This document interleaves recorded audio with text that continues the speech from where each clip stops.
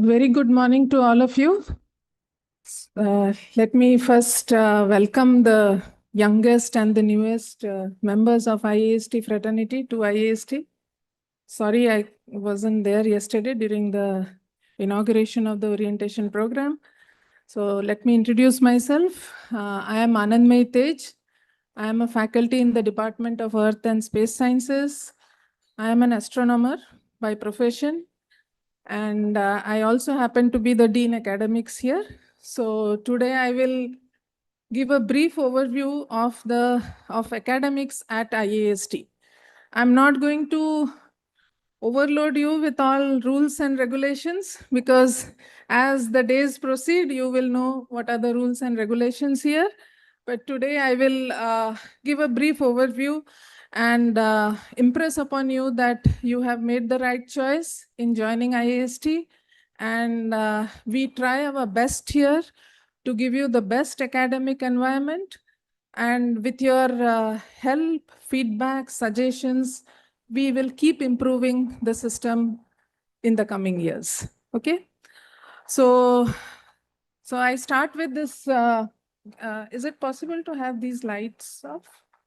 These lights only so that they can see the screen properly. So I start with this beautiful picture of the Milky Way in the backdrop and IIST in front. This picture was taken by our students. So the students are here. They are, I think, the third year students, very active in the Astro Club. And yes, I am the Dean of Academics, but my passion is astronomy, right? So I have to start the presentation with a beautiful picture of the Milky Way. This is our galaxy, okay? You can see the vastness of the universe, the galaxy, etc. And from that, you can gauge that there is no bounds to knowledge. Whatever you learn is going to just take you a bit further. So everything is up there for you to understand and learn. So, and very rightly at IIST, every path leads to growth and every step is guided by inspiration. So we start with that. And yeah, so what are the departments, which are the departments that we have here? If I understand correctly, most of you are undergraduate students. There may be some PhD students also here who have joined yesterday. So we have 7 departments here: Department of Aerospace Engineering, Department of Avionics, Chemistry, Earth and Space Sciences, Humanities and Social Sciences, Mathematics and Physics. So faculty members from all these departments will be involved in your academic growth, in your academic progression over the next 4 years. And we have excellent teachers here with excellent research profiles. We have around 95 faculty members here who are dedicated to teaching and research. And you will have, I can guarantee that you will have a wonderful time learning from these faculty members because they are the experts in the field. And when they teach you the subject, they will make sure that you understand the basic concepts and your foundation is very strong. So here, as you will know, as time progresses, that we give lot of importance to giving you a solid foundation in the subject because all of you are brilliant. You are the cream of the country. You have joined here after JEE Advanced, right? So each one of you is a brilliant student. So we just need to show you the path. I think you will do wonders, okay? And we also have excellent lab facilities here. We are still improving on the lab facilities also. Every year we are adding newer and newer labs, but we have very good lab facility here and which is supported by a very dedicated team of technicians and technical officers and lab tutors and lab assistants who will make sure that you have a wonderful hands-on experience also. So this is what the faculty and who will be your support system here. Okay, So now coming to the, by the way, if you want to ask any questions, please raise your hand and stop me. I will answer. Otherwise, we can have a discussion at the end. I don't intend giving you a long, boring 45 minutes of monologue here. I will just give you the brief overview and then I'll take questions from you. So it has to be more interactive, and I see some of the very proud and anxious parents also sitting here. If you have any questions on the academic system at IIST, please feel free to discuss with me.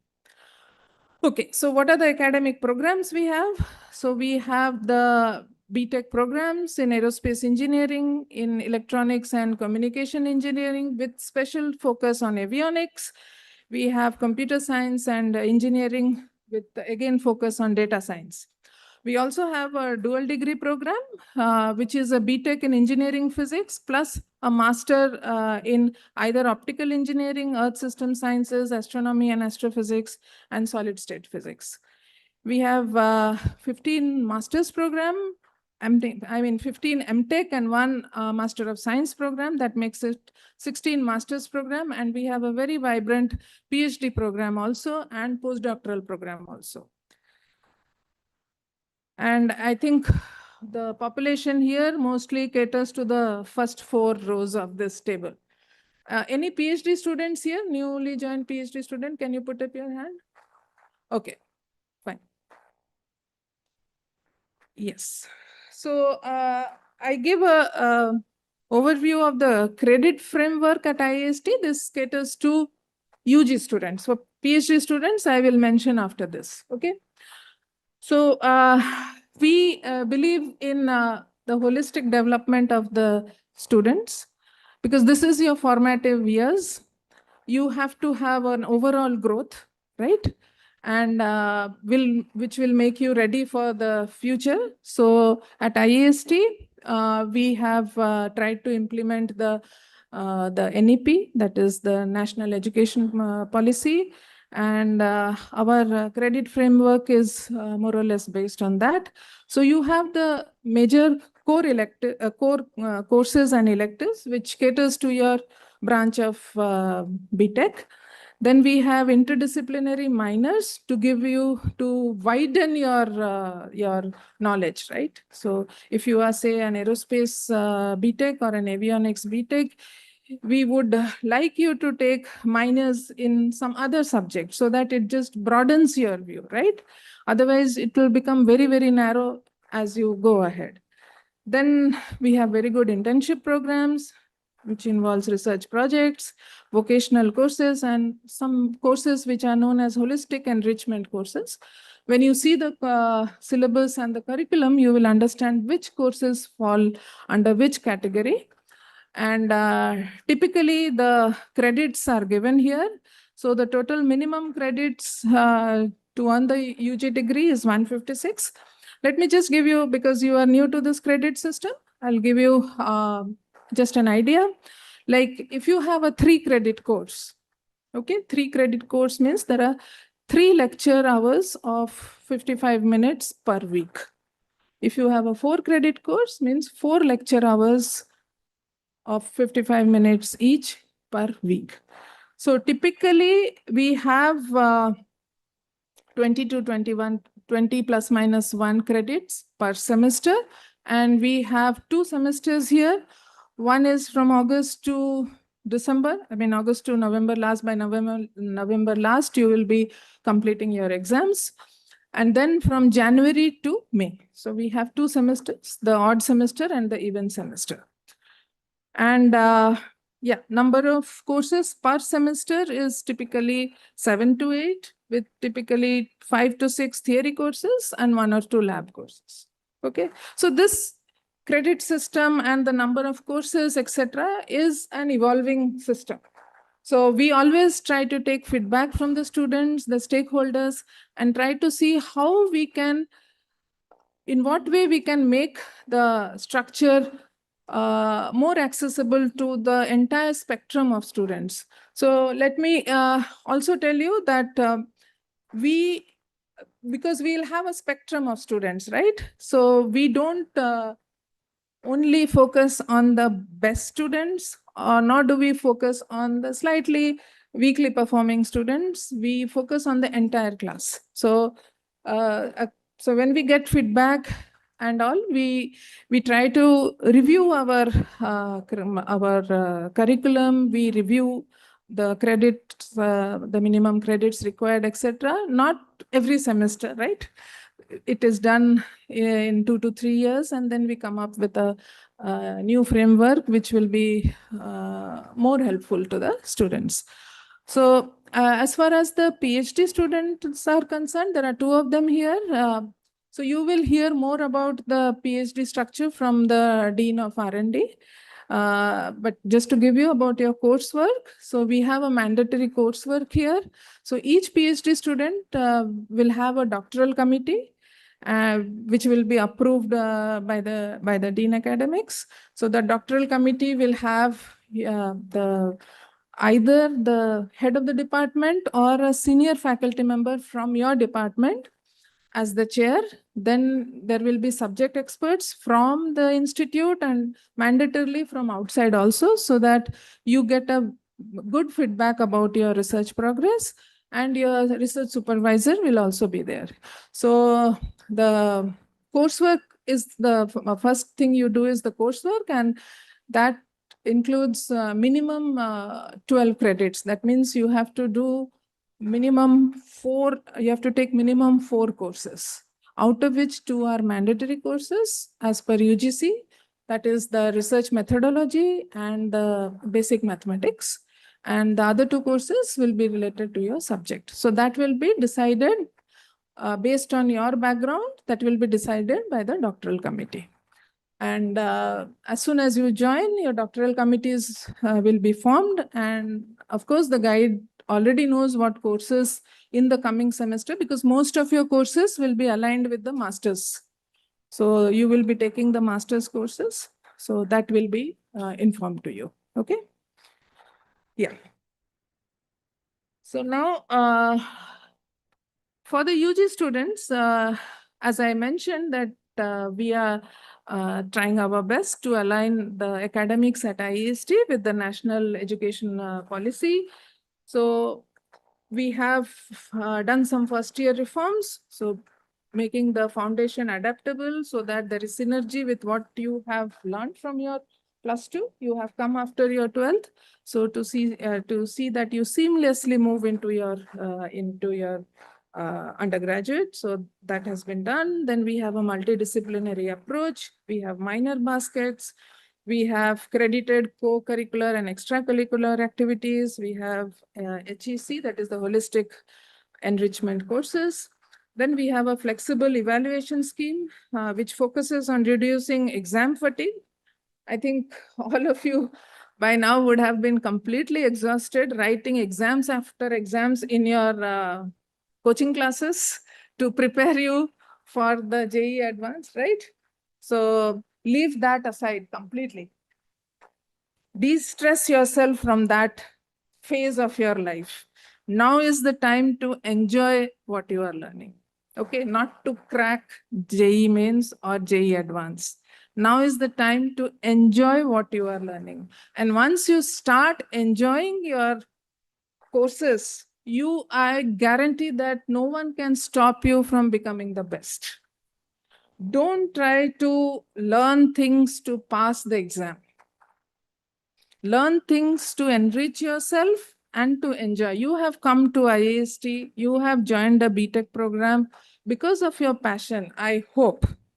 I hope it is because of your passion and not due to any pressure. Okay? So when you have joined here, please make sure that you enjoy to the maximum. Okay? So enjoy your studies, but be very regular with the studies. Because if you pile it up to the end, like before the exam, I will do something and no more MCQs will come. So the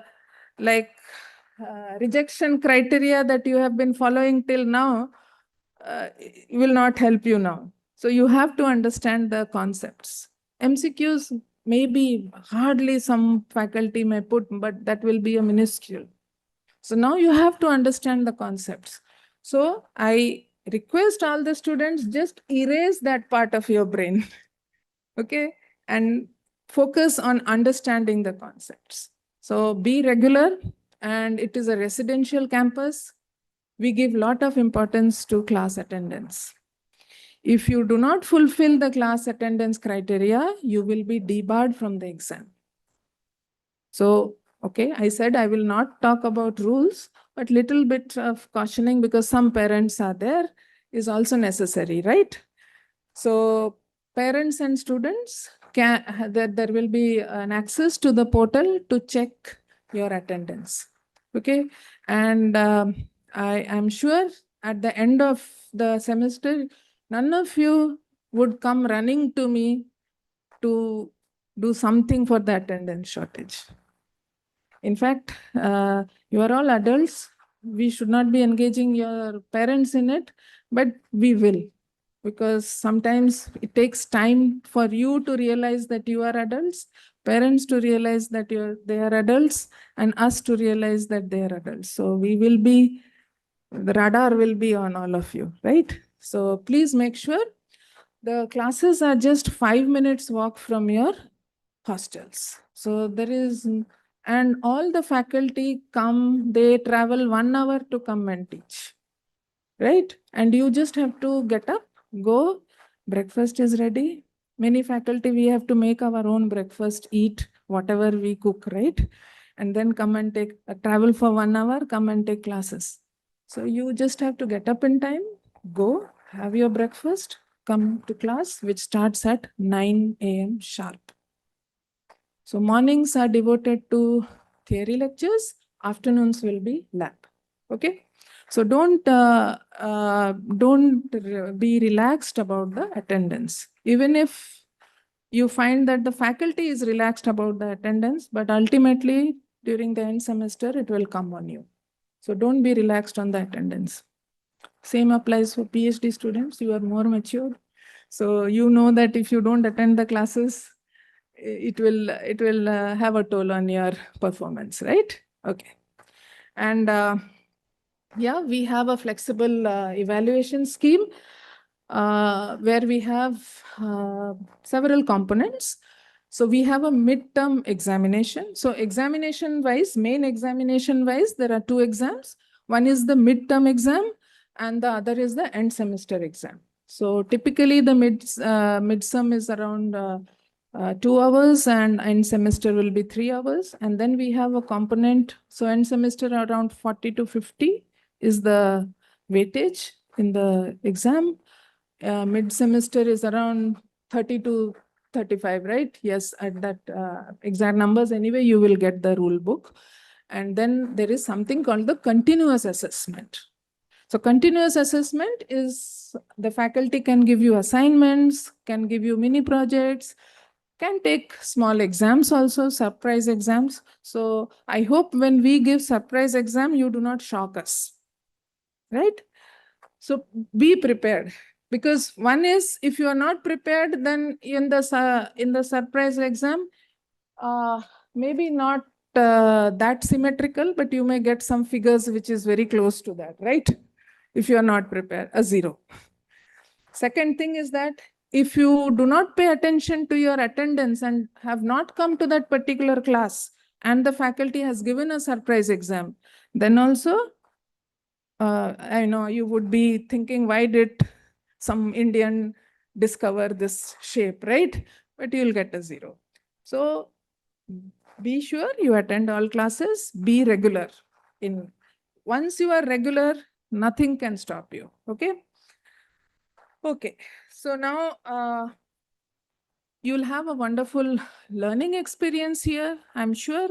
And of course, all the faculty members are open to feedback and suggestions, right? And my office in the admin building, mostly I'm there in the afternoon. And in the mornings, I'm there in my faculty office room in the science block. So when I'm not giving my lectures, I'm free for any student who wants to just walk in and discuss with me. And parents, you can keep my phone number. You can call me anytime if you want to discuss anything about your son or daughter. Okay, please feel free. You may send me an email. Please realize that sometimes I may be little busy, but I may take a day or two, but I will definitely reply. You can call me if I am in some meeting or something. I may say that please call me back after some time. So please understand my situation. I'm not speaking means that I am busy elsewhere. I will definitely discuss with you. It is now that these young kids are in the campus, it is our responsibility that they do well. Okay. It is also your responsibility to make sure that they communicate with you constantly. Okay, if they have any issues and they communicate to you, please bring it to the notice of any of us, not only me, any of us. Okay, so that if there is an issue, there is a problem, we can resolve it right from the beginning rather than making it grow so that it is out of control at sometimes. Okay, yeah.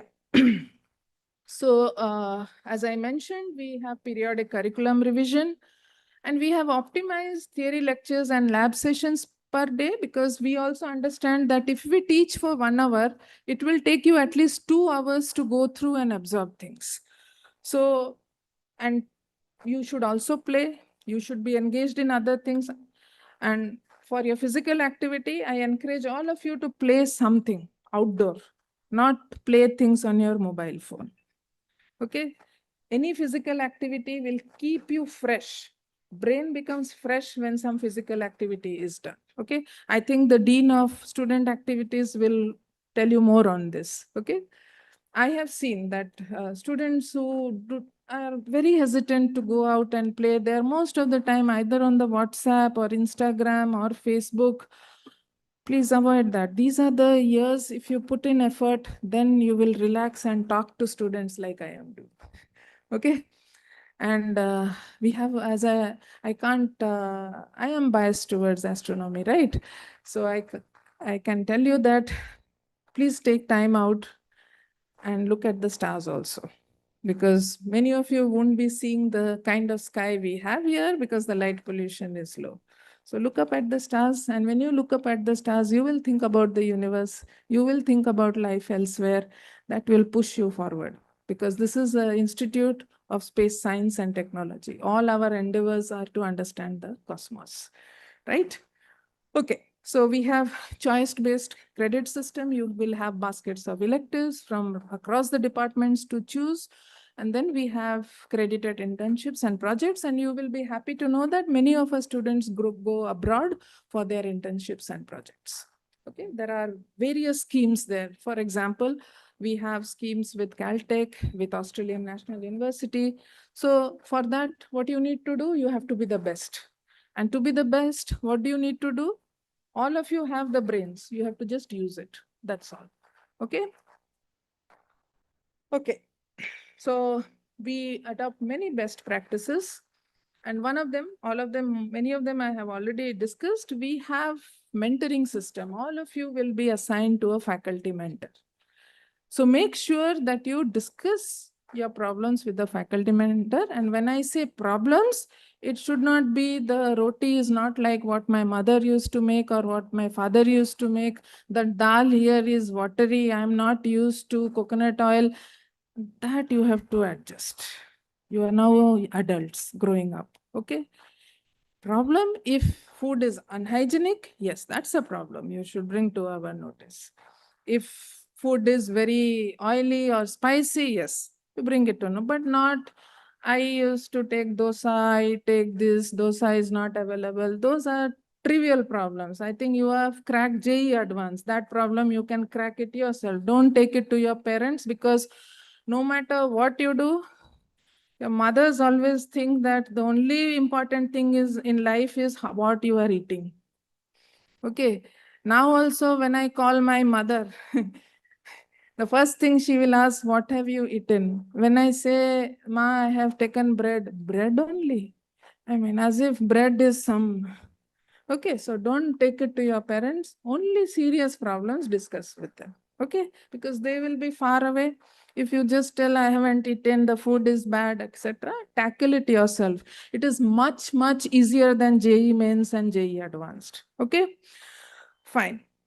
We have mandatory course and faculty feedback. So after the end of the course, you have to fill a feedback form and be very be very honest when you are filling the form, because based on your feedback we can improve ourselves.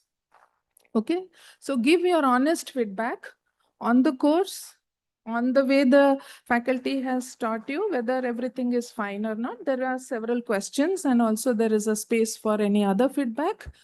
Please give constructive feedback. Okay, so which will help us improve, which will be beneficial to you in the coming semesters and also to your juniors.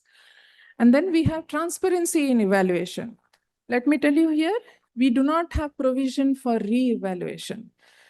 That is why we make sure that the exam answer sheets are shown to the students before the grades are finalized. So any discrepancy you see or anything you feel that that mark has not been awarded properly, discuss with the faculty. Faculty will discuss with you. So make sure that you see the answer sheets and make sure that all your, and please, since I teach and I evaluate, also make some effort from your side to label the answers properly, and make sure that you don't confuse the the faculty, right? Because I have seen that you write answers for 2A, but actually that is answer for 6B, but you will very nicely write 2A. So, and then confusion happens. So it's also your responsibility to do that. We show the answer sheets, so we are very transparent in our evaluation. Okay. So we also take annual student satisfaction survey. So you will go, as you progress, you will get to know more about all this.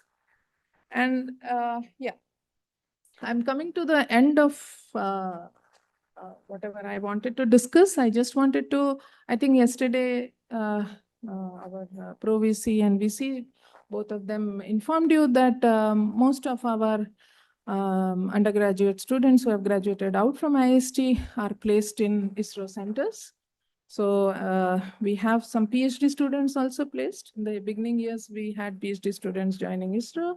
And this gives you a rough idea. It's a slightly older slide. So these numbers have changed a bit from last year. So we have our students in all ISRO centers. So, and when we go there, when they come running to us, like, ma'am, how are you and all, that's the best satisfaction one faculty gets. So to give you one example, so I was also glued to the television screen, and of course we had a huge screen here telecasting Chandrayaan-3. And after Chandrayaan-3, when they showed the ISRO scientists jumping around in the control room, I could identify half of them as my students who have passed out from IIST. So that is the best reward that a faculty can get. So I'm sure all of you are going to give us that proud moment someday or the other. Okay. Apart from ISRO centers, students also go to other places like MNCs, space startups. In fact, there are many space startups which are formed by IIST students, and there are startups in which IIST students play a major role in government services. In fact, many diverse places our students have gone. One of the astronomy master students actually is an Indian Air Force officer.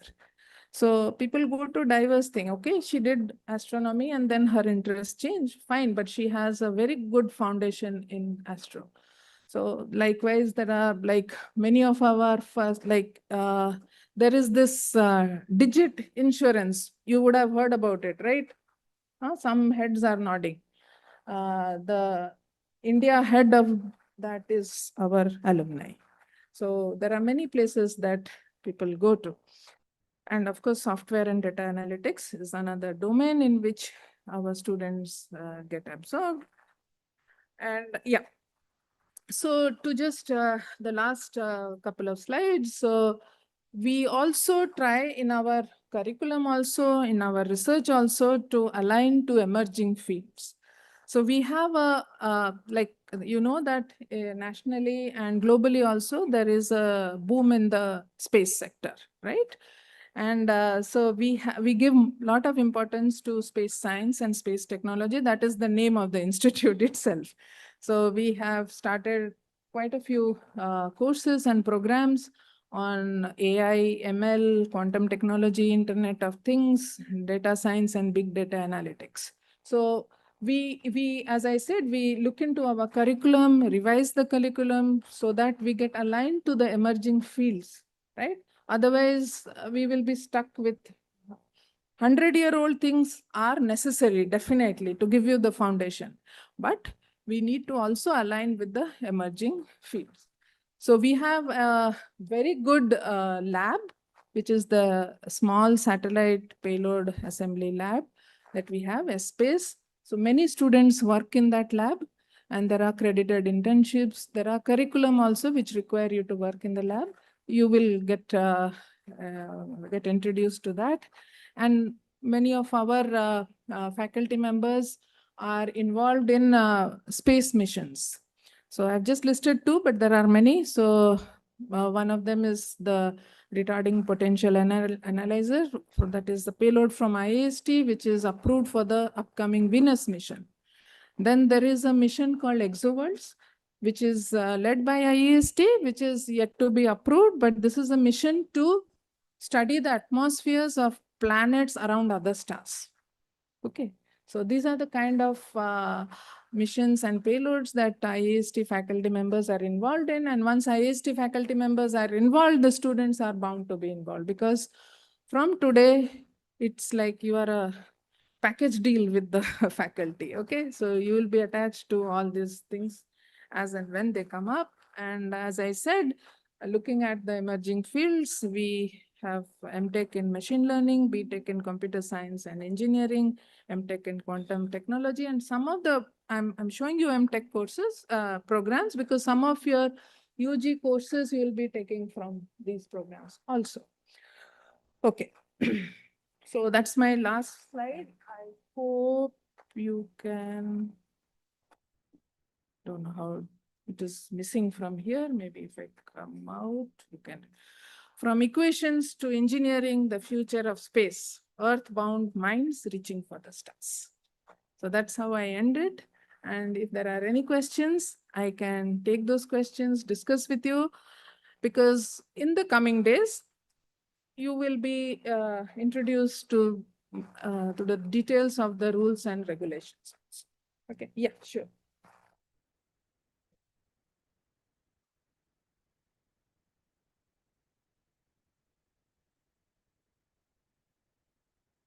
Huh. So this is like we have regularly, we audit our academic system. And that's what I said. After auditing, we will know what are the revisions to be made, right? Yeah. Yeah, just so that the question is heard by all, if you can speak through the microphone. Ma'am, you said there are credits for the extracurricular. So how is that evaluated? Okay. Yeah, that's a good question. But do you want to know the exact details? I can give you the full document. No, Okay. just a brief. So you will be, so again, let me tell you that this also is in the process of, we are re-looking at it also. So the current system is that you will be opting for the available extracurricular activities like maybe gym, like some painting or whatever is there. Okay. So then you will be attached to faculty coordinators. And also you will be attached to senior student coordinators.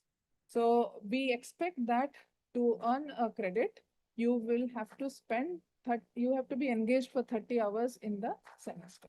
And there is a mechanism, suppose you are going to the gym. If gym is your extracurricular activities, your attendance there will be taken. Okay, so don't do it just for credits. Do things which you are passionate about, so that you will enjoy, because sometimes the course really stresses you. You need to find ways to de-stress yourself, rewind, right?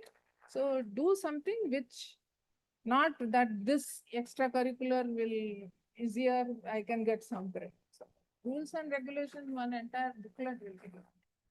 If I may add to that, for these extracurricular credits, there's only 2 grades. Either you complete it or it's incomplete. It's not, Currently. yeah, currently, yeah. So even if you do yoga in a very lousy way, if you have spent 30 hours doing it, you're done. Okay, so Yeah, don't do it lousy don't way. do it. Plan it properly. In case you're wondering, which is the easiest extracurricular activity, you don't have to go by that. You go by something which you would like to Like learn to and do, yeah. explore. That is the key thing. Okay. Just on a lighter note, don't take yoga as your extracurricular activity and all you do is savasana there. For 30 hours, go and sleep. Yeah. Any other questions? Yeah. In which year can we access the S-Space laboratory? In which year can we access the S-Space laboratory? Right from the beginning. In No the first problem. year itself. Yeah, right from the beginning, the faculty members will interact with you. There will be lots of opportunity for all years to contribute. Okay.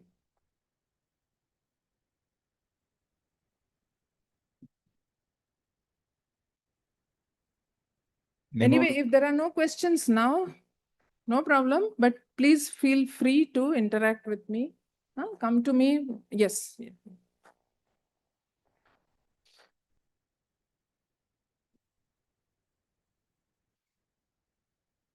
I just wanted to ask that when will these young kids will get to visit ISRO for the first time?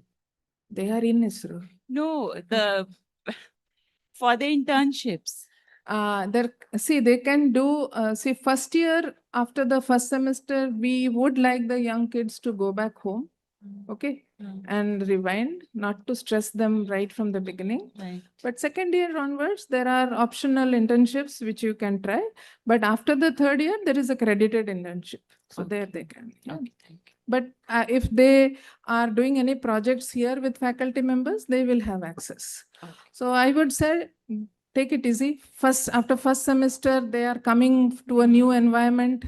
Okay. We should not stress them that go to ISRO, do internship. Okay. No, we will also welcome them Yes, to. yes. They will. back They will. home. There will be a lot of opportunities. Even in the first semester, they may find some opportunities to visit. And I think many of them will be taken to the ISRO centers here on a tour. Okay. So we have like Vikram Sarabhai Space Center. We have our neighbor is the Liquid Propulsion Yes, Center. yes. So all the students will be taken there to see the lab. Thank you. Thanks a lot for the detailed session. In detail, kids can able to understand what they're going to be. It's very great opportunity to parents also came to know that. And my question is like, other than ISRO, internship program, is there any other companies, MOUs are there? Could you please tell us? Yeah. So I think there is a session by our placement office also. So we have a placement office which is headed by our faculty members. So they coordinate internships in companies also. Not only companies, we have internships in other premier research institutes also. Our students go to other premier research institutes for their internships. Some go to companies, some go to ISRO centers, some go to premier research institutes, some, as I showed, some go abroad also. Okay.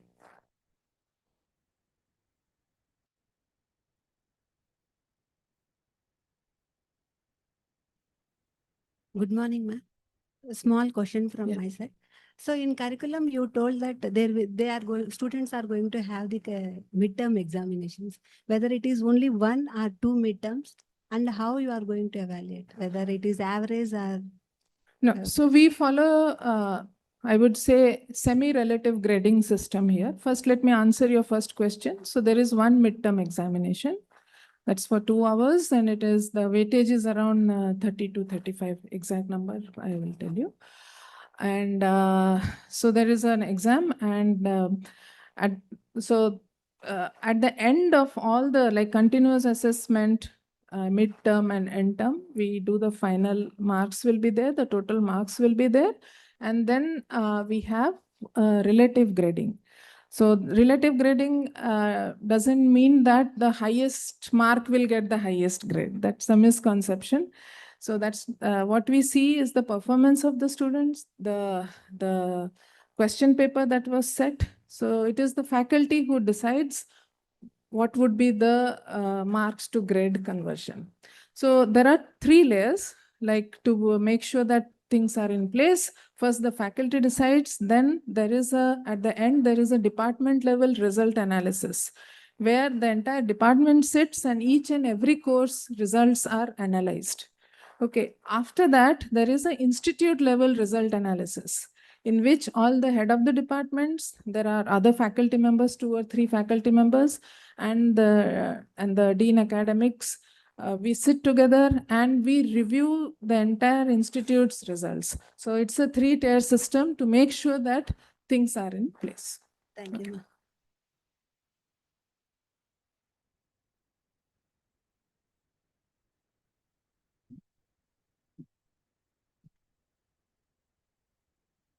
Any other questions? Yes.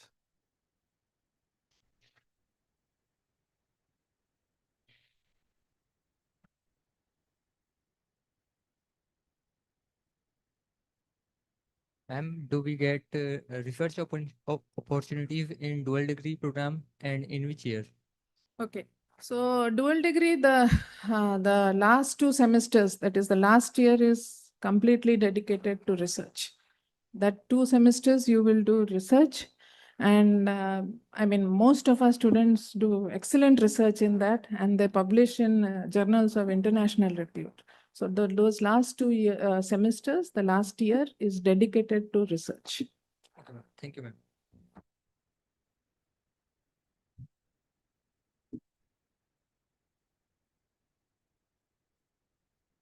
Ma'am, can we do interns under any particular professors or researchers as we want in this academy? It has to be first, I mean, you have to go through your department because we would like you to do internships, credited internships in relevant areas, right? So, I mean, you can discuss with your faculty members, your head of the department, and that should be possible. Thank you.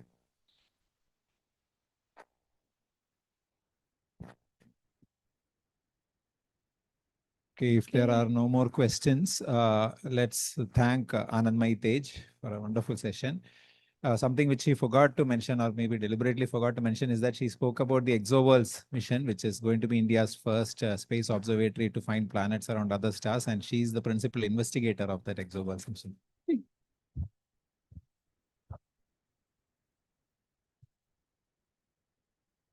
All right. Okay. So, I will share my number with the parents. So I can give it to whom? I can give it to one of the. yeah, we will project it during the tea project. break. Okay. Thank you. Thanks. So, 2 announcements. One is, I know that several parents are going to go back home today. So, if you want to continue following the orientation program session, it is streamed live on our YouTube channel. You can just search Indian Institute of Space Science and Technology, and this is the one that pops up. So you can follow it, and it is also permanently archived. So if parents or you yourself want to revisit any of these sessions, then you can do so. The second announcement is that there are some students who have reported today, UG and PhD. If you have not yet completed the admission formalities, then our request is, the request from the admissions committee is to go and complete that, because that is your priority number 1, and then you can come back here. It will not take much time. Okay. Dr. Shiba Rani is okay. So you can do that. Okay, you can complete that. We move on to the next session, which is on scholarship opportunities for students who are enrolled in IIST, and that session is going to be taken by Dr. V. Senaraj, who is a deputy registrar at IIST.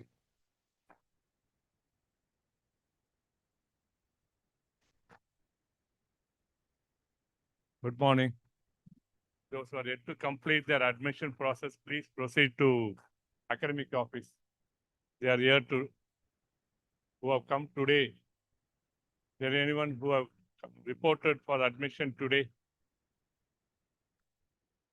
there anyone who reported for the admission today? Fine, thank you.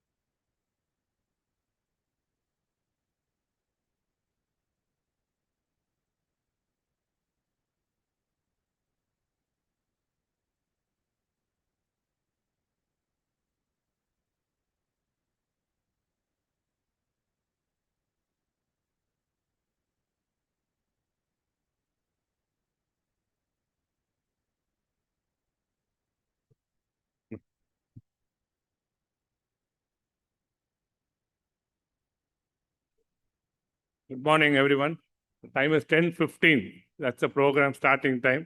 So we are on time. See, the on time is always very important for our activity. Discipline starts from punctuality. Understood? Okay. Good morning, everyone. I welcome all the students and parents for this session as well as to the IIST. Congratulations to the students as well as to the proud parents, because parents are mostly dreaming for their children's future. Whether children dreams or what, parents are dreaming. I'm also another side one parent. Okay, thank you. Now let us come to the today's session. This is a very important part for our well-being. Other than health, finance is also very important. Academic is part of our life, but finance makes us to be very happy. So how to get several scholarships from the institute as well as from other agencies. Say there are government agencies also there. Private agency also provides scholarship. Okay, so those briefing only I'm going to give. See, first of all, let me tell about what is going to happen in IIST. What are the things we are providing to the students, and what the government gives. Then you want to take any education loan, what is the facility? Now you no need to approach bank itself. Now bank is at your laptop or computers. You understand? Just fill the details, they will sanction the loan.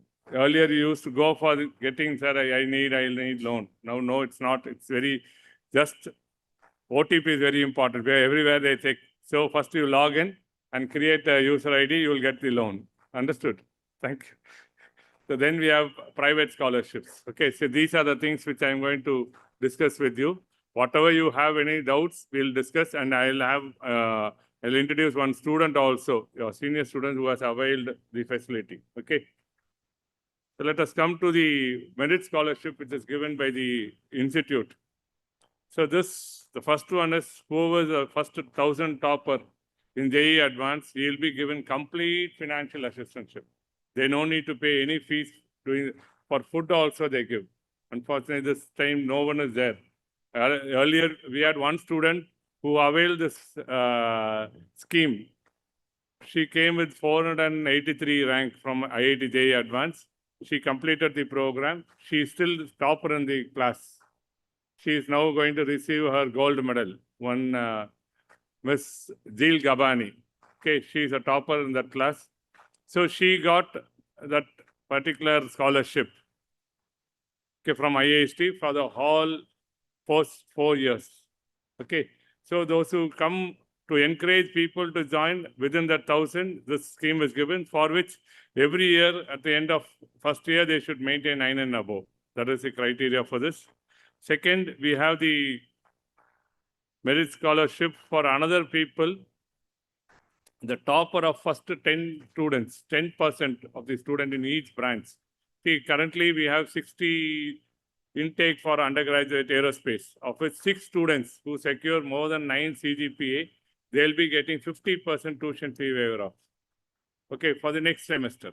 Suppose the first semester you are performing very well, you are above 9, the 6 students, top 6 students, will be, if they have already availed any other tuition, any other exemption, they are not eligible. Suppose I have already got financial assistance for the purpose of parental income, then they will not be getting it. Understood? So the students whose pay, it's immaterial of income. Okay, if they are, let's say, it's based on the CGPA at the end of every semester. Okay, this is also the second which institute provides to the top 10%. Okay, so dual degree also, if there are 24 students, means 2.43 students. Okay. This is called merit scholarship. Then we have this main scholarship. This is tuition fee waiver for the students whose parental income is less than 1 lakh, means it is 100% tuition fee waiver. That is 62,500.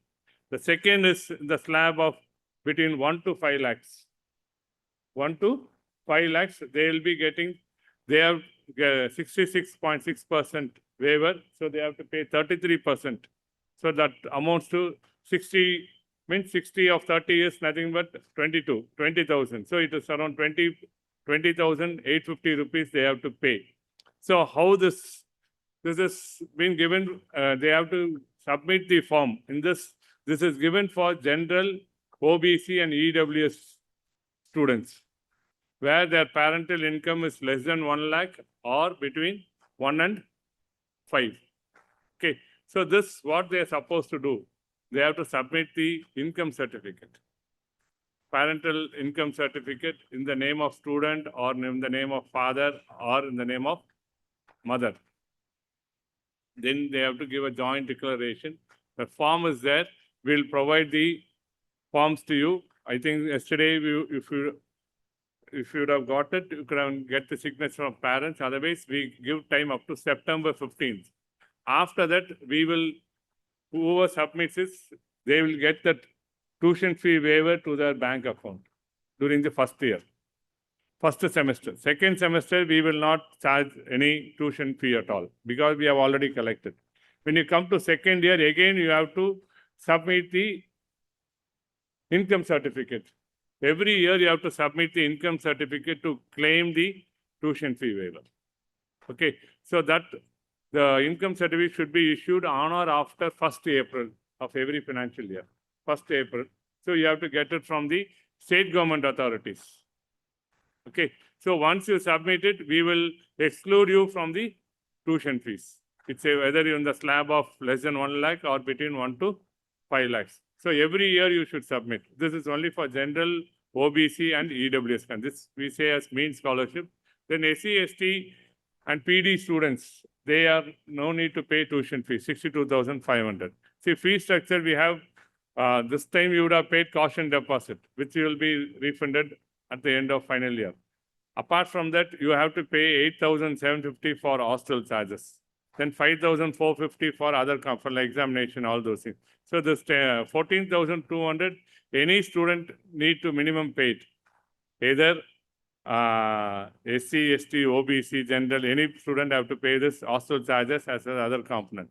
The 62,500 is the tuition fee. There only we give the waiver. The waiver in the form of full or partial like that. Okay, so or in the form of merit scholarship. That is 10% of the thing. So tuition fee waiver only will be given. Okay, so these are the 3 components of mean scholarship for the students, for which you have to submit for SC, ST students. Once they submit at the time of admission, we will take care. Okay, there is no income criteria for SC, ST and PD students.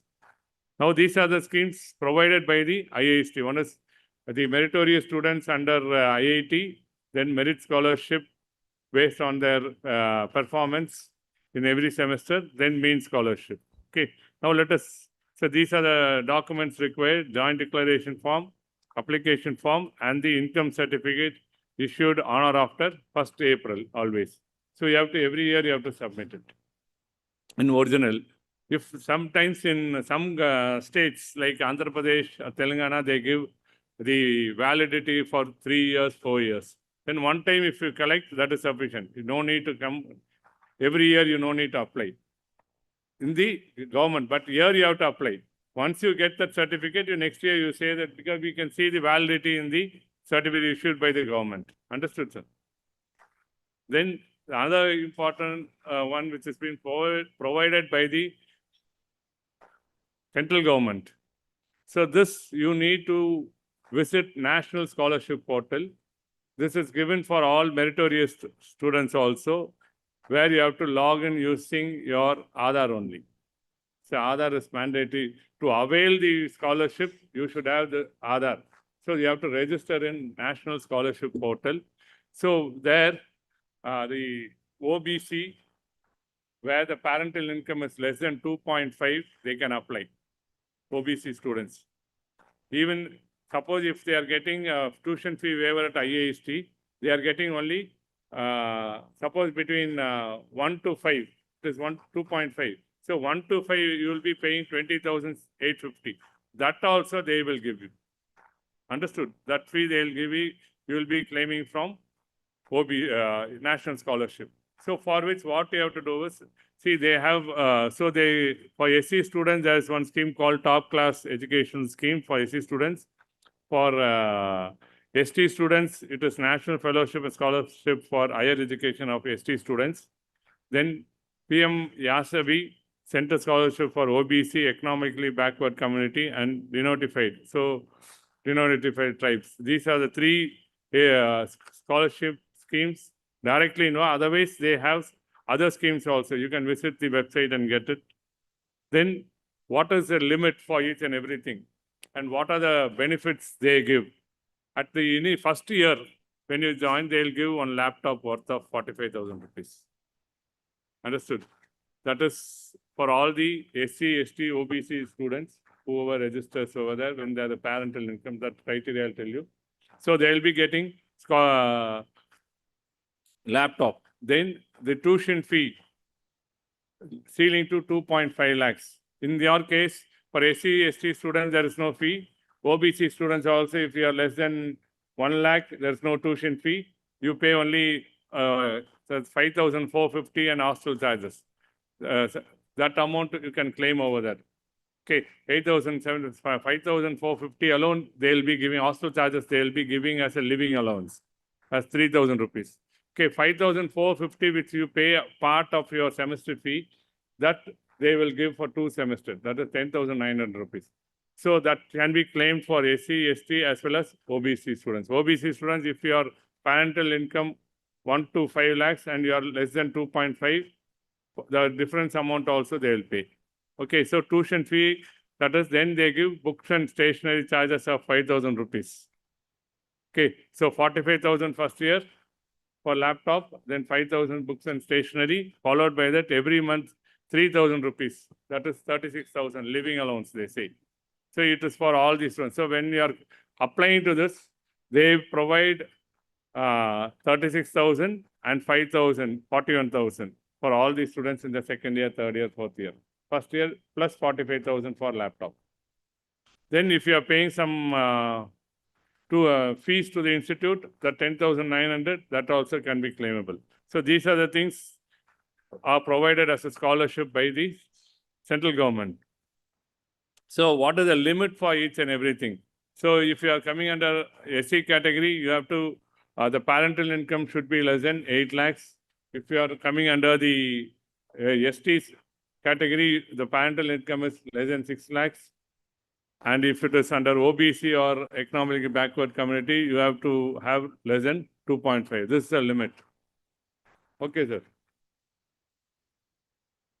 So what things are required for them is you have to submit your SC, ST, OBC certificate online, then fee receipts, then computer purchase receipt, stationery, and receipt is not required. It is default they are giving. Apart from that, you have to upload the bona fide certificate issued from the institute. So what you do, they have a template. Once you submit, they automatically, it will be generated that you can get certified from my office, from me. Then you can upload it. After that, we'll verify. For this, there's a time. So these things are required. So what are other things? So they have to transfer this amount to your account, for which you have to give the bank details. So bank details, make sure that it is Aadhaar seeded. If you are less than 18, first year they will pay to your parent account, for which you have to give the details. Next year on after 18, it will come. So those who are less than 18, you have to do the registration through your parent login.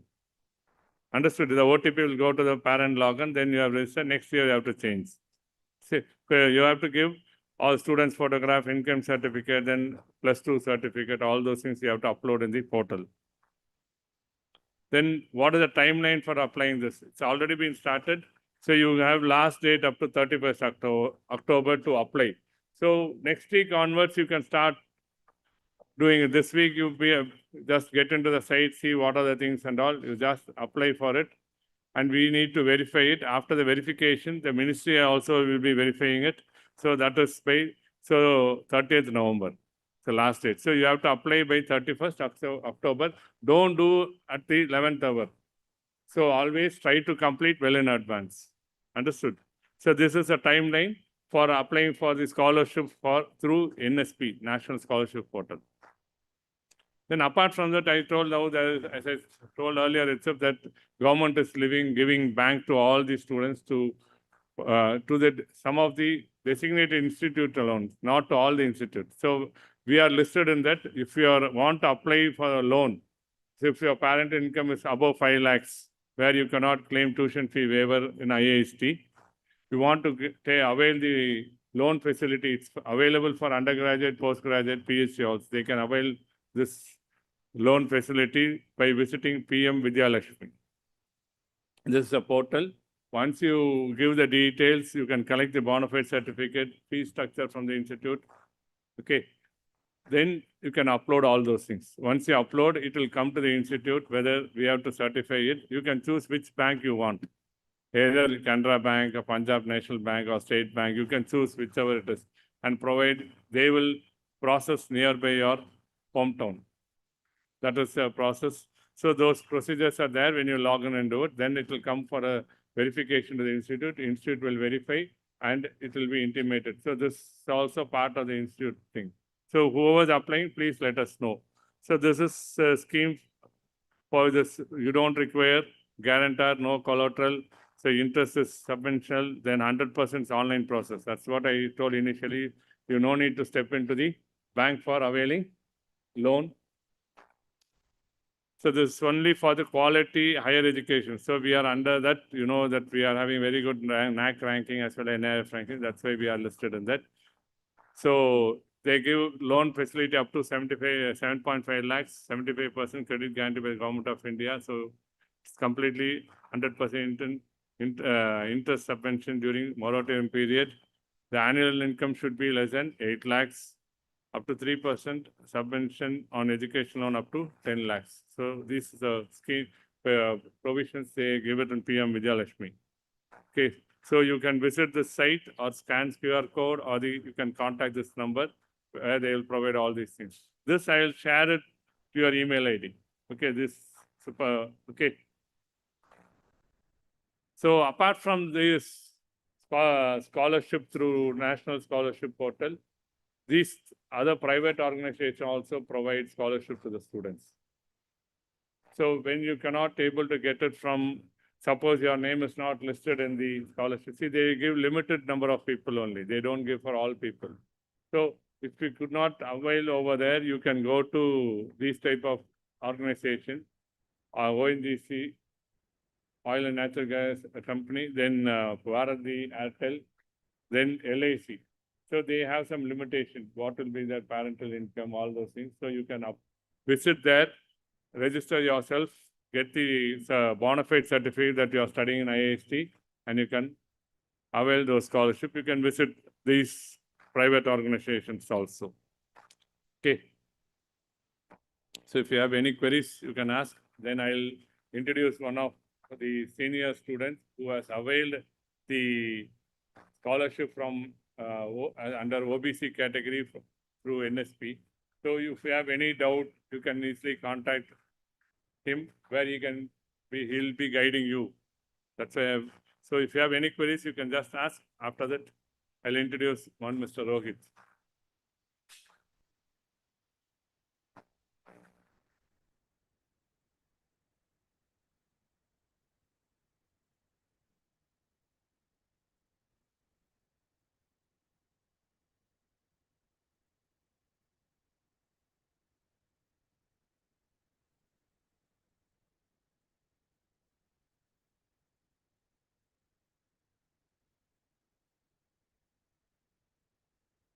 If you have any doubt, during the admission time, you would have sent a lot of emails. I would have replied to all your emails. Okay. If you have any doubt, anything related to academics, you can email to academics@iist.ac.in. I've given my office phone number as well as my mobile number. Okay.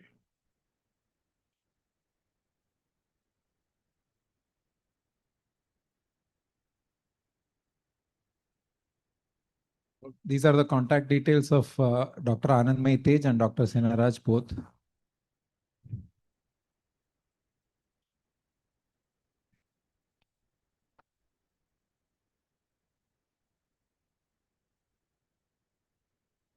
Good evening.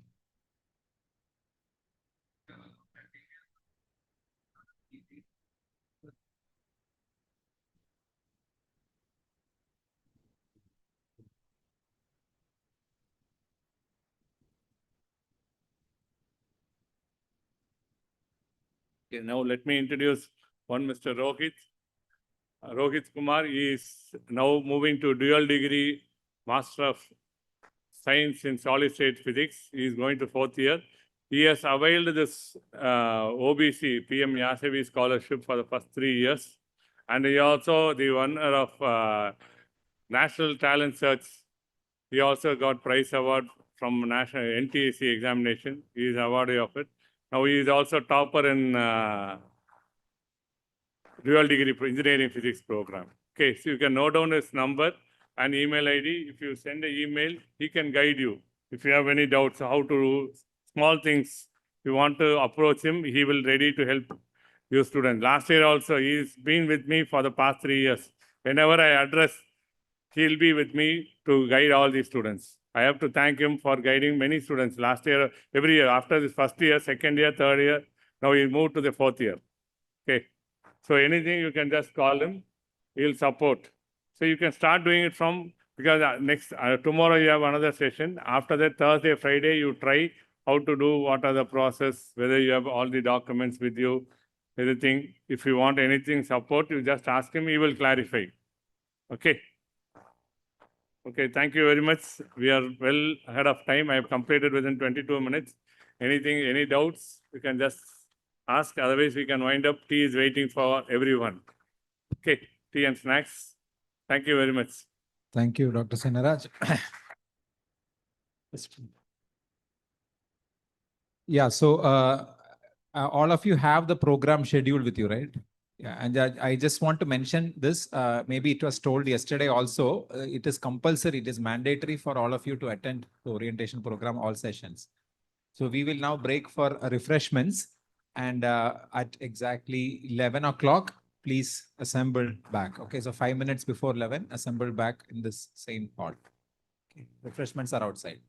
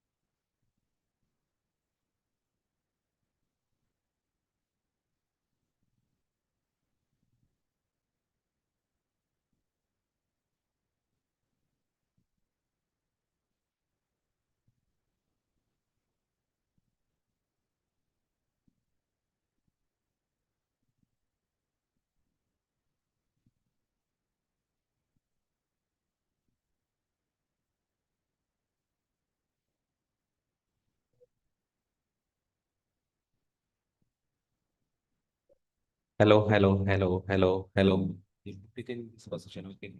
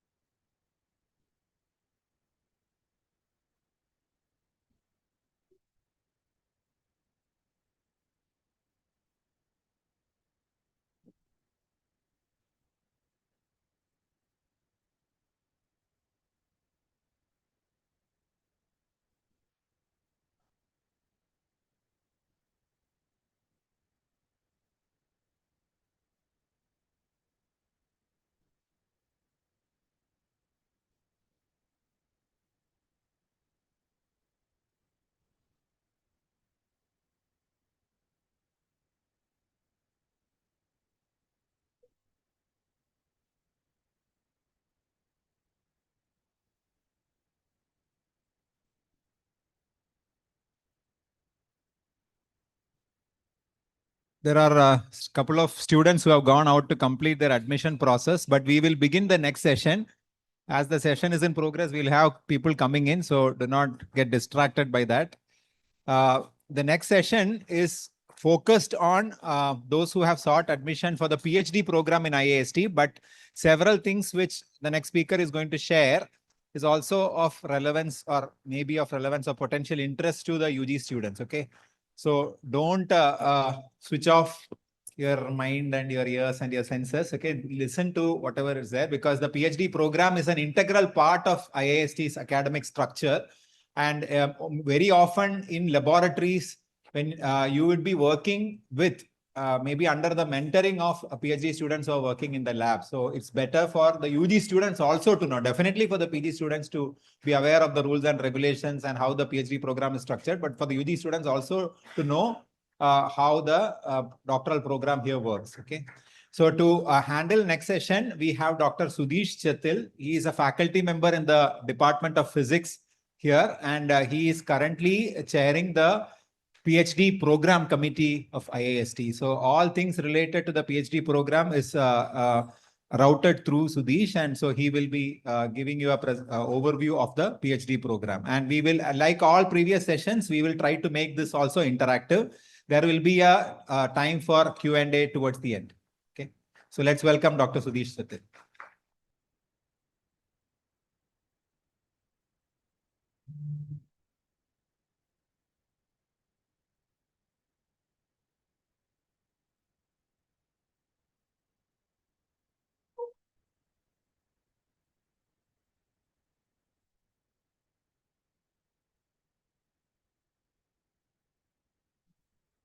Good morning, all of you. So it is warm welcome to IIST, both UG students and PhD students who got admitted here.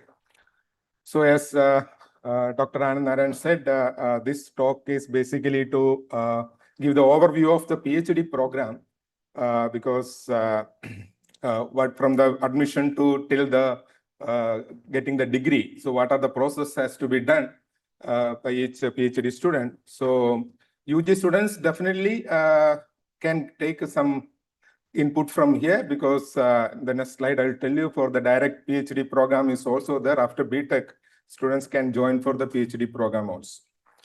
So if you look at the PhD program in IIST, there are different categories here. And currently we have around 500 PhD students, 452 plus PhD students doing their PhD program here. And out of that, there are 300, or about 300 students, they are doing a regular PhD. That means they are completely either staying in hostel or outside, but regular PhD students. It's not that because they are not doing. So part-time means they will be doing some job in the the ISRO centers or some other government organization. So around 150 plus PhD students are basically the sponsored from the DOS or ISRO or other central government organizations. So current this year, we have 40 regular students going to get admission. Out of that, 24 students has already joined here. So let me understand how many PhD students are sitting here. Okay, good. So there are different categories because whoever has got admission, I think it's also going online, because other students that are not here can actually see these slides and they can watch this presentation. So there is an IIST funded PhD program. Basically, completely the fund is given by IIST. So in that current semester, there are 22 students already joined, and other students are expected to join, because PhD students mostly they may be working in some other places or completing their earlier program. So they got some extension for joining. So before 10th August, they will be coming and join the remaining students. So there is an ASRG, because that is IIST ISRO project related PhD students, because they'll be working on the ISRO projects. So currently 2 students are taken under that project, and one of them already joined. And DOS funded, because there's NARL actually is atmospheric research laboratory. So their students also come is actually registered in IIST, and they are basically DOS funded students. After their coursework, they go back to the Atmosphere Research Laboratory and they continue their project there. Then external fellowship like CSI or UGC, this kind of external fellowship things are there, and so students getting those fellowship, so they get fund from there and they come and join IIST. And project funded because individual faculty members are having their own project, extramural projects from either any ANRF or any other external funding sources. So through that projects also students can join for a PhD program here. So in the IIST funded or any of these categories, the regular categories, there is also a direct PhD in the sense that because usually earlier days after masters only you can do the PhD program. But currently now students can do after the BTech program also for the PhD program. So obviously their coursework and other things, I am going to explain those things a little later. So they may have to do extra coursework during their PhD program. Then part-time, whatever I started earlier talked about, the sponsored. So there are ISRO-sponsored 8 candidates joining this time. 7 already joined, and sponsored. Actually, there is students joined for MTech program. They have a possibility of doing a PhD program, and this is called integrated PhD program from the central government organizations. So like that way, this time you have 2 students got sent that offer because they are here itself. They are the MTech students of IIST. So they are also doing the PhD program here. So so right now there are 31 students joined for the PhD program, and other total 50 will be joining. Other remaining will be joining out of 50 students.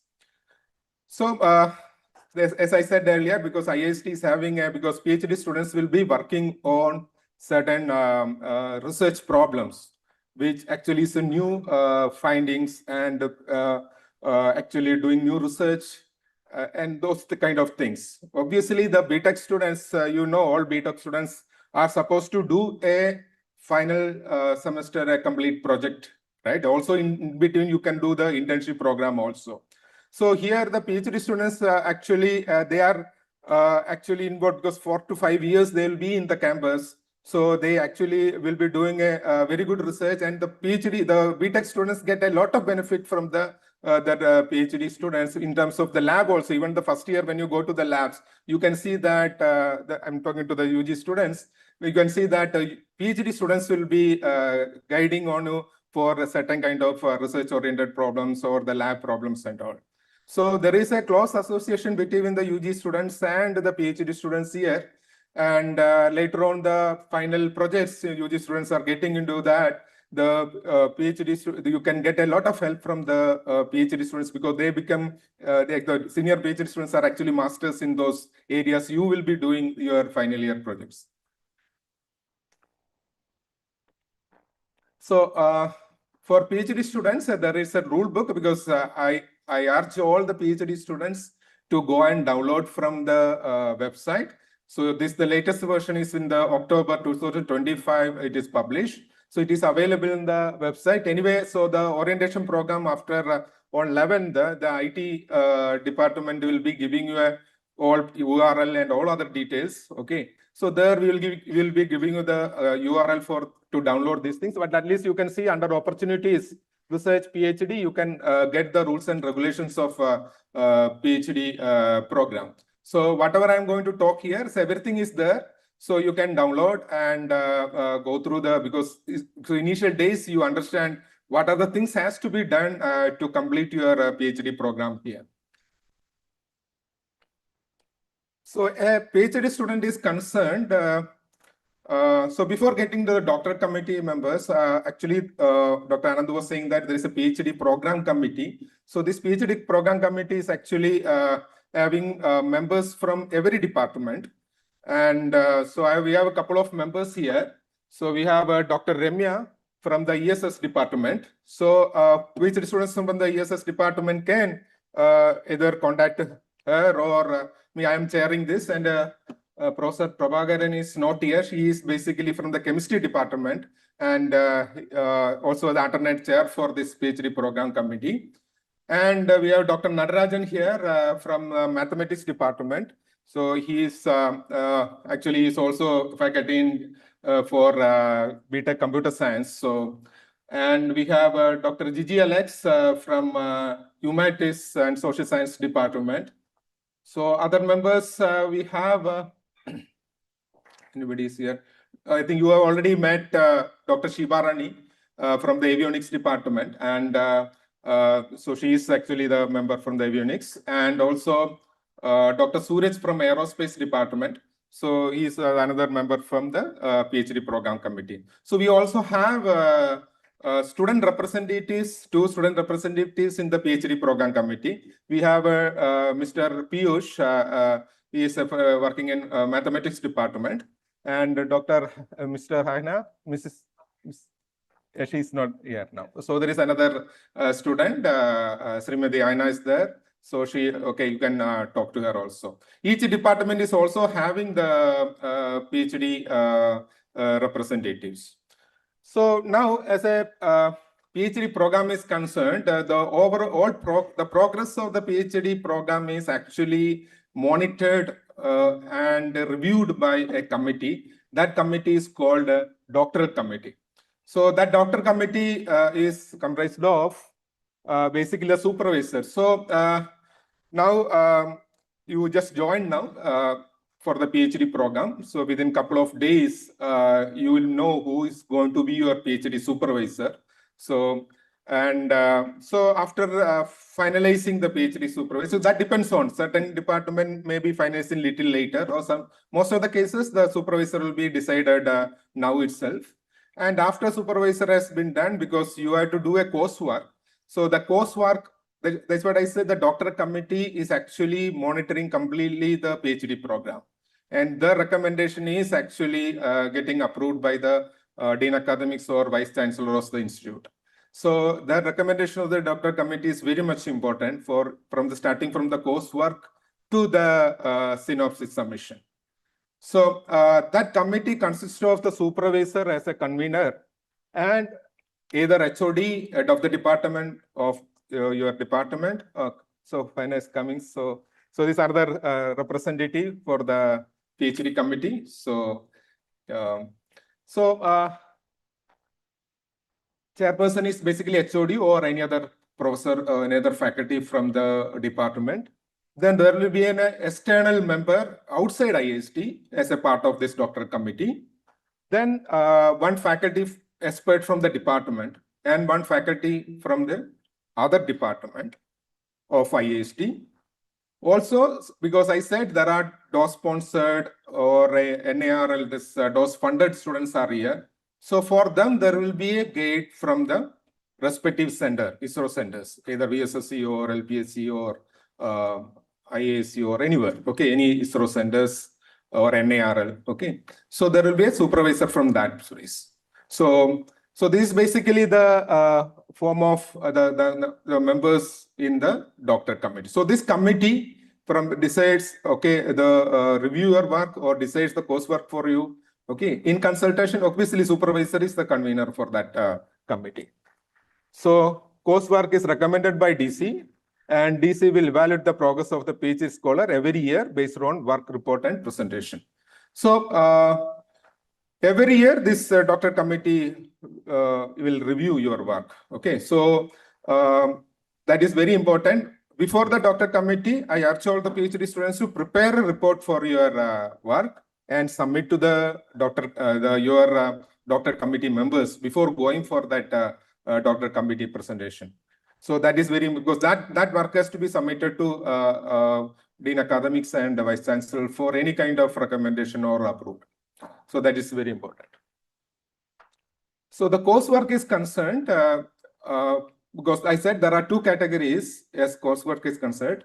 That is basically, one is after BTech, you can do the PhD, or after Masters, you can do the PhD. So if your BTech is your qualifying degree, you have to do a 28 credits coursework. And that you have to complete in 18 months. That means 1.5 years. Suppose your basic qualification, you got admission based on your BTech degree. So then you have to complete 28 credits and 18 months, that's 1.5 years. If your qualifying degree is master's degree, then total credits is 12. So 12 credits will come around 3 to 4 to 5 courses. Okay. And 28 credits because each course is basically 3 to 4 credits. So based on that, number of courses will be decided. Then for masters, it's just 12 months. So you have to complete the coursework in 12 months if you have a master's degree as a qualifying degree. So there are some mandatory courses you have to go through because that is a UGC guideline, and you have to do those mandatory courses apart from other because you will be working on certain research area. So obviously the coursework has to be taken from some courses related to which is beneficial for your research work. Okay. Apart from that, because research methodology is a very important course, because there you will understand the what should be done, what should not be done, ethically what are correct, because you are supposed to publish papers. Okay, what do you mean by ethics in that? Okay, so you should not be taking others' result and publishing. So all those, so many things, how to prepare, make a presentation, how to prepare document. So all the research methodology part you will be learning from this research methodology course. So that is basically 2 or 3 credits, because these courses can be either because the students actually in here, because I said there is a DOS sponsored students, they actually will be continuing their research from their respective centers, ISRO centers. So they need not to actually come here for the coursework. So they can do the SWAYAM courses from the NPTEL and all. So, so there, depending on the number of credits, because research methodology credits may be 2 or 3 credits. And so there are research methodology, there are 2 parts. One is research methodology 1 and other one is research methodology 2. And in research methodology 1 is basically the coursework based on the lectures, okay, and the examination. And research methodology 2 is based on your presentation on some research paper or research area. So you will be giving a seminar on that, and that will be evaluated and given the credit. So that is either 2 or 1 credit you have to take. So maximum 4 credits for the research methodology. That can be 2 plus 2 or 3 plus 1. So this is what the one mandatory course. All PhD students has to undergo that coursework. Then there is a mathematical methods course. So this mathematical methods or related courses, all PhD students has to take, but there are certain exemptions in that. So before going to the next level, so minimum C grade you have to get to pass a course. That means in the 10-point scale, 7. Okay. So so A, B, S, A, B, C. So S is the highest grade. So A, B, C. So C you should be gaining, because if you are getting a D grade, then it's considered as a fail. So you can pass the coursework if you have at least a minimum C grade. So mathematical methods course offered by the Department of Mathematics or any other department of IIST. So you can also take the mathematics course from SWAYAM or NPTEL recommended by the, so see, whatever the courses you are taking, that has to be recommended by the doctor committee. This is a very important message, because you suppose you take without the knowledge of supervisor or without the knowledge of doctor committee, and tomorrow come and say that, see, I have taken this course. So that is not actually considered. So it has to be recommended by the doctor committee. So if they, whatever the courses they are recommending, that you have to take. And this compulsory mathematics course may be exempted for PhD scholars in humanities and social science if the DC recommends. So even there, some of the areas in humanities and social science, the mathematics course may be needed. So if there is an exemption given to that and the DC recommends an alternative course, that can be taken.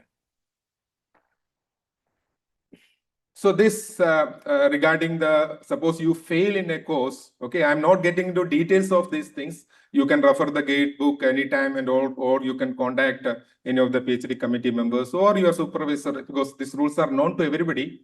So if you are failing 2 courses, obviously there are supplementary chances will be given, but you because after supplementary, if you are failing more courses, then you will be terminated from the program. So, but see, coursework are very easy here, but keep in mind that you undergo the coursework and make a presence in all the classes, okay, and attendance, because certain things are new, okay. So in that sense, if you are not attending certain classes, you may miss certain important portions. Then that way you may get less mark in your examination. Then you may not get the C grade. So that situation should not come. So supplementary courses are there. So I am not getting to the details. So you can go through the what are the rules for the supplementary and when your things will be terminated and all. So that part.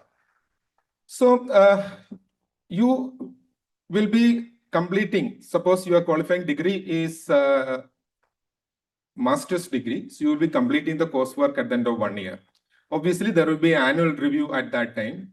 And there is a comprehensive examination that happens after 2 years.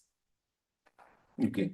So comprehensive examination, which happens after 2 years, based on your coursework and the research objectives or research, because the first 2 years, you should be going through the literature and understanding what has to be done, and you have a clear idea. Some people, even at the end of 2 years, they've published papers, okay? But at the end of 2 years, you should be very clear that, okay, this is my thesis is about, okay, I have done this much preliminary work on that. So I now next couple of years, I can finish, because every thesis should have a certain objectives.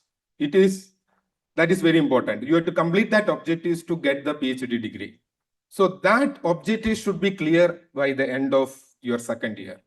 So the second year, this comprehensive examination will happen. That is both on your coursework. You can give the suggestion on which courses, because you might have gone through a couple of courses. You can actually decide which course syllabus should be asked, okay, so that you can convey to the supervisor. So then based on that and also the research area, the complete comprehensive examination is a Viva examination will happen, and you have to present your work in the sense whatever carried so far, your research objectives, and the importance of that work in the current scenario. So then when you pass the comprehensive examination, actually your registration is done, okay. So if you are failing the comprehensive examination, obviously one more chance will be given within 3 months. If you are failing in that, you will be sent out of the institute. So this comprehensive examination is very important. So that happens after 2 years. By that time, you should be clear about your research objectives. So because the PhD students are getting, for the regular students, they are getting fund from either from IIST or some projects or whatever. Okay. So initial first 2 years, it is JRF. Then after JRF, Junior Research Fellow. Then after 2 years, it is SRF, Senior Research Fellow. The salary will be hiked. So, but that JRF to SRF also happens, that fellowship extension also happens at the end of 2 years during that comprehensive examination. So the comprehensive examination and the JRF to SRF happens at the same time at the end of 2 years for both the direct PhD and for all PhD students, okay? So because direct PhD means the BTech PhD, they will be completing their coursework at the end of 1.5 years. So in between, they can do the research work and they can understand what they are going to do. So again, the details I am not getting to more, but this is the overall thing about the comprehensive and JRF to SRF fellowship extension. Because if you are external fellowship, UGC or this one, that also require this JRF to SRF extension. So another important thing is the fellowship enhancement, you get it from the date of review.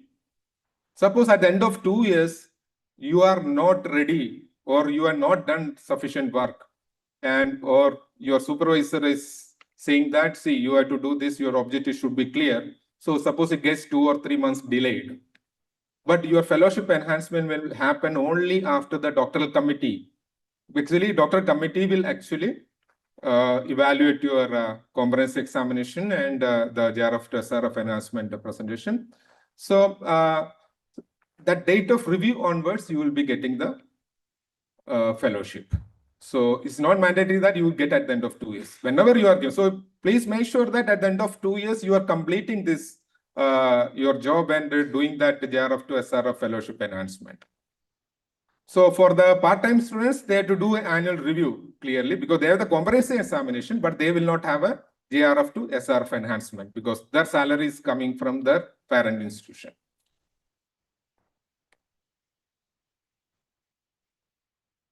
So this I already talked about. So annual progress review, I already discussed. So every year this review should be. So this review, make sure, because suppose, so you all joined on 27th July, right, of this year. So next annual review should happen actually at the end of June, because every year semester ends, because there are 2 semesters in a year. So one semester is from January to June. Second semester is from the July to December.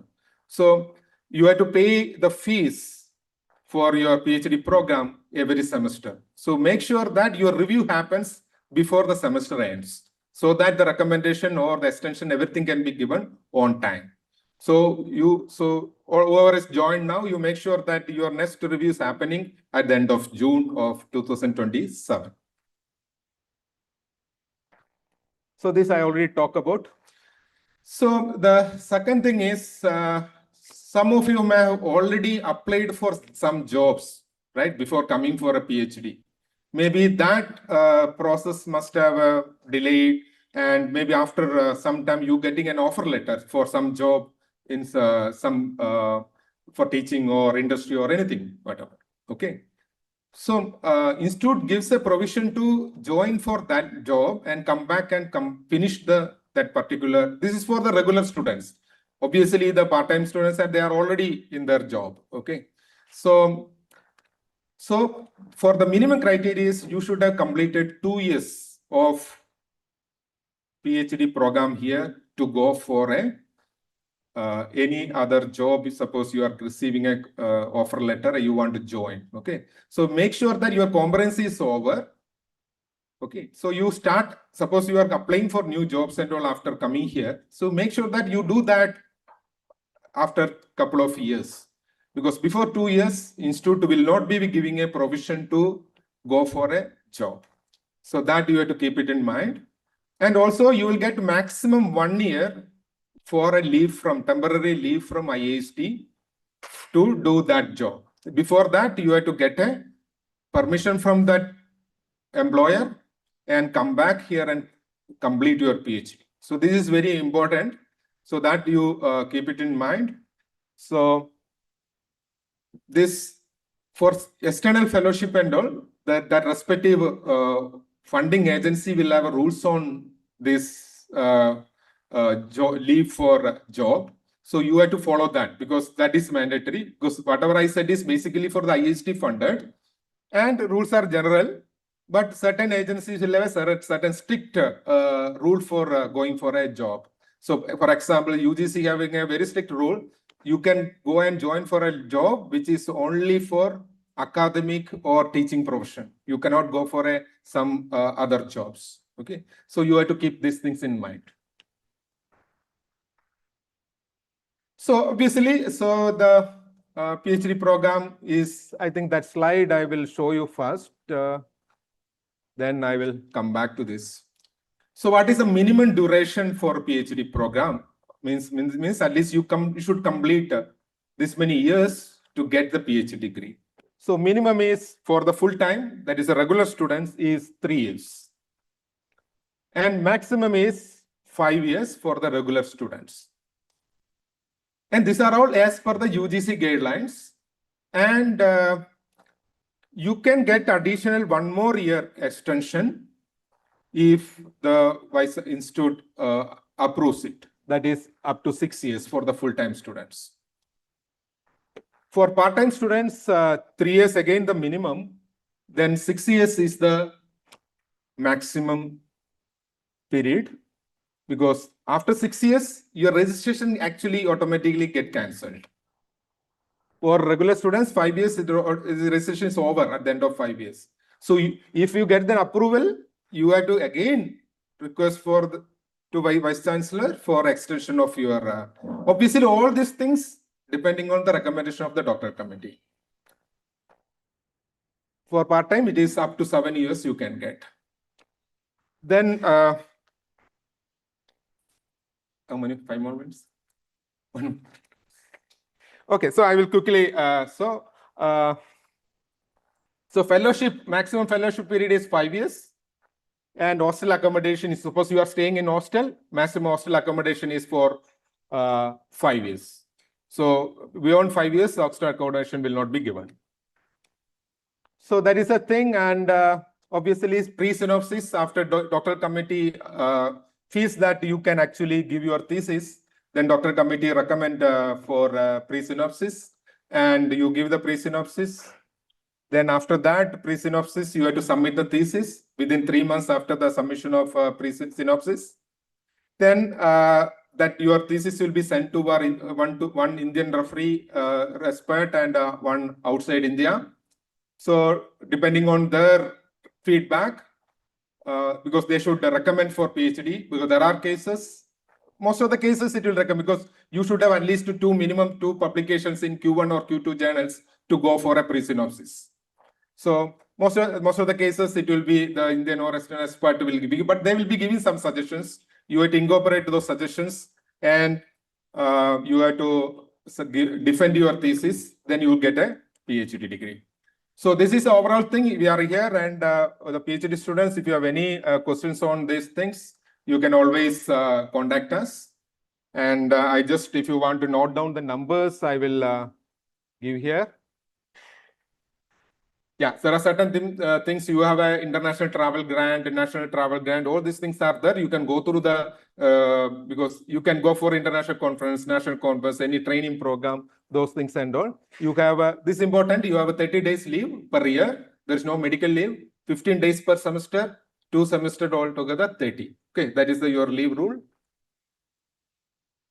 All the forms about the PhD, you can get it in the Aditya website. So all the forms related to the, starting with the coursework to the PhD thesis submission forms, you can get from the Aditya website. Anyway, this will be explained later by the IT cell. Then this is the PhD committee members, I already said, and these two are the PhD representatives. If you have any questions, PhD students, they can note down their numbers because they have the WhatsApp group also. So they can add you. So if there is any questions, please come forward. We'll give the UG students the opportunity to ask Yes. questions. PhD students, anybody has any question?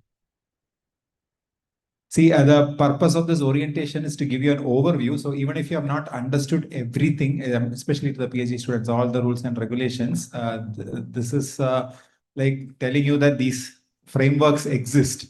So, but all this documentation is also available online, as Dr. Sudesh was mentioning, and each department has a representative in the committee. So you can also approach them from your own peer group and from your senior PhD students. You will also get to know about the rules.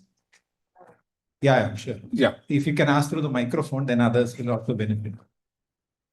Sir, while discussing the doctoral committee, you mentioned a co-supervisor was there in the list. Like, what's the criteria for getting a co-supervisor, and like, how does that work? Okay, so this co-supervisor is actually for IIST funded. The regular students here IIST funded. So co-supervisor is not there actually. Only for the CISRO sponsored, DOS sponsored, because they'll be working there in their respective centers. So there will be a supervisor there. So you don't have to worry about the regular students about the co-supervisor.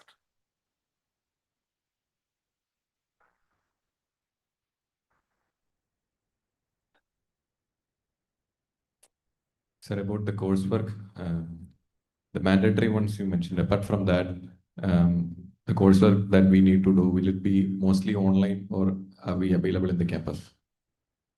Most of the things are available in the campus. Okay, so that you have to discuss with your supervisor, then put it to the doctoral committee. So they will decide whether it has to be, because there are MTech programs here, BTech final or elective programs are there. So all those courses are running. So you will be crediting those courses. So most of the courses are here if you are in IIST as a regular student. For sponsored students, now they are taking everything online using through NPTEL. Okay. So these are all whatever the recommendation from your supervisor and the doctoral committee. So they can give the suggestions. Any other questions? If not, please take down these numbers of Piyush and Ahna, and you can reach out to them for more questions. So thank you, Dr. Sudesh, for a wonderful overview. Let me once again remind you that this is going live on YouTube. So if you want to listen to what Dr. Sudesh had covered at your own pace, you can go back to the IIST YouTube channel and watch it. So thank you. Let's give a round of applause to Sudesh. Thank you. Before we move on to the next session, is there anybody who has come in just now and who has not completed the admission check-in formalities in this audience? Okay. If there is anyone, then after the next session, you can go and do it. It's not very complicated. The certificate verification, hostel admissions and all happen very quickly. So before we move on to the next session, I know that the previous session, UG students probably felt that PhD is not something that we want to concern ourselves with. So most of you went into this mode of the art of sleeping with your eyes open. That book all of you have read, right? Yeah. So please sit erect so that you don't go into a state of slumber. Okay, so now see all the sessions that we had so far in the orientation. We did not have many. The orientation only started yesterday afternoon. All these sessions have been about the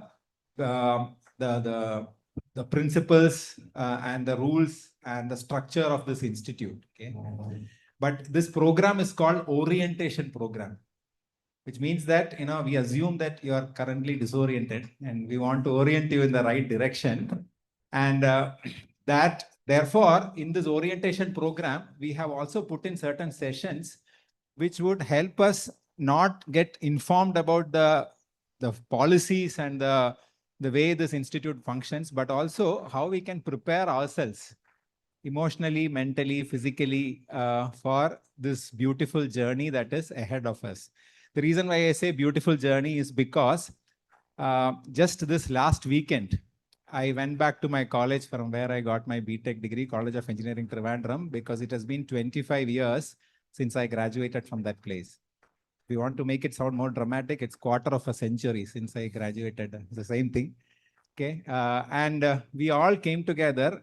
Surprisingly, all of us are in different parts of the world now, pursuing our own careers, taking care of our families. But almost everybody, 95% of us, the whole batch, came together. And the reason is that we were all part of something wonderful, something beautiful for 4 years. Okay, and that was our college years at the College of Engineering, Trivandrum. And from the beginning of this orientation program, I'm sure you're now tired of hearing this. You are embarking on one of the most beautiful phases of your life. You can ask your parents, you can ask your family members, if there is one phase of your life that you want to rewind back to, that is for most people, even those who had supplies and etc., even then, it is our college years. So it's very important that we approach this what is going to be the most remarkable phase of our life with the right perspective. So keeping that in mind, we have a wonderful speaker for the next 1 hour for you to engage with, Dr. Arun Surendran, Professor Dr. Arun Surendran. So let me introduce Arun to all of you. It's very difficult to figure out from where to begin and where to end if you want to introduce Arun, but I will just go by what is given, the official version of his biography. Arun is an aerospace engineer by training. He got his BTech degree in aerospace engineering from IIT Bombay. And then he went on to Texas A&M University, from where he completed his PhD in aerospace engineering. So normally one would expect that he would be working for the US Space Agency or the Indian Space Research Organization, but some birds are not meant to be caged, as they say. So Arun has too many interests to remain in one field. Therefore, Arun came back to India.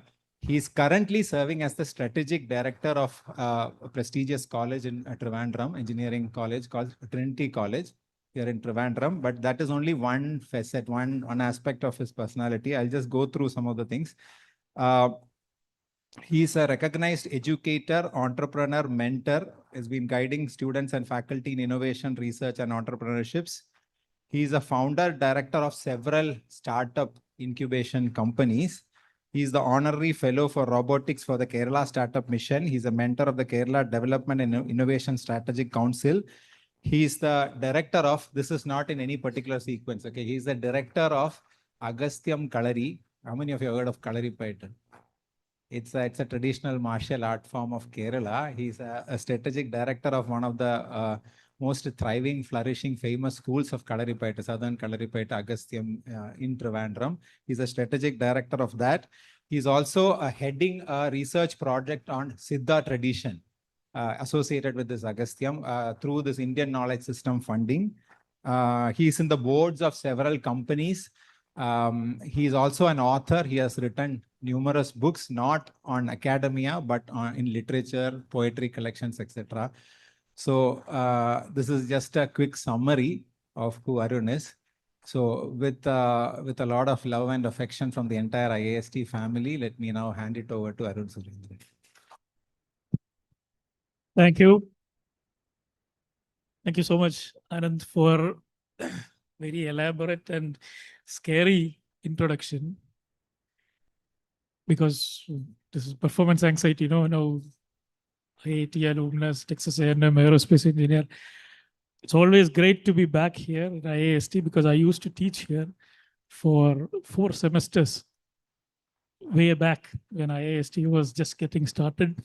I used to teach aerospace vehicle design to the first batch of students who were here. And after that, I keep coming back with several startup companies. Today, I'm here in this traditional semi-Onam dress. Onam is next month, which will be your first exposure to Onam to most of you who are not from Kerala. I'm partly in this traditional dress because I had to undergo a surgery last month and I cannot wear pants for a foreseeable future. But I insisted when he said, there is the orientation program. I said, I want to come. I'll definitely come. It doesn't matter. I'll take care of my health so that I can be here because this is a month in Kerala. We have our own calendar, right? Are you aware of this? Every state, almost all states in India have their own calendars, right? To keep time. In Kerala, we have something called Kolla Varsham. Kollam Varsham is named after a place in Kerala called Kollam because it used to be an amazing port where ships from different parts of the world used to come, time immemorial. And all of them had their own calendars. So we said, you can't settle accounts like that. We'll have a common calendar, Kollam calendar, Kolla Varsham. So this month is called Karkidagam. Okay, it's supposed to rain. It rained a little bit this morning. And Karkidagam is also the month called Ramayana Masam. Because all the houses in Kerala, we are supposed to read Adhyatma Ramayanam written by Tunjati Ramanujan Ezhuthachan in 1500s. Which is the original Malayalam work. So we read. In Ramayanam, there is a character called Jambavan. How many of you are familiar? Yes? What is the most important role of Jambavan? What does he do? No, he does one thing. What? Exactly. So my role here is Jambavan's role. Not by the looks of it, but I see a lot of Hanumans sitting in front of me. Right? You have to be reminded of your potential, this privilege and opportunity that has come to you. Okay? That's my main role. You are in this beautiful campus, quite far away from city of Trivandrum, which is a beautiful city. This used to be quite forested in the initial days, but nothing compared to our IIT Bombay days. I spent 1996 to 2000 in IIT Bombay when we actually had crocodiles and leopards on campus. You are slightly better off.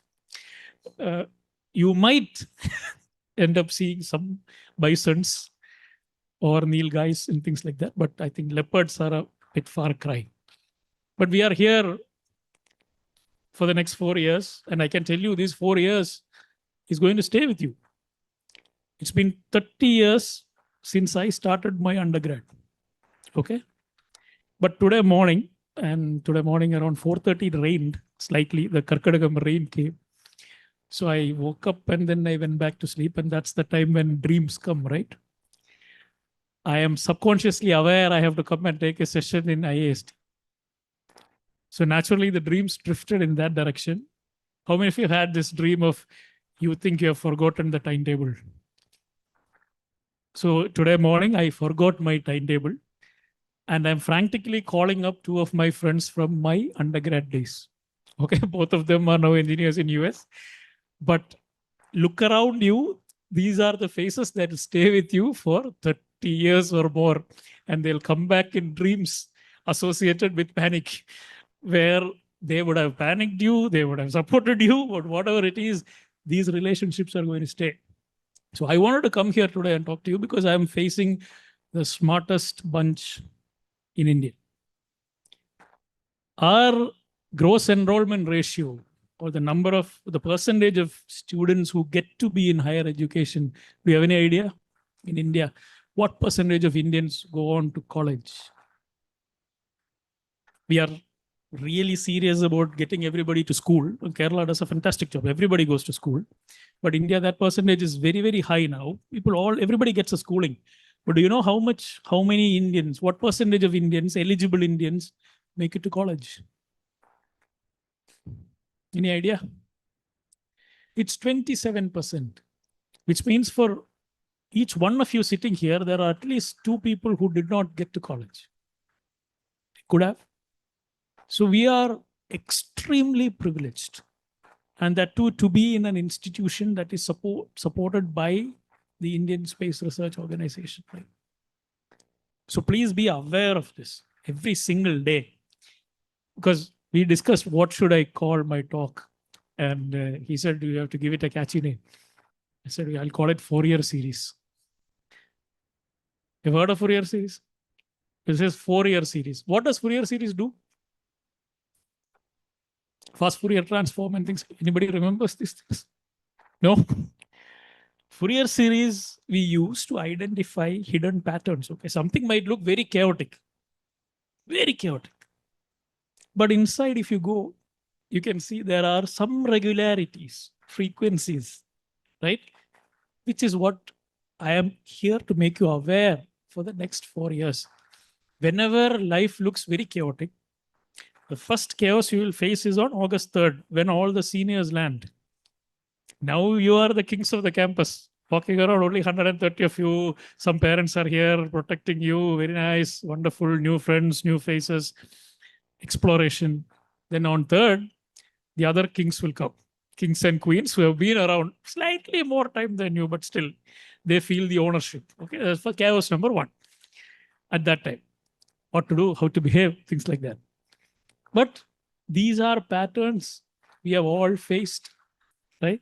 Anu was telling me about parents who are here in our times, and I think your Pro Vice Chancellor also reminded yesterday. My parents dropped me on campus. After that, they came for graduation. In between, I used to come home for vacation, but once in a week, one phone call from my local guardian's place. I was given strict orders to go there for lunch every Sunday, and Sunday time my parents will call the landline. Only landline was there. Now what is happening? Beta khaya? Lunch kaisa hai? How is that, professor? Good. This paper is tough. And then there is we call it helicopter parenting, no? Parents are still hovering over you. Aerospace term. But somewhere in between, there is an optimum. There's a beautiful optimum. I was talking to a university in Russia, Leti, Electrotechnical University, St. Petersburg, very old university. And the beauty of modern technology is I can talk in Malayalam or English. They'll hear in Russian. They are speaking in Russian, but I'm beautifully hearing in English. They said, Dr. Arun, the kids coming from India now, not very social. Earlier, they used to come here, full-time festivals. They'll be very colorful, jumping around after class, also playing different games, mingling with other class. Now what's happening? They are in the dorm room, come for a lecture, go back dorm room. Nothing. What happened? So I asked, do you allow WhatsApp video calling in your university?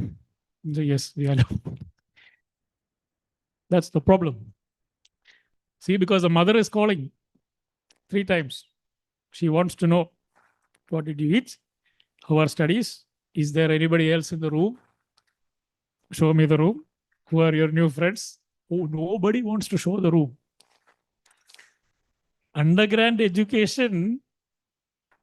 So this is a clue for parents. Give sufficient warning before you want to see the room. Call previous week and say, beta, next week I want to see your room, okay? Then you will get the last 24 hours to arrange. Your friends will help you because you can then help them. Or you can do, in our times, no video call. I'll give you a small tip. What you can do, furnish one room as the ideal room. Whenever parents call, that room.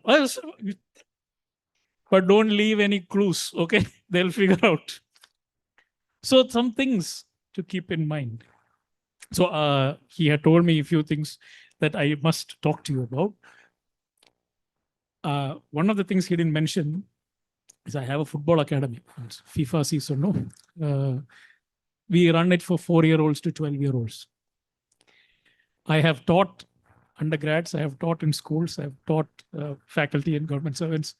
But this is for the first time in my life I ever go to a session where absolute attention is paid to me.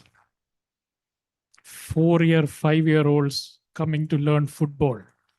That's the epitome of the best learners. They are just waiting, sir, tell what to do next. I have done this, how am I?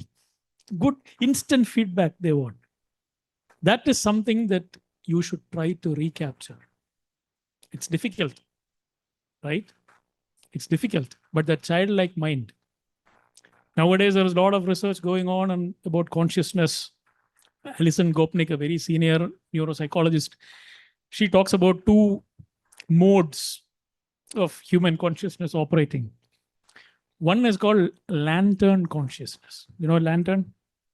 We carry diffused light, falls everywhere, explorative.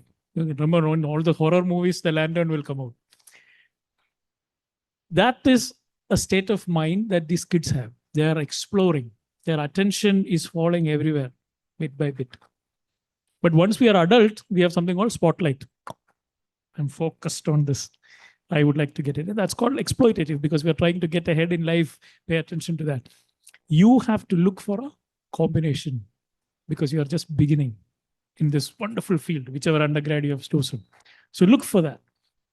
And I said, you are the smartest kids, right? So I want to ask you. Many of you are here with some aim in life, goal in life. If I ask you, what is the ultimate goal in life? Ultimate goal in life. What would you say? What is purpose of life? Be happy, okay? Now we'll go deep into that, okay?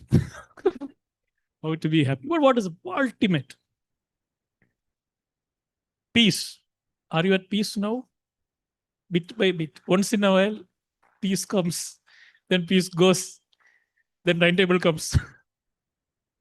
Peace, happiness, yes, what else? Huh? I didn't hear. To be of service to humanity, right? To take society ahead. It will be ahead. Wonderful. Ultimate purposes are, I already told you how privileged you are. I also gave you a clue about my football students. If you ask me, what is the ultimate purpose in life? I would say it's to be able to be playful in your life. Playfulness, right? One of the most famous mathematical treatises written from India is called Leela, right? We also talk about Krishna Leela. Leela means what? Playfulness. What does that mean? Does it mean you're not serious? My football fellows are dead serious. They all want to be Yamal, right? They're dead serious. But what's that playfulness? It brings you back totally energized day after day, right? You are here. with full energy and with all the seriousness and knowing the thing. So I'll connect those two. Whenever you take a subject, if we ask the question, do you know this subject? Let's say calculus. You know calculus? Yes, you've all heard of calculus. Who invented calculus? Anand is already smiling. Who invented? So these are the 4 years in which you will change such misconceptions, okay? Especially when you are sitting in Kerala. So Newton, which year? 1600s? 1300s, there was a Kerala mathematician called Madhava. So now if you go to Princeton, mathematics department will teach you something called Madhava Newton series and Madhava Leibniz series. So Madhava comes first because his work 300 years ahead of Newton, he had already figured out these things are needed, not the exact calculus symbols or anything. But this is the historical things that you will learn. Okay. But I digress. We are talking about when we say we know something. For example, when we say we know calculus, what do we really mean? You're all here to know more things, right? When do we say? How many of you are here from the same school or are very good friends who have made it here? Nobody? All fresh? Okay, 2 of you, right? Same school. Knew each other earlier? Your friends? So when you say I know, we know each other, what do we mean? You know your daily habits, okay? You know your common interest. You can almost figure out how the other person is going to react to something, complete their sentences, play around with them. They wouldn't mind, even if you make fun of them, right? You are so confident the relationship won't break, right? Can you do that with calculus? You can. You should be able to. Can you do that with astrophysics? Can you do that with Python programming? Can you do that with the access to the supercomputer that they give you? That you know you are so friendly and playful with it that you can tweak it a little bit and nothing will happen. Right? My PhD advisor used to tell me every time.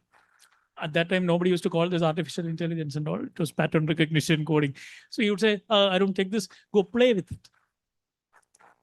Which means you are getting to learn very much more intimate. Have you seen, how many of you have cats at home? Cats. How do cats take care of the kittens? Have you seen them train the kittens?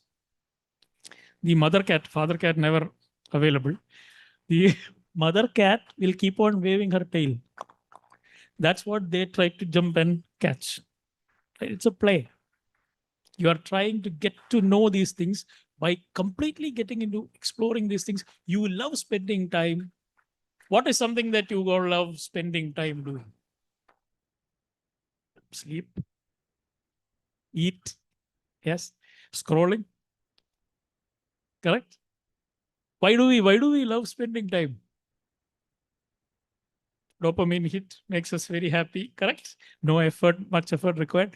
I'm asking you to transfer that same mindset on to the serious subjects that you learn. It's very, very important to get to that. Otherwise, stress, trauma, right?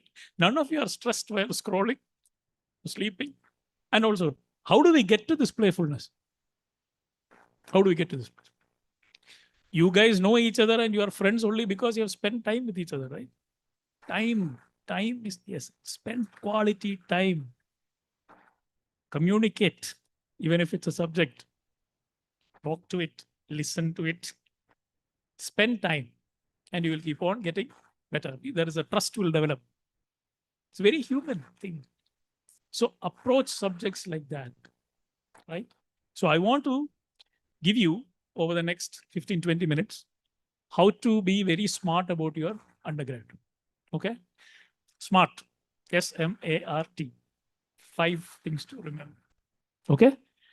First, yes is for social.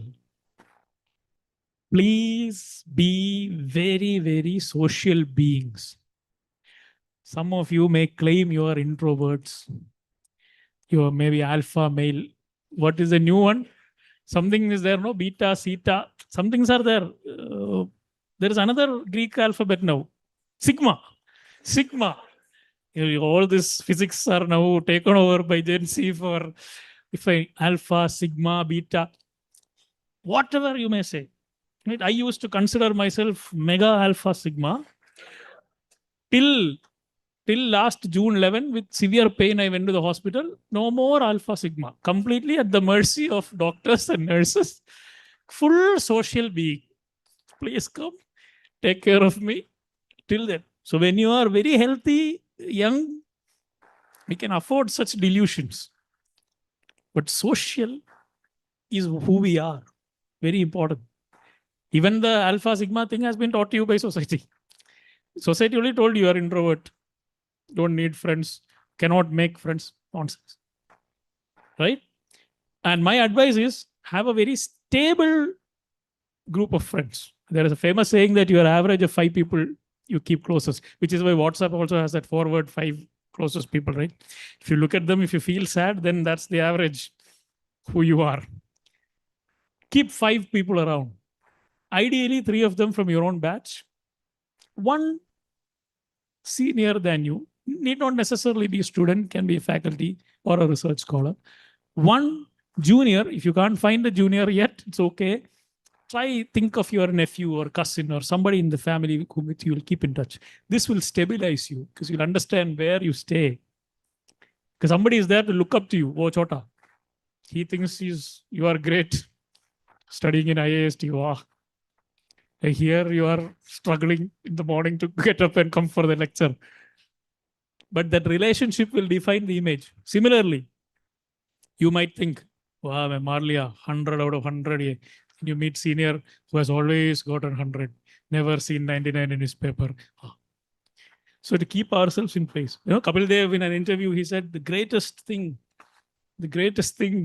in his life is he still has those friends who will, whenever he makes some big claims, they'll say, Chode.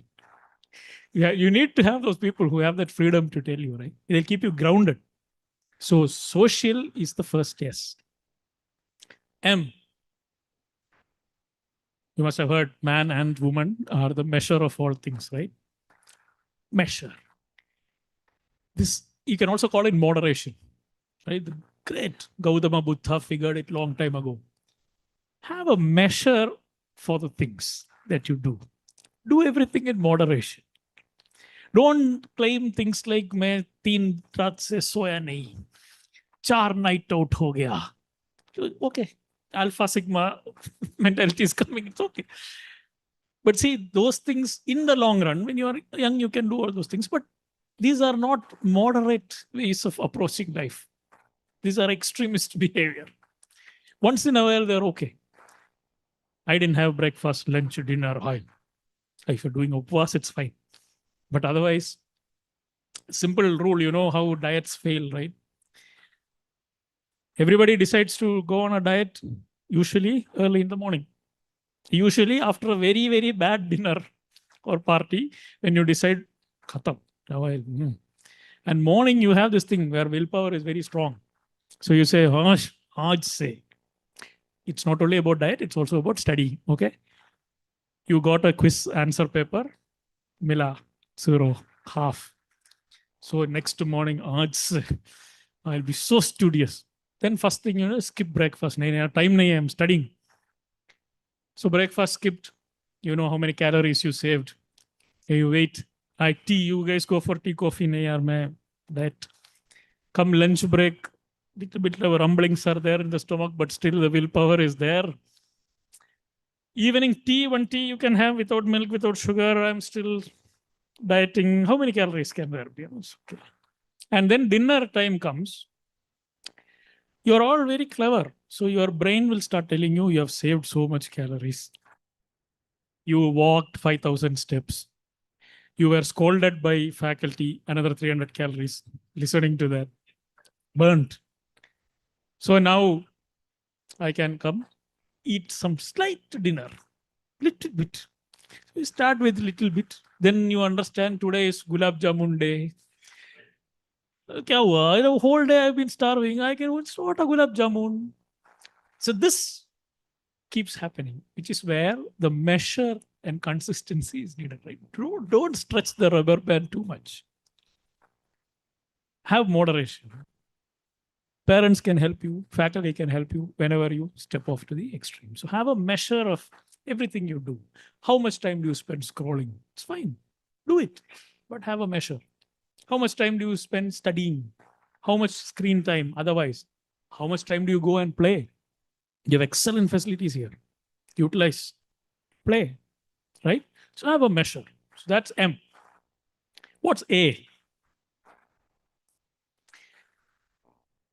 Whatever you do, please make sure it's aligned to a few values. We are all coming here not from Shunya background. We have families, we come from societies, we come from cultures. There are a few values to which we need to be aligned. Whatever I am doing, if it is not aligned, if it is misaligned, it will create friction. It's okay to be a rebel in your field, go against whatever has been the set norms, do things, but the alignment is what he said. Ultimately, what do we contribute to humanity, to the society? Is whatever I am doing, is it aligned? To be very serious about it, is it legal? Right? Don't do anything illegal. But the alignment is partly the moral, the value, the approach of that. Just like how I said, about Newton and Madhava, explore things, understand where the values are coming from and how you can be aligned to it. Now, you will be social, you will be measured, you will be aligned, but whatever you do, this Fourier series will happen, which means there will be issues.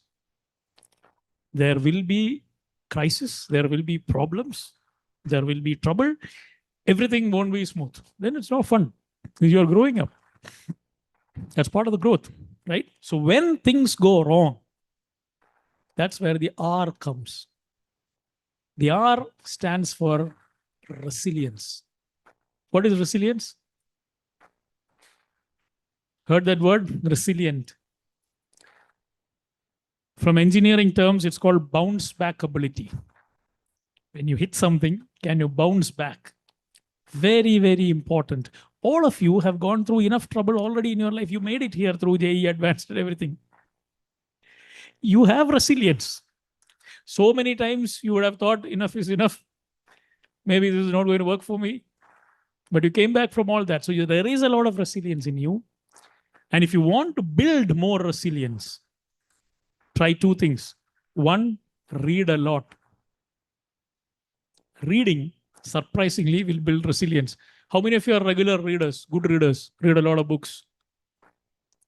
You know how difficult it is to go back to a book, right? You have started reading, first 10 pages, willpower. Then, so next, to go back, apply yourself into the character's mind or to follow what's being said in the book. It takes resilience to come back to it, builds. The second one, sports. You won't be winning everything. You lose, but next day you can come back.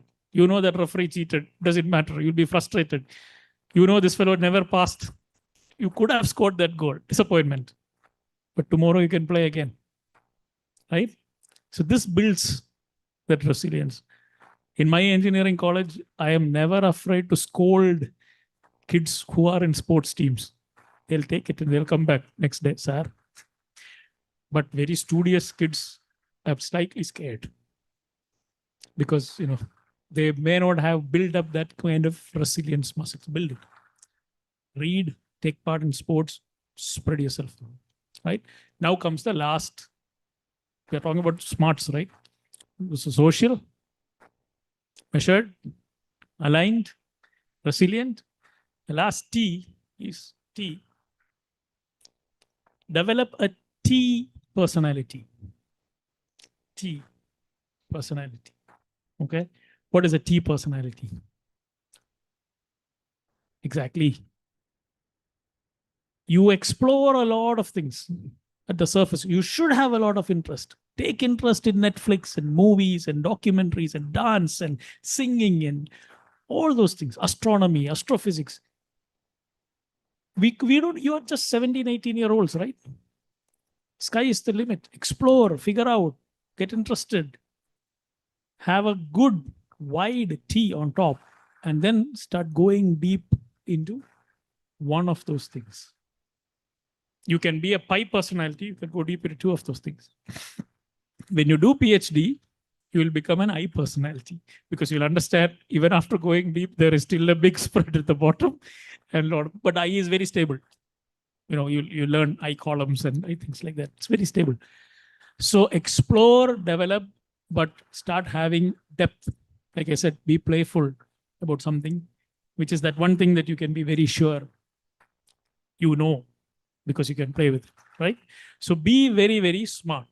Now, a couple of more things to say, which, you know, is part of this. There's this psychologist called Daniel Kahneman. He passed away last year. He's the only psychologist who won the Nobel Prize for economics. There's no Nobel Prize for psychology. So he invented this field called behavior economics, right? Which went on to show that human beings are irrational in our financial decisions and other things. And we don't have an intuitive understanding of probability, which you have done probability courses, you know, it's very difficult to intuitively.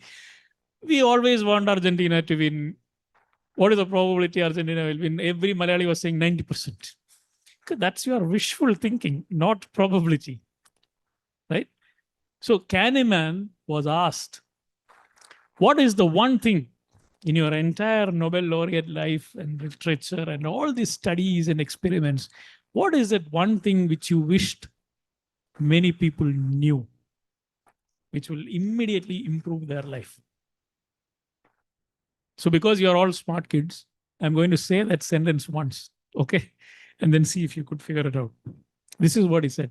He said, everybody should realize nothing is as important as you think it is when you are thinking about it. Nothing is as important as you think it is when you are thinking about it. Okay? Got it? So sometimes you will obsess over some things. It's a slippery slope. What will happen? You'll worry. Nothing. When you are thinking about it, it appears very deep, the most important thing. It could even be a person.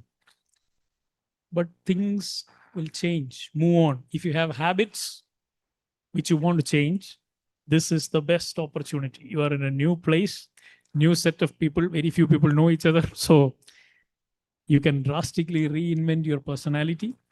But realize this, you can only substitute habits. You cannot stop a habit unless you bring in another habit. So always remember, you cannot stop doing something unless you alternate, substitute another habit, and that will keep you in good stead. Right? So keep that very much in mind. And I leave you to want to talk about. Yesterday was the Memorial Day of who? Why do we love him? Okay. What else? Characters which make us love him. Yes. Selflessness. Then simplicity.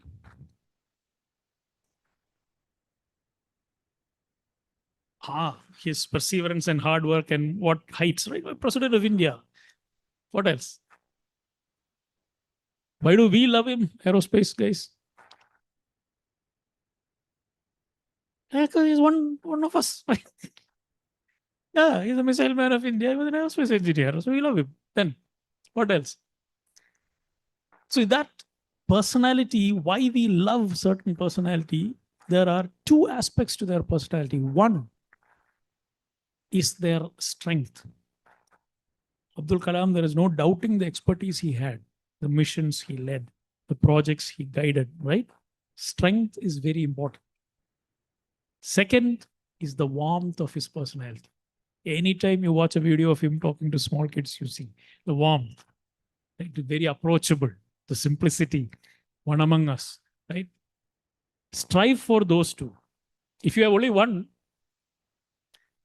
suppose only strength, no warmth. What do we call such personalities? He knows a lot, but they don't approach.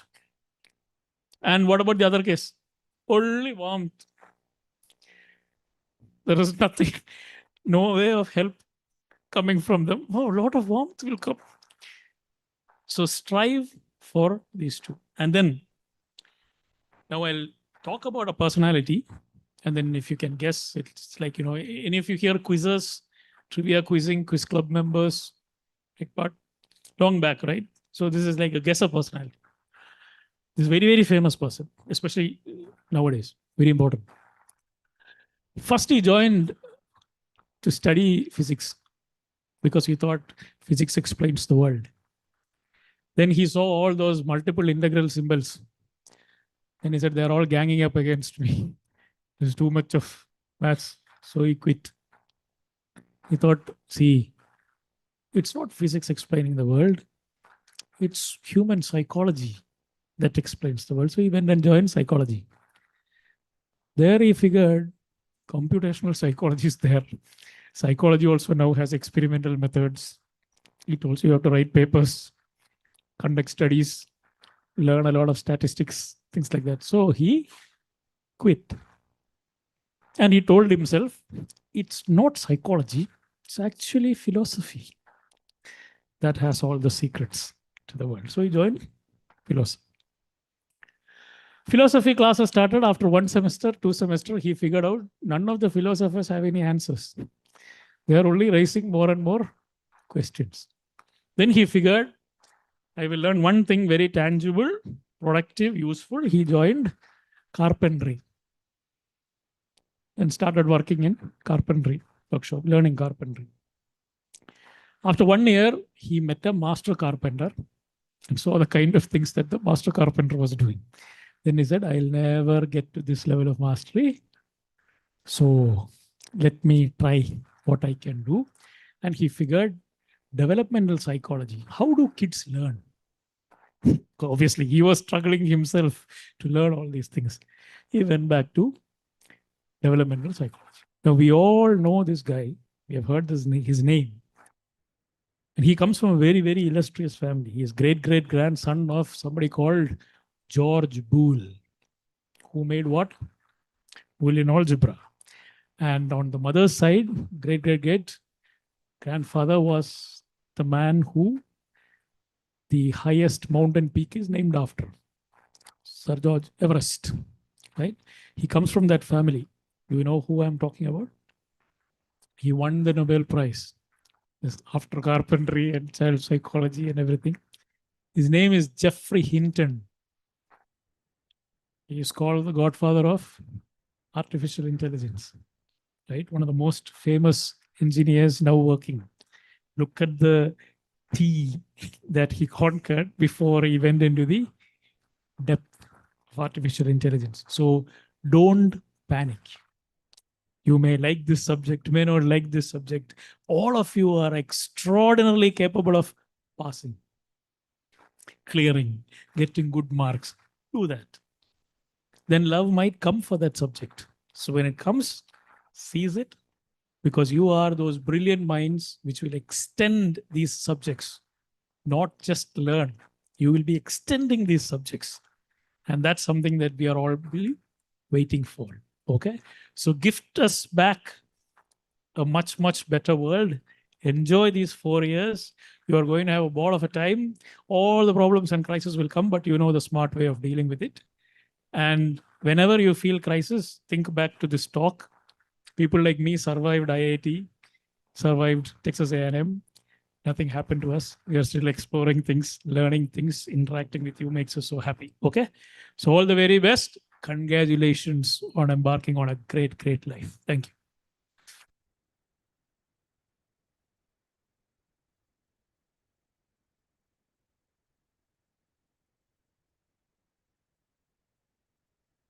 is appropriate, but still, if people want to share something or ask Arun questions.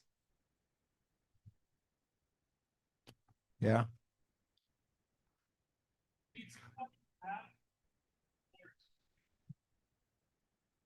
Very audacious goals. I told you we have football academy. Do you know what our goal is? It's me and a very close friend of mine, Terence Alex. He is a football player. I am a football lover. We have our company has a vision. Watson Football Academy has a vision. Any idea what that vision is? India in FIFA World Cup. Oh, too close. 20? 36 Commonwealth, I think we lost. We have kept ourselves 2042. So I have a 16-year plan. It's very encouraging to wake up every day. It's still far away. So when we set up this academy, we went and asked all the stalwarts in football in India, when do you think India will play FIFA World Cup? Never. Some of them 2030, very optimistic. But then we arrived on this consensus, 2042. Things like that. How old will you be in 2042?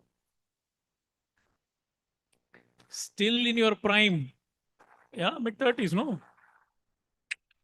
You should go watch India play. Why we kept 2042? It's a sweet kind of thing. Where will it be played? 2042 World Cup. FIFA. England. Okay. So keep things in mind.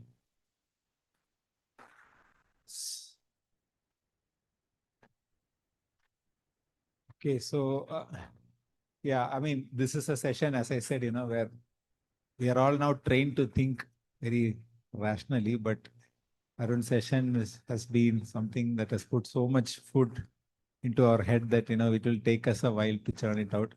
But I hope all of you enjoyed the session very much. See, as I said in the beginning, this entire schedule is deliberately called orientation because we assume that the people who are coming in are, at least some of them are disoriented. So we need to orient them in the right direction.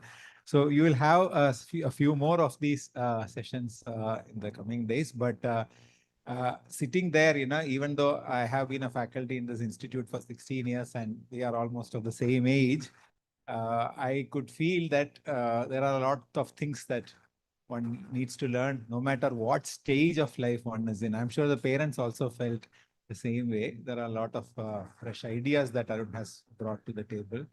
And his own life is an example of this T, and which is probably an I, and then multiple T's have been written.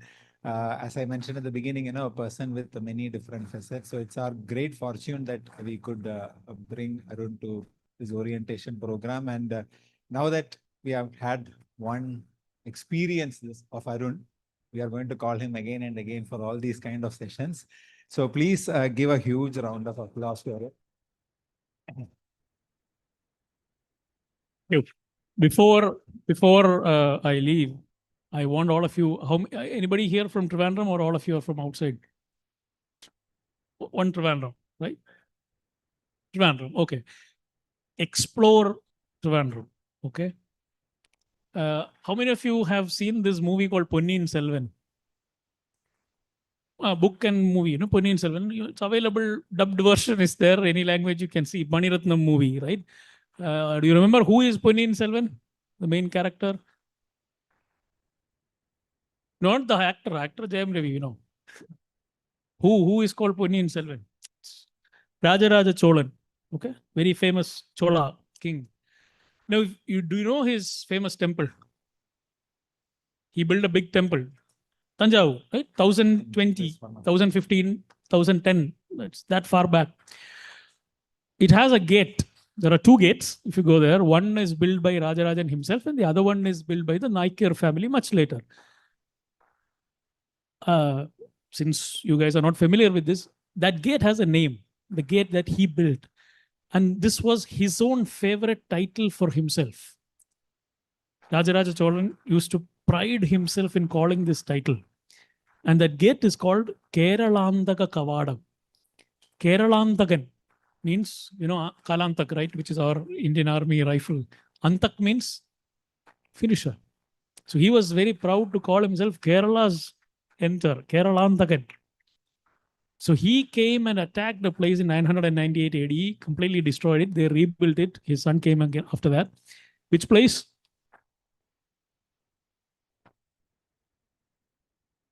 Trivandrum. Most specifically, Vizhinjam, port. So if you go to the temple in Tamil, you'll see Kandallur Shalai, Kalamaruttariliyavan. And Kandallur Shalai was a university here in Trivandrum.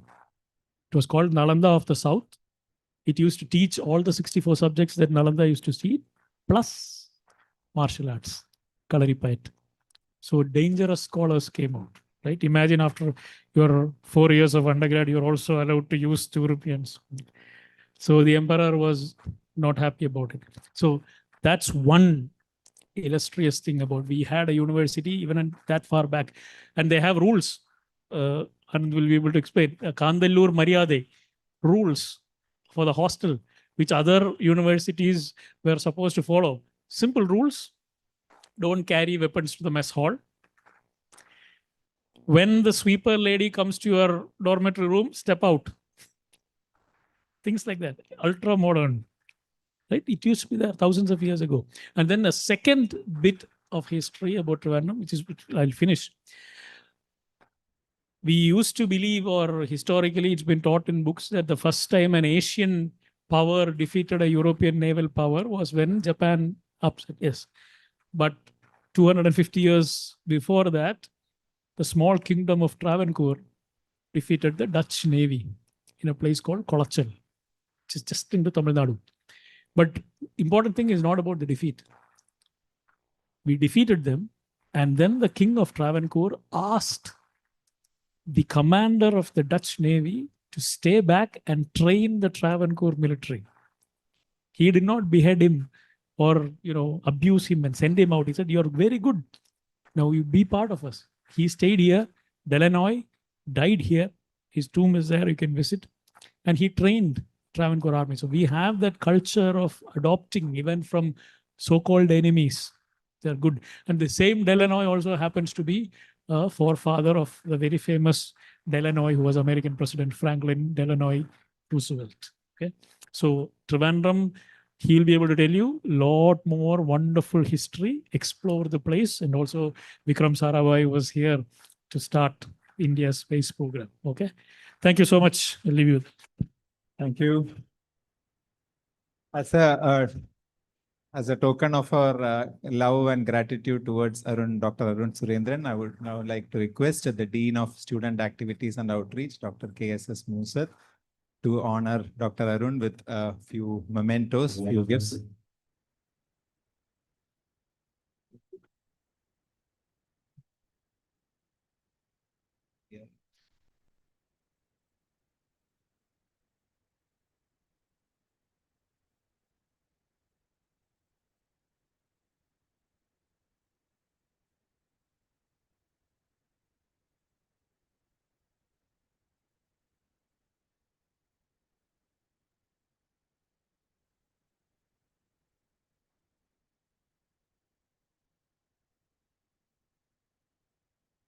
Thank you once again. Thank you, Musat sir. So that is the end of the morning half session of today's orientation program. But before we break for lunch, I want to make an announcement that right after lunch, this is a very important session. I'm sure many of you are waiting for this. Our Honorable Chancellor, Dr. B.N. Suresh, who has worked shoulder to shoulder with Dr. Abdul Kalam, Madhav Nair, and almost all the great architects of our space program. And Dr. Suresh himself is one of the pioneers of our space program. We are fortunate to have him as our chancellor, and he's also the founder director of IIST. So sir is here, and so he will be addressing all of you in a rather informal session after the lunch, and there will be a formal lecture on rocketry tomorrow from him, which is also there in the printed schedule. So please go and have your lunch. If there are any formalities of admission to be completed, please complete it during these lunch hours, and please be back in this hall by 2:20 p.m. Okay. Thank you. Thanks a lot.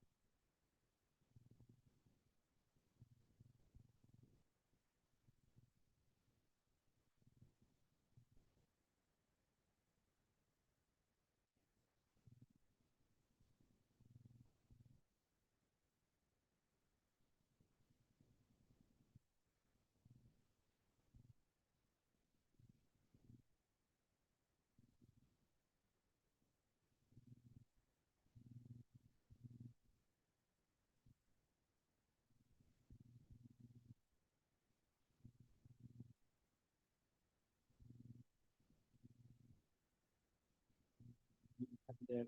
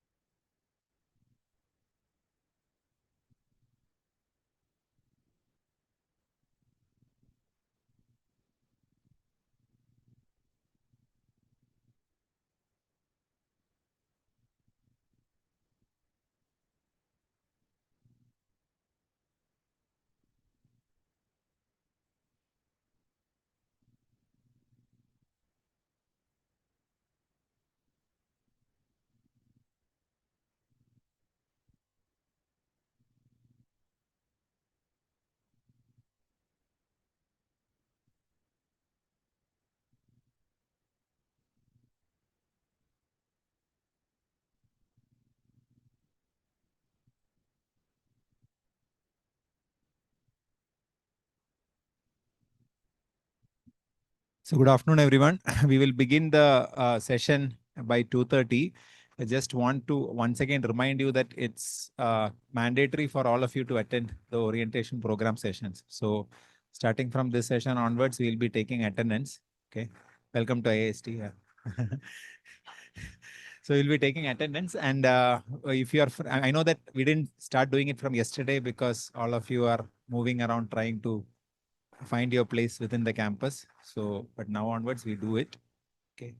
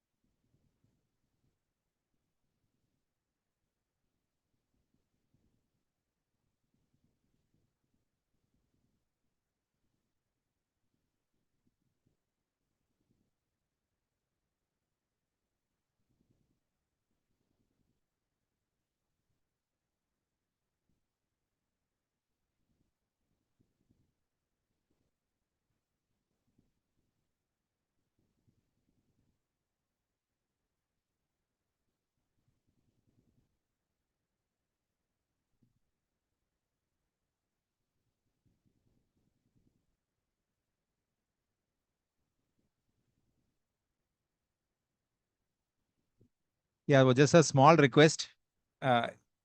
We don't need to leave so many seats in between and in the front vacant. We are not expecting anybody to come and occupy these seats. So feel free to come and occupy the front row seats. Okay.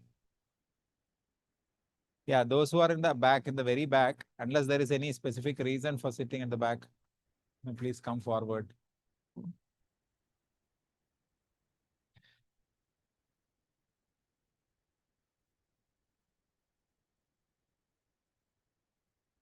Yeah, this side also. Huh? That side also we can sit.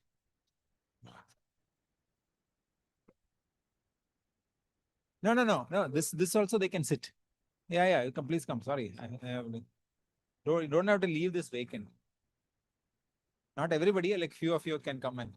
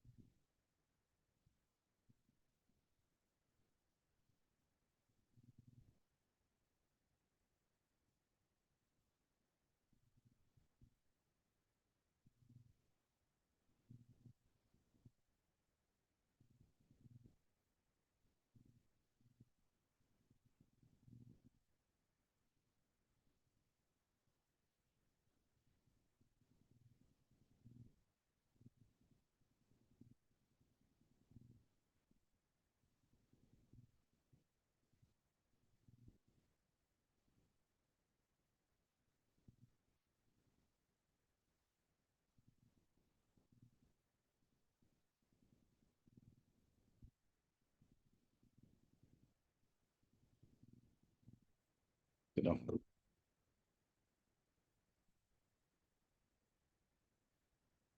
Very good afternoon to all. I'm extremely happy that our Honorable Chancellor and the founding director of IIST is with us today. You know, Dr. B.N. Suresh is a Padma Bhushan. The government of India honored him with the Padma Shri and later with the Padma Bhushan. And actually, this institute, as I mentioned yesterday, it's the brainchild of great Dr. B.N. Suresh. In 2007, we started the institute from scratch. Nothing was there. An alternate campus in BSc. All those things I believe that Suresh sir will tell. And, you know, establishing a international institute of international level, it is not so easy.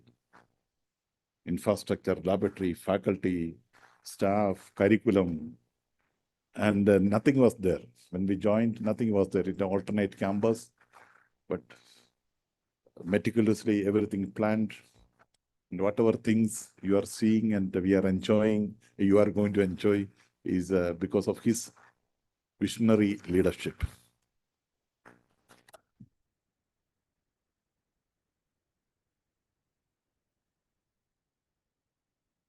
One can Google Dr. B.N. Suresh. You will get more details about Suresh sir.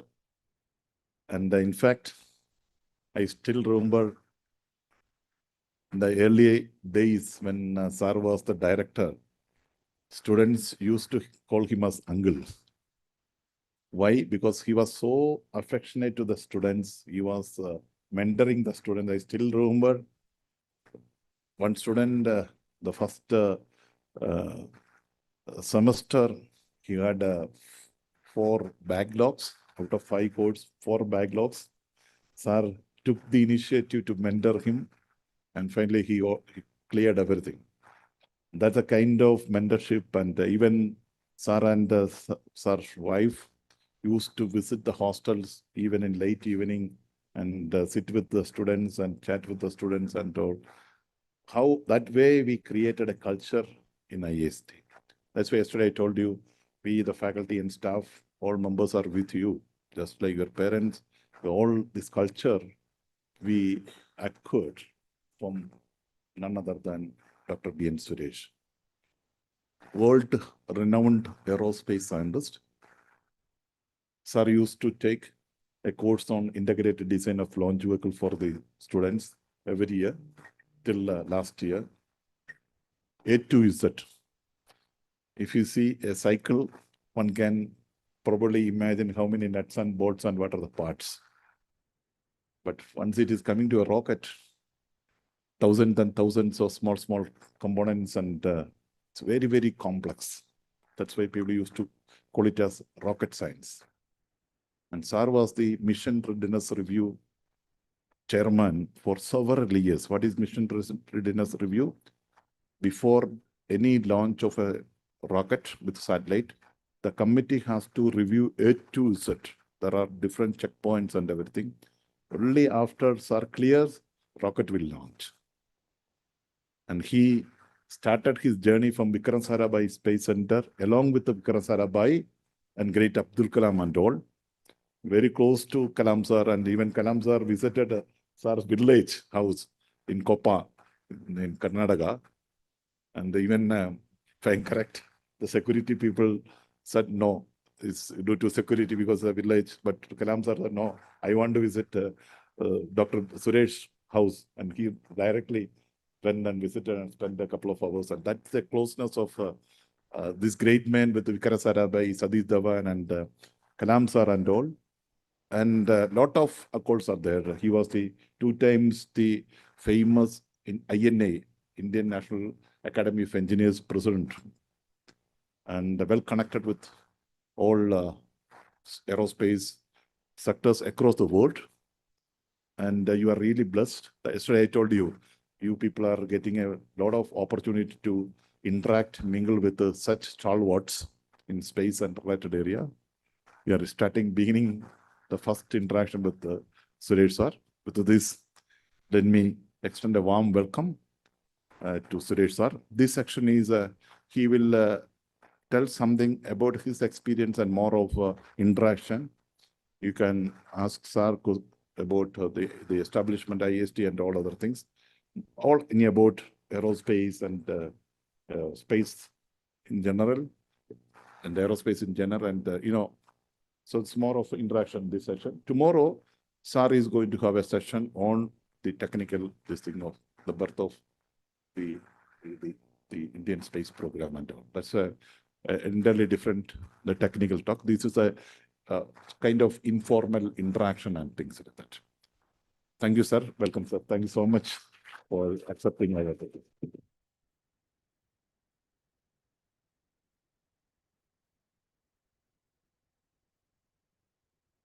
Thank you very much, Professor Kuruvilla Joseph. My dear young friends, and I see some of the parents also who are here. At the very outset, First Chancellor, let me extend a very, very warm welcome to each one of you. I'm sure that, when you join an institution far off from your place and that to one corner of the India, and I'm sure that students might have come from far off places all over India, and a lot of questions, a lot of anxieties, a lot of worries. And you also want to know about your future, about your career, about your prospects, about your area, many things. So what I want to do is, I really don't want to give any lecture today. I'll just trigger some points, and then I would like to really throw it open for any question that you may ask. It could be about institute itself. As he said rightly, I was very fortunate enough to get an opportunity to start this institute from scratch. And if you ask me frankly, I know every brick in this whole institute.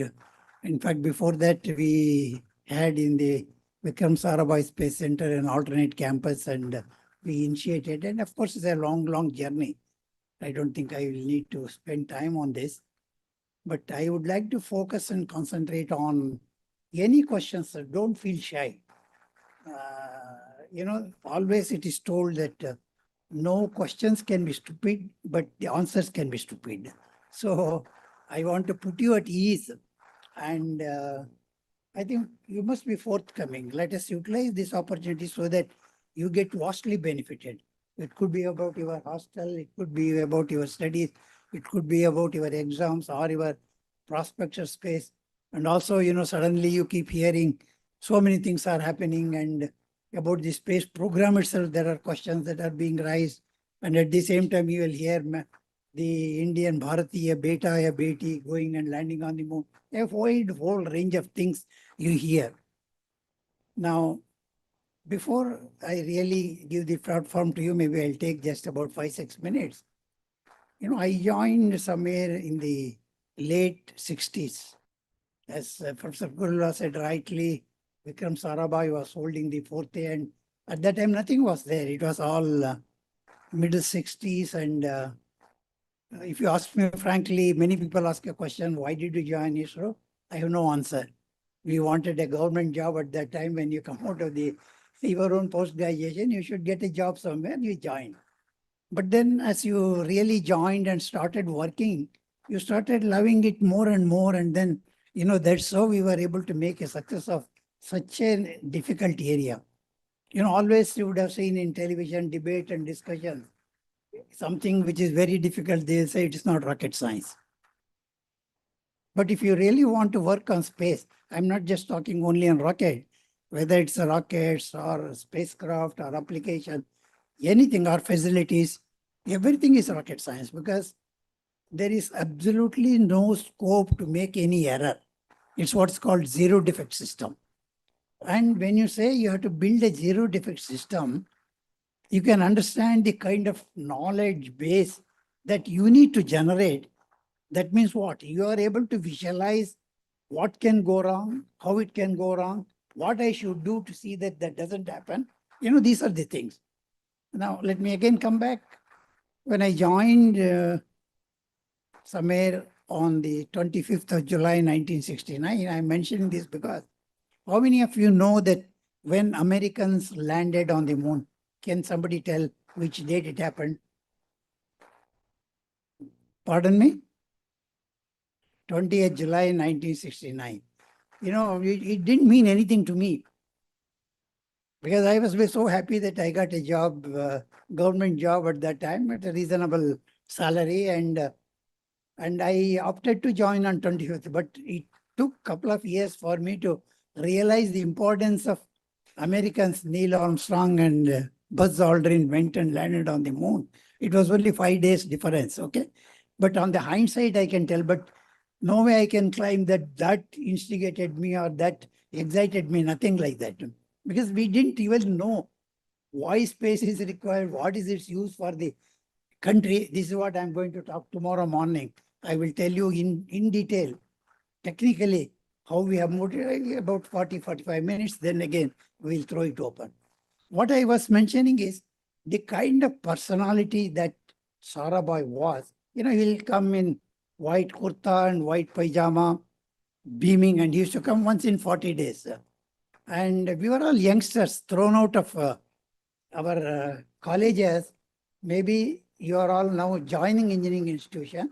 We had completed the engineering at that point. It means, you know, maybe about 5-6 years difference. And we were all asked to do the design and take up these kinds of tasks, you can see. But then he was able to extract that kind of output from us, which means the way in which he have progressed, we have learned. You know, this kind of atmosphere, this kind of ambience, I don't think you will get anywhere else. And we are very focused. You know, that's the reason that we have named it Indian Institute of Space Science and Technology. Very much refer to space. That doesn't mean that you have to work only in space. What space defines is, as I mentioned earlier, you are equipped to develop systems with zero defect. You know, I can design a system and at the same time, I have no idea whether it will work or it will not work. But my job is now to design a system where I have to guarantee it will work. Can you see the difference? Yes or no? I think that is one thing I would like to highlight. But further added to that, so happened Kalam was there. APJ Abdul Kalam. And you know, it's something like you need to work with him. In fact, those days he was just only around 30-35 years, around that period. And not only we used to work with him shoulder to shoulder. In fact, I used to go and play shuttle badminton in the evening regularly, walk some 3-4 kilometers to go and eat one of the Udupi restaurants because you don't get food beyond 10 o'clock those days in Thiruvananthapuram. Only some hotel used to be open. You know, that is the kind of closeness with the work. But then I want to tell you, whether he plays, whether he's involved in something else, his mind is always tuned to what is that I can do for the country. A great person. You know, that kind of the interaction made us to build same kind of temperament within us. It was 14-15 years, but then as Kurvila said rightly, our association continued for a very long time and we were in a way friends, I can tell you. Even when he was in Rashtrapati Bhavan, he had called me at least 5-6 times to Rashtrapati Bhavan. And once he took me around showing everything what is there in Rashtrapati Bhavan. But to everybody's amazement, he was having only one small office, a table and chair, and side by room where he has a cot and bed. Nothing else is there in that. That is the kind of person. Then, of course, similarly, you know, we had Satish Dhawan. How many of you heard his name? Good, it's nice to hear. You know, he's called father of the Indian aerospace. Actually, he did his doctorate in institute like California Institute of Technology, Caltech, which is also linked with the Jet Propulsion Laboratory. That is the kind of institution. And he was the director of Indian Institute of Science, one of the topmost institutions in the country. And more than that, the way in which he has shaped Indian Institute of Science to occupy that preeminent position in the country, I would say without blinking, I think it is Satish Dhawan. And he took the mantle after Sarabhai's death as the chairman of the Indian Space Research Organization. For 12 years, he was heading it, the longest serving chairman of ISRO. But at the same time, the way in which he really implemented the various mechanisms required for ISRO to grow, what he established those days, we have not changed anything anywhere. Even today we are following. That shows the robustness of the system that he has conceived. That is number 3. Similarly, how many of you heard the name Professor U.R. Rao? Raise your hands. I think not much. You know, today, we in Thiruvananthapuram, we are all concentrating on development of rockets, launching propulsion systems, so on and so forth. But the satellite system, he is called father of the Indian satellite program. Equally difficult, equally cumbersome. And he moved it to Bangalore because Bangalore is a hub of electronics, software, and computers, etc., and more intensely related with these kind of activities. And that's where he went. And we established that. Of course, at a later date, we established our Sriharikota, so on, so on, so forth. I will not dwell in that. Now, coming back to the certain tips that I would like to give you is that, you yourself, I'm sure that most of you must be in the rank of 14, 15,000. I really don't know, maybe higher and all that. But I also am aware that 15 lakh students all over India have written this JEE, main and advanced. So if you are able to come in the bracket of 15,000 out of 15 lakhs, that means you are within 1% of the entire 1.4 billion population of the country. Have you realized that? Which means, don't think that I am this rank, I am in the bracket of 1% of the youth of this country who are aspiring to become scientists and engineers. That is the first and foremost point. Kalam used to tell always that, I still remember, wherever he go, whenever he gives lecture, he will say, he will address the youngsters and tell, I think we have to ask ourselves, what is that I should be remembered for? Of course, he has been telling in the larger context of doing something great like Kalam himself. But then I will go a step further. I think you yourself, I want to tell you, if you are able to come within the bracket of 1% at the national level of 1.4 billion population, I think that's a great achievement. That's what one should remember. You may not realize that. Your nearby villages, your nearby friends, your all known people, they will remember, oh, your son and daughter has done so well. You got an admission in IIST, in the Space Institute, one of the premier institutions. Don't ever think that you are a part of IIT or, there are all these institutions which are at top level. They are all of the same caliber. Some of them are old, some of them have grown. And this is a very young organization, right? So we have been on the constant effort to see how we can grow the institute further and take it forward. So it has evolved over a period and many things have happened. So I must congratulate each one of you for getting selected and for having opted to join this institute. Don't have any second thought about what happened, whether I did the right thing, whether I joined the right institution. And also I want to tell you, don't ever think that I should have got this branch, I should have got that branch. This business of branches have vanished. It's all okay, maybe 20 years, 30 years, or when I joined, that would have been okay. Today, there is no demarcation between any of the branches. It is all multidisciplinary. So what is important or what one needs to learn in engineering institution is you need to learn how to learn new things. The moment graduation is a certificate which will sort of permit you to join a job anyway.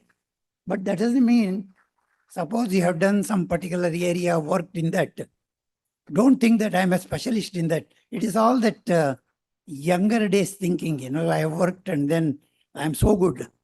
I think you should be as good as that in any other area. That means as an engineer, you are trying to take up any task and make a success of it. I think that is the real strength of the scientist engineer.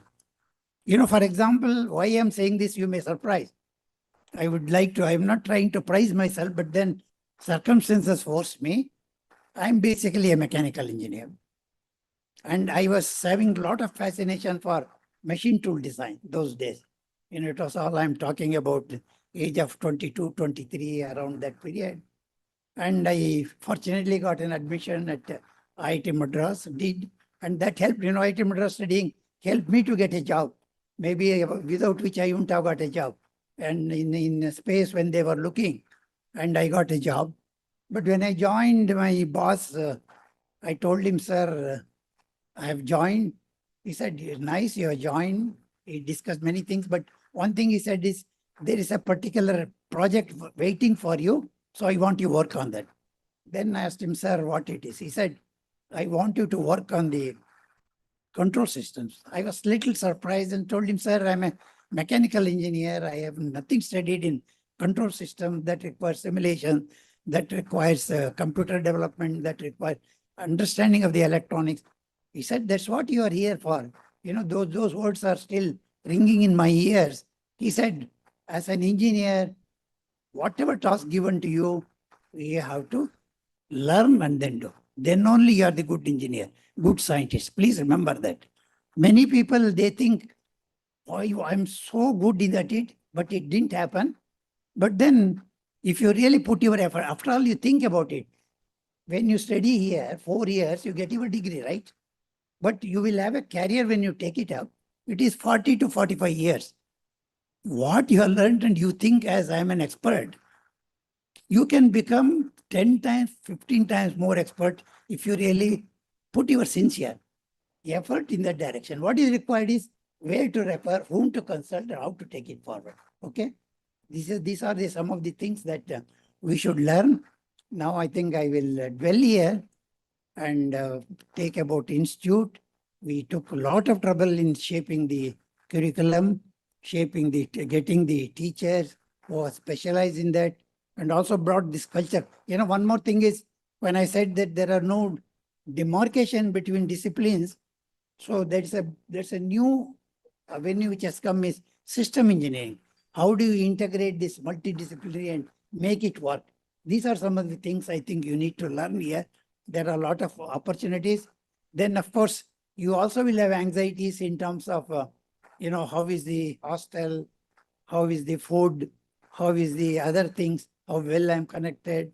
And, you know, there is yet another thing I want to tell you is that youngsters, rightly or wrongly, think that today with the information flow that is available so widely in terms of social media, the internet, etc., I can learn and I can make up not attending the classes.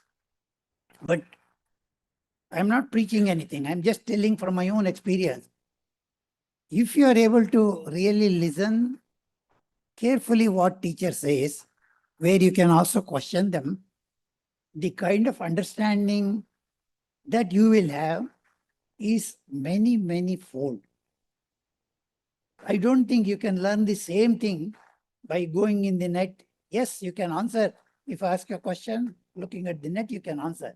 But if I ask you to design a subsystem based on that, you can still do it. I will not say no. But then you are not so well equipped as much as listening. Why I'm saying is, please make it a practice to attend the classes regularly. This is a perennial issue in all institutions. But then I think it's our responsibility to convey this message. And it is for you to really take some of these inputs, imbibe, and then take it forward. So now I think I've talked more. You know, I can talk for hours and hours. That's not the issue. I think let us give opportunity for you to ask any question. Our question could be on technologies, question could be on space, question on the kind of opportunities that are available within the country, or you want to go and study elsewhere, what you can do. Within the institute, what are the issues which are bothering you? I think I will throw it open and leave it here. Let us spend maybe another half an hour, 45 minutes on having a kind of interaction. Yes, please.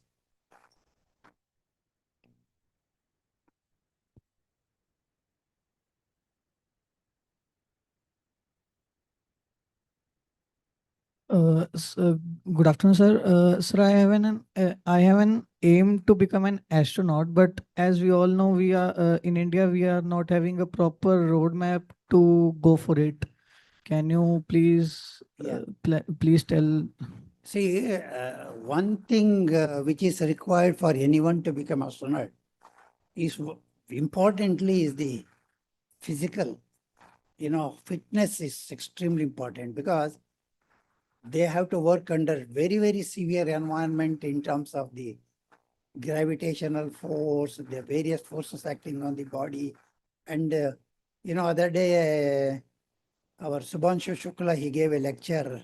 He came to our place and I was listening to him. And when he traveled in the SpaceX and in the Axiom mission, I think how many of you have followed Axiom mission? Raise your hands. Anyway, this is not very attractive. Good that whatever he has done.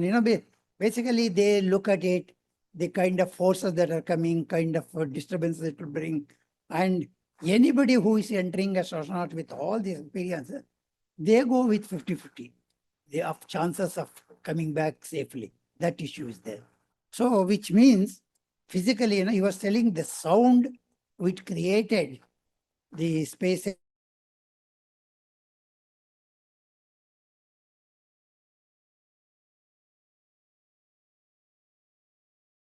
Falcon 9, they actually became blink. Nothing you could think about it actually. So you must be prepared. That means your mental toughness should be very high. Physical fitness should be very high. You have to be continuously doing exercise. Those guys, you come and give them one cup of tea, they don't take. They're so strict about their food and other things. So that's one part. Second part is, they are also, we are dealing with the difficult situation, in terms of rocket or module or spacecraft. Anything can go wrong somewhere. But we have built in what you call redundant systems, which will help you to come to your rescue. But if something goes wrong in the car, what do? You put it on the side, try to look for a mechanic, try to get that mechanic, he will repair, sit and then go. What these guys will do? Something like, let us say, 20 minutes in the flight, and then suddenly they find there's some anomaly, the red light starts blinking. They have to have the state of mind to think what it is and try to take some corrective action. There are some clear-cut procedures for that, which only means you have to be very good technically. Physical fitness, technically you should have very good knowledge. When I say technical knowledge, it is not just one area, not mechanical, not electronics, not computer science, which means you have to keep on learning everything that you see, everything you observe, and assimilate and then put it in the mind, number one. And important thing is, any problem is given to you, you must be very quick to narrow down to the solution. Mind should, what happens, anything goes wrong, suddenly we become afraid, mind really becomes blank. If we have to really get, I think immediately we should start thinking how it can be solved. So there is nothing like, I have to become specialist in physics or specialist in electronics, nothing like that. I think as long as you are good in studies and do well, keep physically fit and concentrate to join. I think very soon ISRO is going to announce another, if I'm correct, 30 or 35 astronauts they're going to select. Initially, we select from the test pilots because test pilots are trying to have that very quick response. Very quickly they will. All pilots cannot do the test pilots. When you get a new aircraft or when you procure a new aircraft, the only test pilots can test it because anything can go wrong here and there, but they know how to really mend it and bring it back. That is why it's important. So If you really want to, and by the time, you graduate, I can tell for sure, plenty of opportunities for astronauts. And I think you must have a focus in that direction and look very carefully. Okay? Does it answer your question? Okay.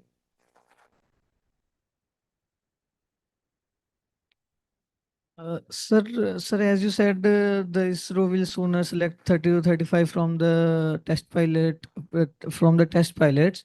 But as I am thinking to join the ISRO after my studies, that will not going to benefit me. I am asking, what should I do? Should I do that in India or should I try it abroad? Or what should I try? No, nothing. I told you, see, basically now we will throw it open to anybody. Any boy or girl can anytime they have to apply. We will put it at the openings available for astronauts. Then once you put your application, let us say for there are about 30 and let us get 3,000 applications come. Then what they will do is they will go through the testing your physical fitness, number one, testing your technical capability, number two, and third is how quick you are able to give your response for any difficult situation. These three, they will devise certain kinds of tests, and then you are able to go step by step and come out. That's how they select the astronauts, actually. That's how Rakesh Sharma got selected.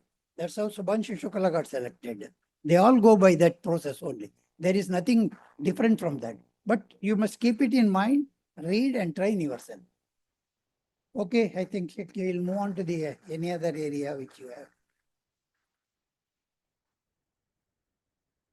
Yes.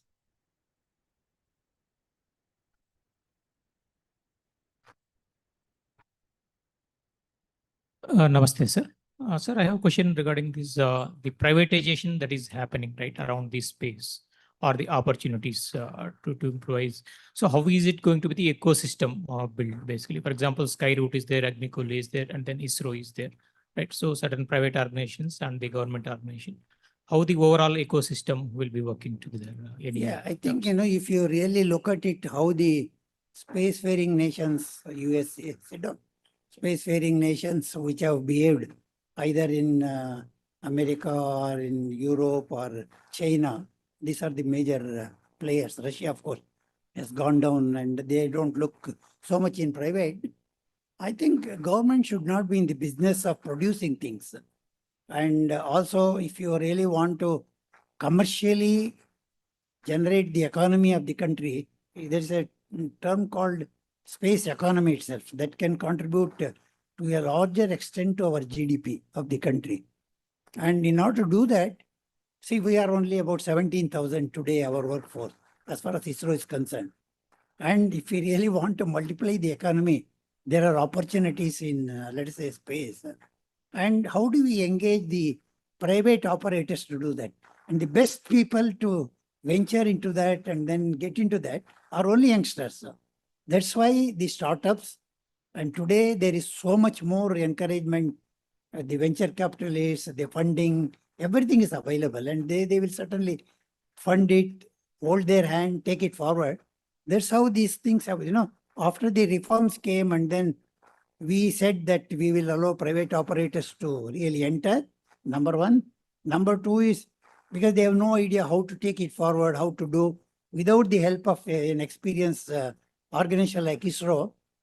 I think government took a decision that ISRO should join hands and we should enable. It took birth to what you call in space, that is space coordination and related things. It's in Ahmedabad. And 300 startups have come already in the country. Just in a matter of 3 years, 300 plus startups have come. And if you really look at it, the fund that has flowed in this organization is fantastic. And what you mentioned, Skyroot, I was the reviewer for this entire thing. I only reviewed and cleared their launch. And they have really become unicorn. They have become $1 billion company within a very short time. More than that, age group is 23, average age group, 23 or 24. They showed that we can master the rocket science. I don't think you can have any example better than that. Same thing on satellites, same thing on many other things. I think we have what you call inferiority complex. Only white colored skin can do that. I think we must come out of that. I keep telling we are equally good. And I can tell you one thing with my own experience interacting with several countries. I think the way in which we think, way in which we multiplex things, I can do simultaneously many things. Go and prepare a cup of tea or go and prepare a sambar or come and answer some technical question or go and take a vehicle and drive. This kind of thing rarely you see in Westerners actually. That is what is called multiplexing. With that kind of ability, if you are able to harness and put it to better use, we can do many, many things. I think I would say that this particular era is era of starting on your own, finding employment, and it's the best period to do that because as youngsters, you have the energy, you have the capability, and you are prepared to take risks. And at the same time, there are agencies, funding agencies, who are willing to fund. Government itself has given huge funds now for startups and other things. Why all this is, imagine a situation, it was only 17,000 when they announced the reforms.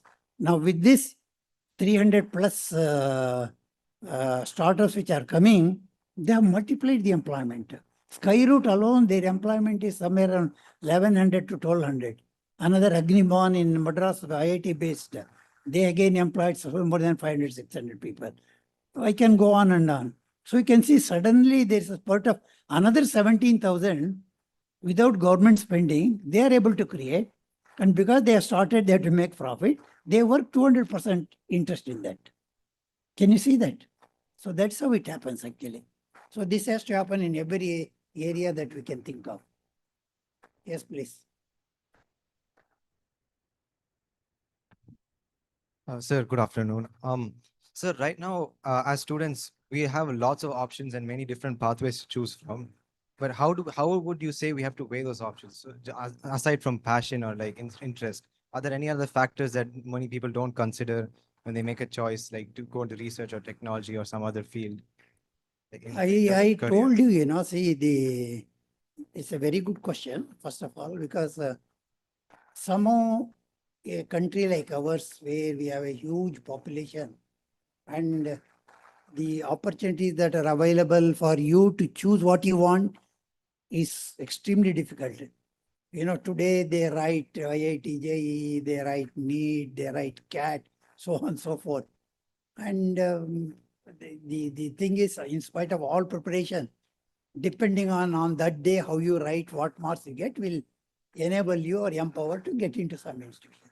But if it doesn't happen, that's not the end of life, You can still do it because whatever that degree you, for example, without doing MBBS, you can't become a doctor.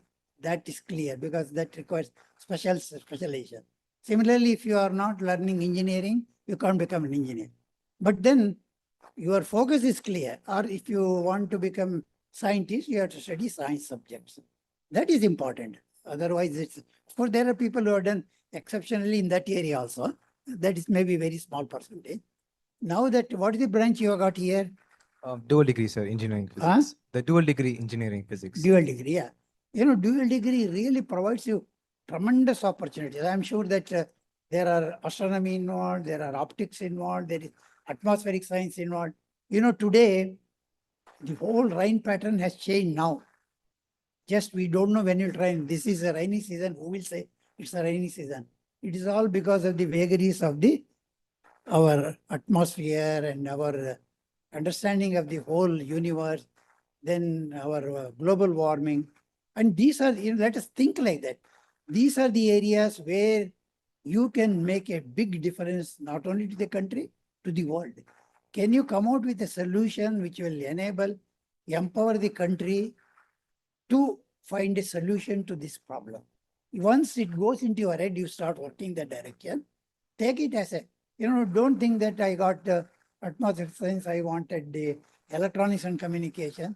That is not the way to look at it. I think you got what maybe you wanted something else, it didn't happen, but situation is like that. But that doesn't mean you can't do anything. You can certainly contribute much better, take it positively and settle in that and go in that direction and think what you can do. I told you in my own example, I never thought I'll work in control system. I never thought I'll work in simulation, never learned anything anyway. But then that changed the whole life that we lived. Because think positively and keep doing. Maybe you will take 1 year, 1.5 years to learn certain things. That's what you are learning in the institute also. But once you do your degree, your way of thinking will become totally different. That is the advantage of being the engineers and scientists. You know, the basic fact is, what is that you learn as scientist engineer? I can tell only one word. You are only learning how to find solutions to the problems around.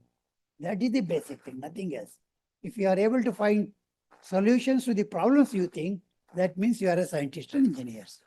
Not that others cannot do. Others also can do, but you are more equipped to do that. Okay? Yes, sir. Thank you. All right.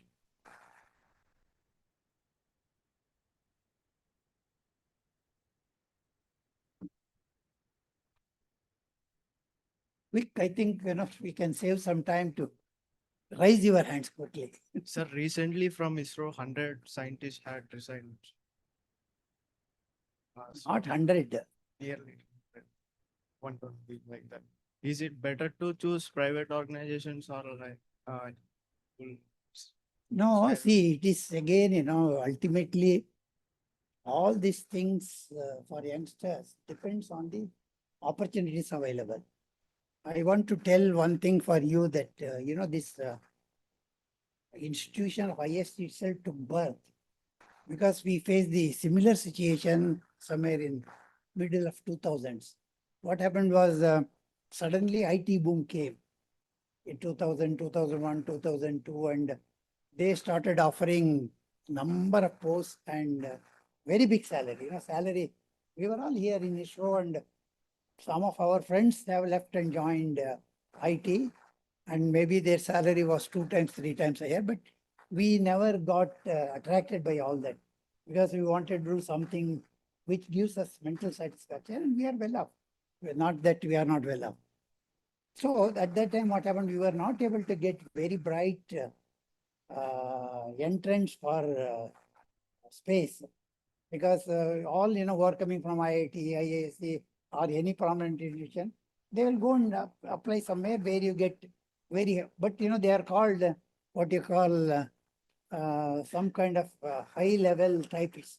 They go on doing the so-called many of the IT companies. Not that everybody does that.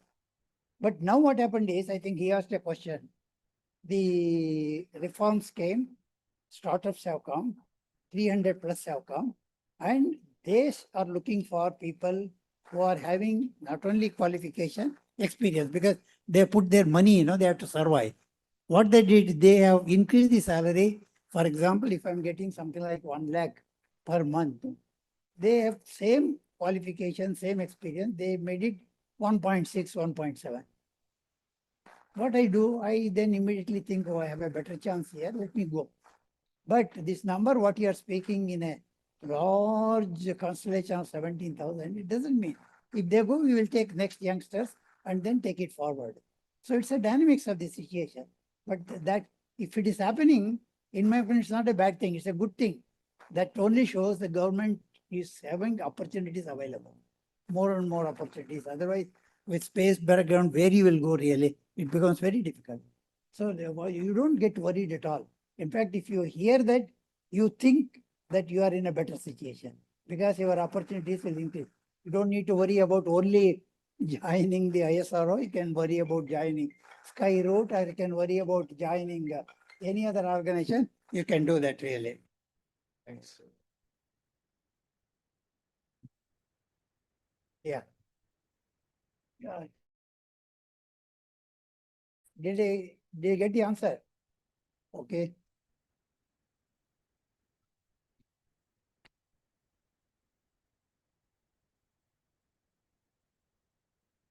Good afternoon, sir. I just, as a visionary leader, what are the qualities which you would be looking up in this new generation ISRO engines? No, basically, the thing is, there is nothing like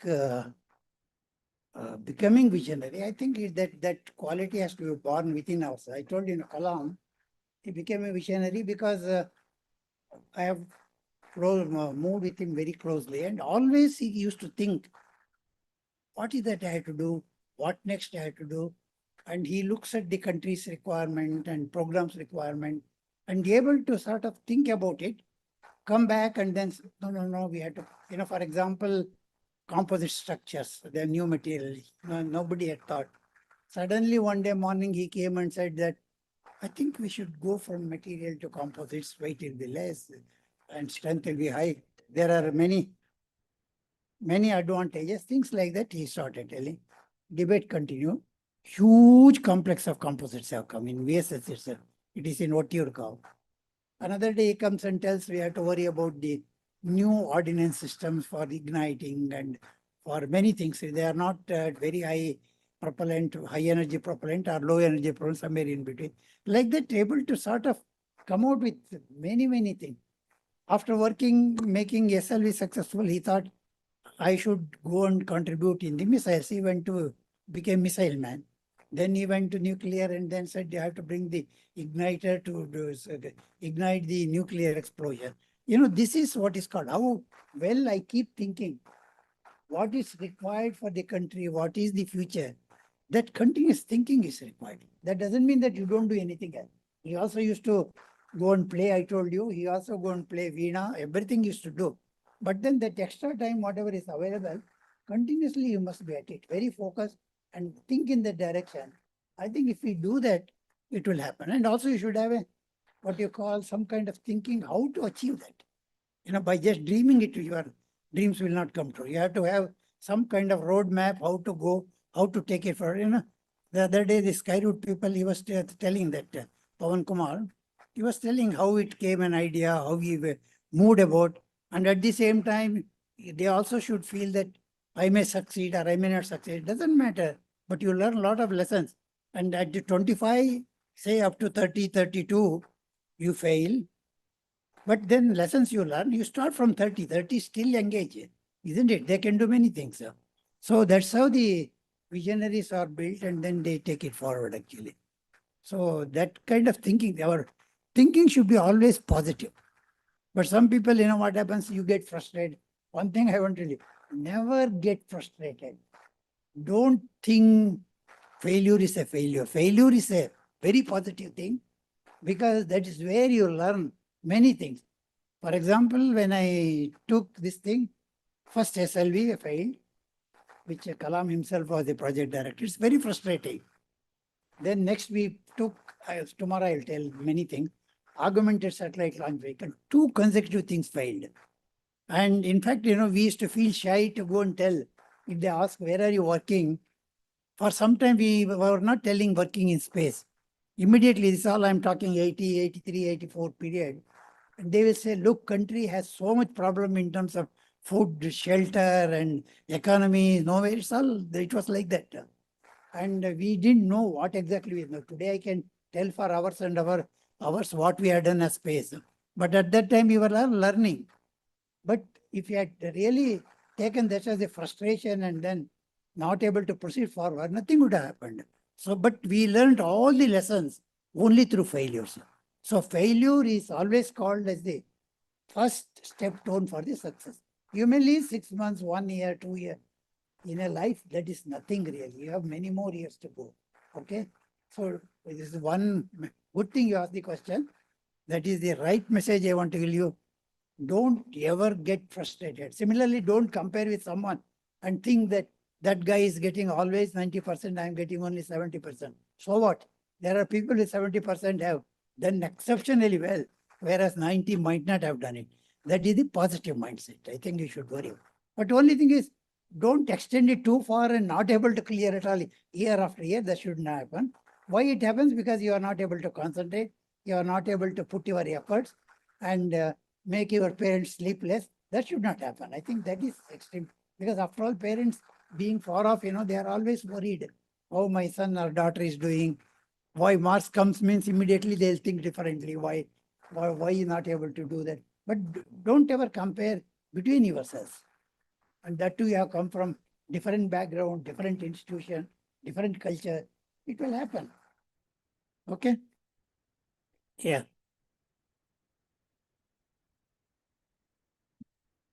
Good afternoon, sir. We have got ample support from all the deans here, Dean of Student Activities, Dean of Academics. But still, in your views, how should we maximize these years in this campus? Any tips? No, you have to do what you could term as the balancing, See, there is no point in studying, and that's no good. And at the same time, I'm sure you know what you are good at. Maybe you are good at chess, or you may be good at football, or I think try to get involved. And if you find something is missing, you go and tell them, whether it's academics, whether it is your hostel amenities, or whether it is sports, whatever else you think. Or suppose you are, one thing I want to remind, it's a good thing again. When we started this institute, I went and discussed with a couple of giants who are all good in education. Have you heard Professor Yashpal? How many of you heard? He is supposed to be the giant of education. He was the chairman of the University Grants Commission, and also there used to be one program coming in Doordarshan regularly. You know why? That is a very interesting question. Many of the questions he used to answer. Ask a question, then ask the students to answer, not able to answer. So if you think that something is in your mind and you want to take it forward, I think you be the champion. That activity is not there here. And first maybe response will be, no, it can't be done. But don't go disheartened. Second time you go, third time you go, maybe talk to your friends. Yeah, that's why I said you have to be the champion. As long as idea is good, idea is progressive, idea is going to help the organization. And at some point of time, if you really look back on the hindsight, you will think, it is I who created that activity at IIST. Am I right? That gives you pleasure. So what Yashpal told us when I asked the question, Suresh, you do one thing. Every student has a talent of their own, maybe in photography, maybe in music, maybe in high jump, many things. I think you just track it and sort of give some kind of encouragement for each of the guy to the extent possible. The moment you do that, what happens? I am good in photography, and you encourage, and you say that you take some photographs, good photographs. I will arrange an exhibition in this hall one day, ask all students to come and say, look, if I do that, what they call adrenaline in my body will go up like anything. Once I have that state of mind, my studies automatically will improve. In fact, I practiced it when I was the founding director. I practiced it here, and I could see the change in the second and third year. I don't know what happens later. I'm not really following it up. Like this, every child has something inherent in them where they want. I think you please express, try to do something which is different. Maybe everything will not fructify, but some will fructify. So that is where these deans and others are really coming into picture. But at the same time, go and tell this is not okay, this is not okay. That also they will listen. But I think let us look a little more creative. How creatively I can really, you grow, you will feel happy, institution also will grow. That's why I keep telling it's not just administration, management, faculty, it is students also who can contribute to the growth of an organization. Yeah.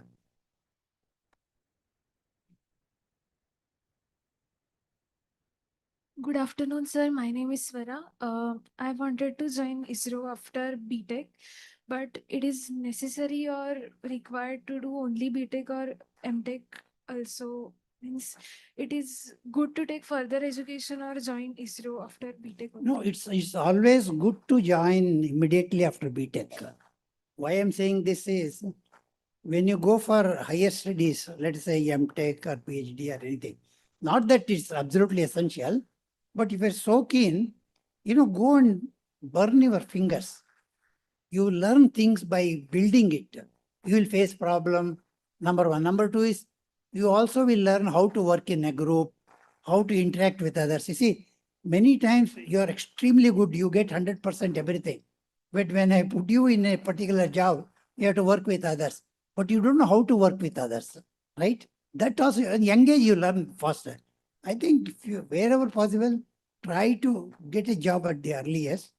work for 2-3 years. Every organization, they give a provision to upgrade your qualification and go on, then it becomes easy also.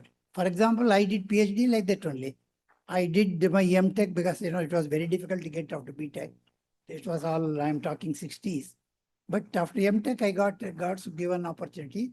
But after 5-6 years working here, I got common scholarship because that working here helped me to get the scholarship. They were looking for certain specialization. I could go and tell I'm the so-and-so, I have worked in this. You had all the view graphs, then pictures all showing, then I got it. That really gave a big jump in the career. That doesn't mean you should not go immediately also. I am not discouraging that. Okay.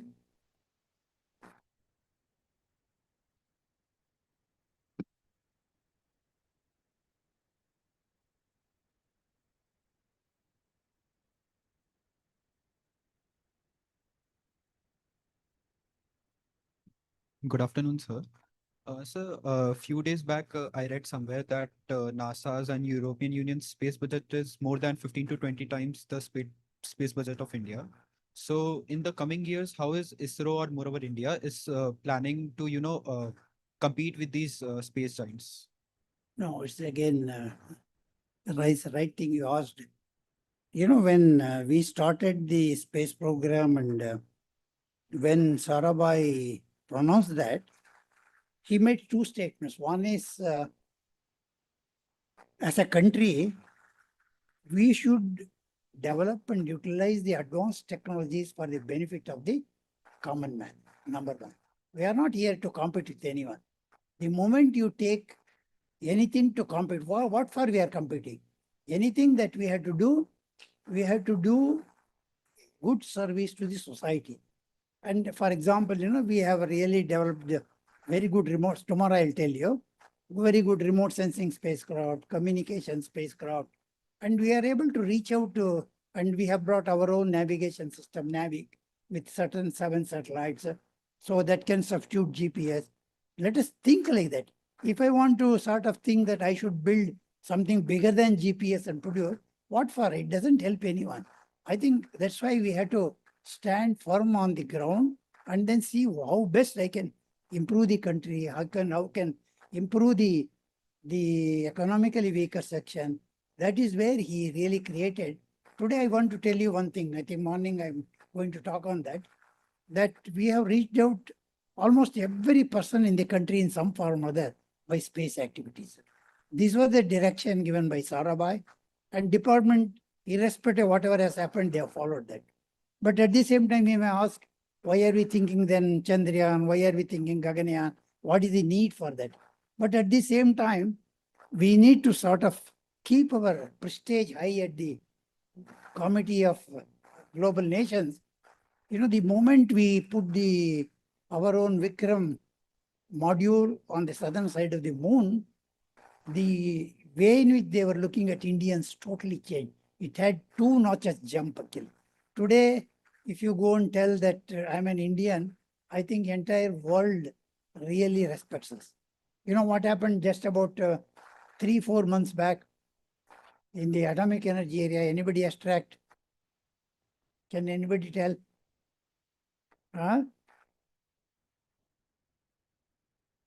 Yeah, what is that reactor? No, you're right. That's why, this is where I'm saying your mind should be little more sharp and think, and then just go and put that for fast breeder reactor, what is in Kalpakram, it will tell learn that, I think. It is the fast breeder reactor, okay? And using the thorium, otherwise you use uranium. Thorium, why thorium?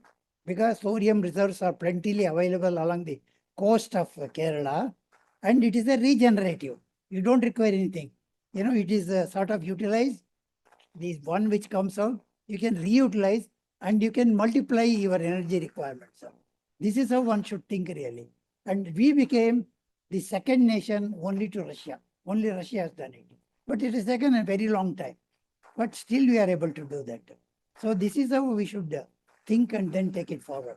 So the development should be such that how it will help the country, and how our resources are available. Nowadays, for example, all these magnets which are available, rare earth material is used, right?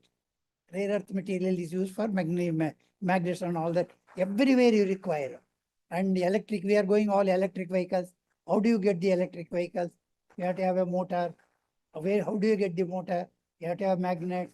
So then it should be either samarium, cobalt, or whatever equivalent to that. And it's not available with us. It's available only in China. If they stop getting it, you don't get it. Recently, I read one article. Some people have come out with a totally different combination, which has the same properties as the magnets, which are all available plenty within the country. This is how our mind should think in that direction, work on that, build an R&D setup, make a startup. And if you really put your heart and soul together with 2 or 3, never start as 1 or 2. I think some 3, 4 people have to join together, start and work very sincerely, you will succeed. And you also will become unicorn within a very short time, matter of 3, 4 years. Am I right? I think that's how we should think. Okay.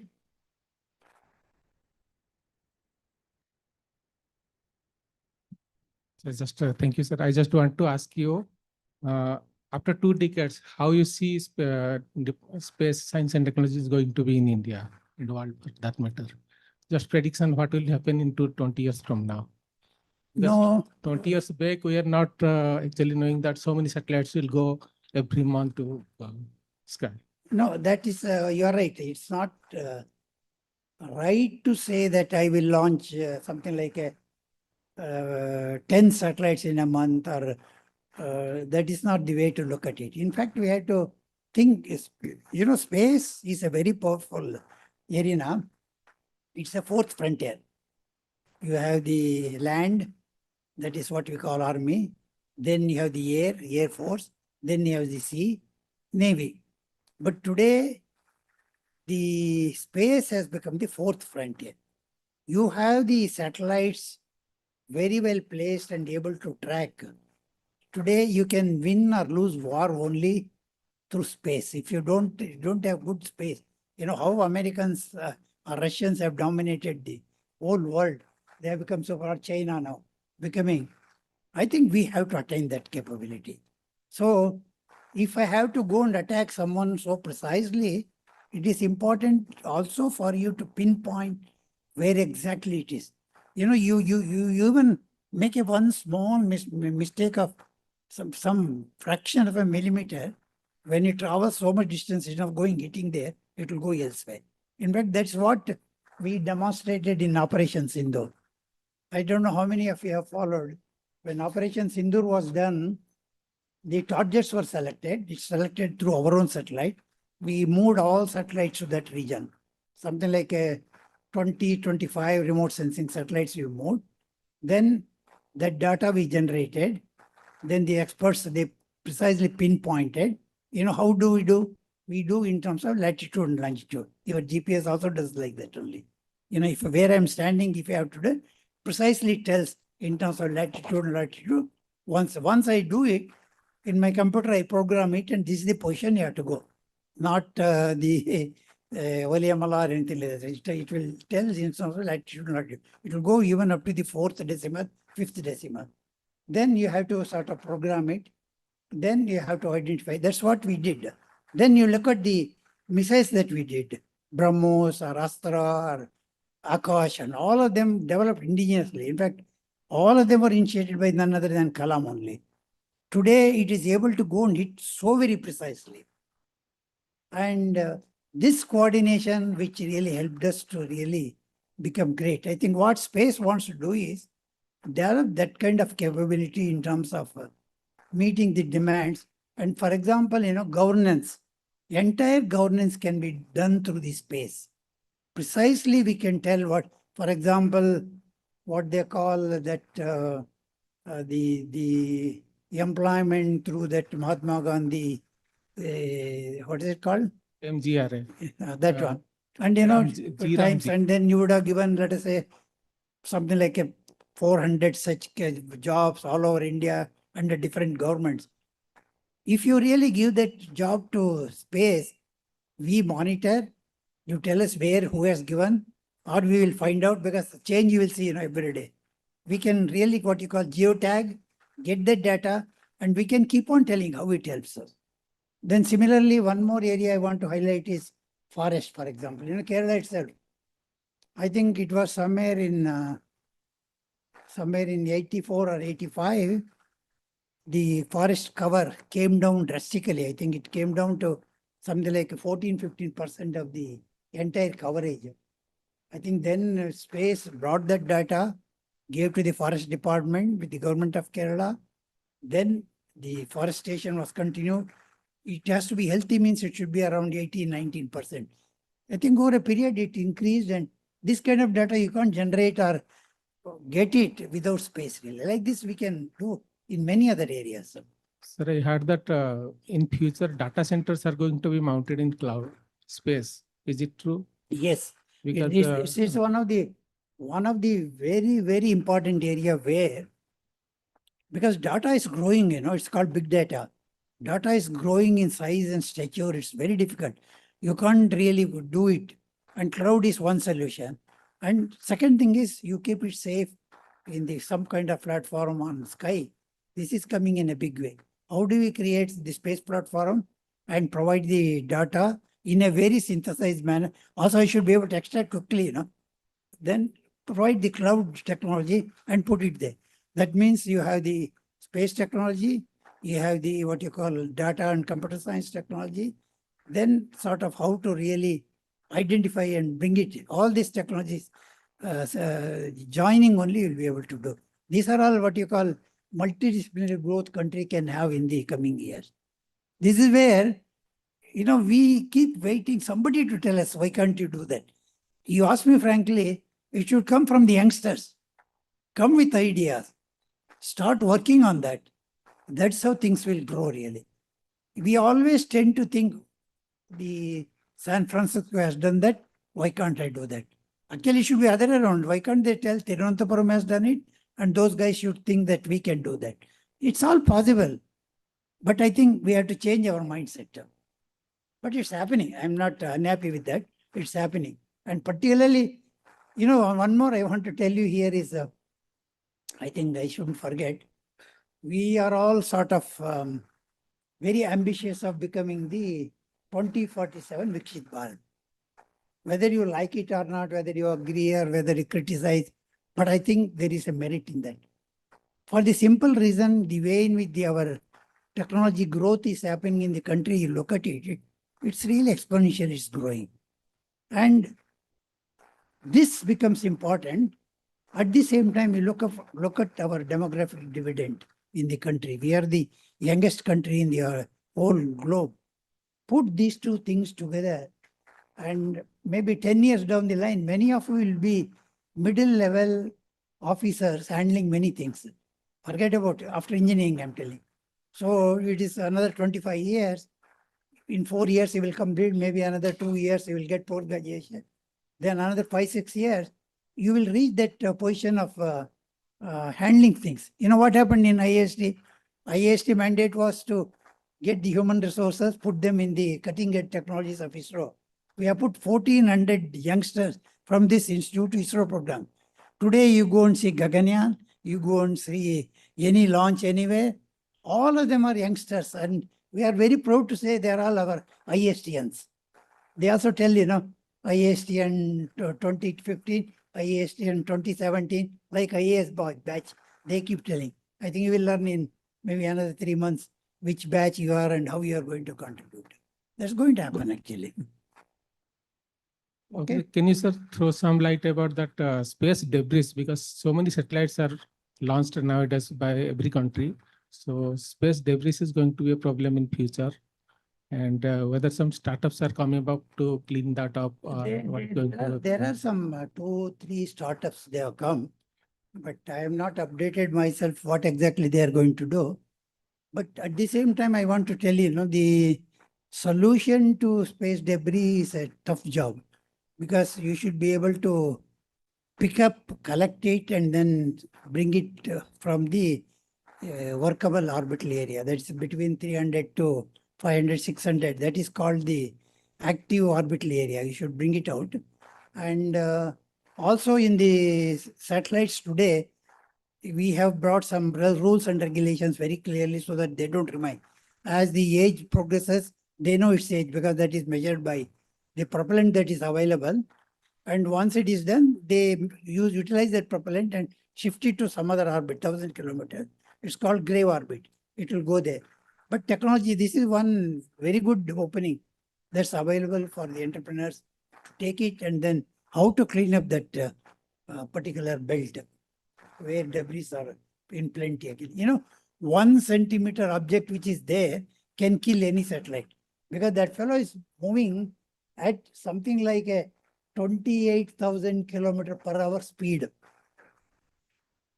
A bullet doesn't have that speed, which will kill everybody. This fellow, a 1 centimeter small metallic object, moving at 28,000 kilometer per hour, goes and hits satellite. It will pierce through the satellite, and very many things inside will be destroyed. That satellite is of no use actually.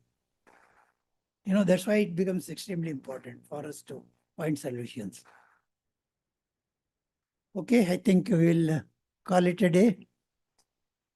So we spent a fairly long time. If there are no questions, I think we'll stop here. If anything more is there, maybe 1 or 2 questions we can take. So that, yeah. Okay, 2 questions. So that we know that we are stopping. Good evening, sir. I had a question that how does the institute combines CSE? I'm from CSE department. So how does the institute combine CSE with space programs and space science and all? I didn't get the question.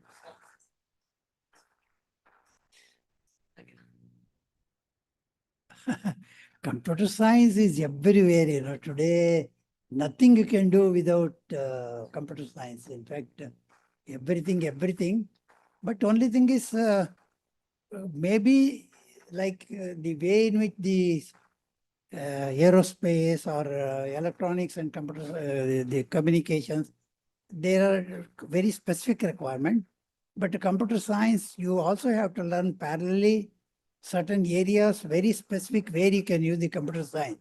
Parallelly, that's where your syllabus, what they have framed, I have no idea. But then one has to, you know, that's why what they have done in IITs and University of Science, they have brought computer science in a different form altogether. Today it's called mechanics and computing instead of mechanical engineering. That is, you have brought all that old the mechanical things, whatever you study, you know, turbine, that thing, they all have gone and they come in a different manner. And at the same time, you have brought what you call the computing requirements, for example, CFD, for example, how you can do the analysis, all these computer programs, they are linked. So that's why it depends on the syllabus, how do you. Similarly, mathematics and computing. Today, mathematics is taught just like mathematics, you know. They have no idea where that particular mathematics, for example, partial equations or your differential equation, you learn. You have learned, right, I suppose. But have you any idea where it is used or how it is used? What is the use of that? There is a Laplace transformation. Where do you going to use Laplace transformation? Fourier transform. All that they will just pump into your head. But then nobody has told how it is used.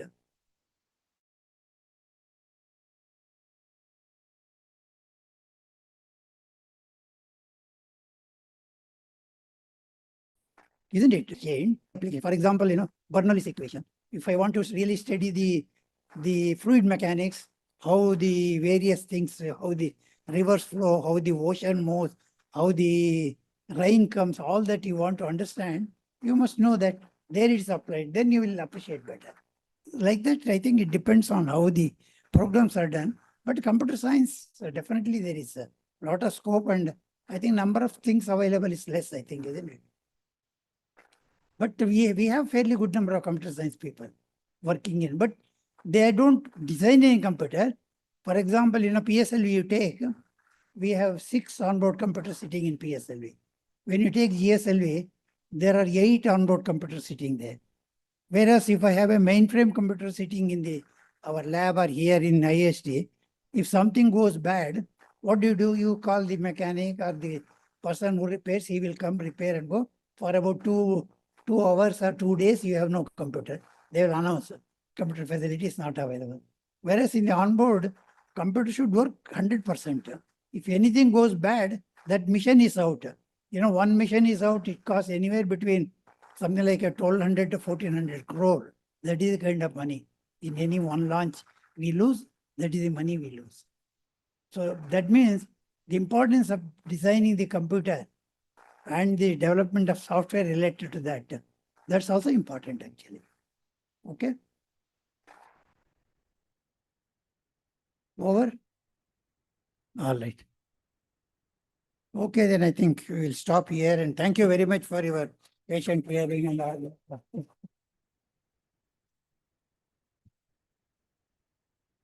Thank you. Okay, Thank you, see you. Suresh sir, for a very lively interaction. Thanks to all the students and the parents who asked such wonderful questions. So tomorrow, sir will be giving a lecture in the morning. I would encourage all of you to not Don't miss that. It's Yeah. really very lively. You know what we have done in the last 6 decades. I'm going to tell you in 45 minutes. But, The oral history of Indian space. with that you can ask many questions and learn what you are in it. Okay. Thank you. Thank you, sir. Thank you very much.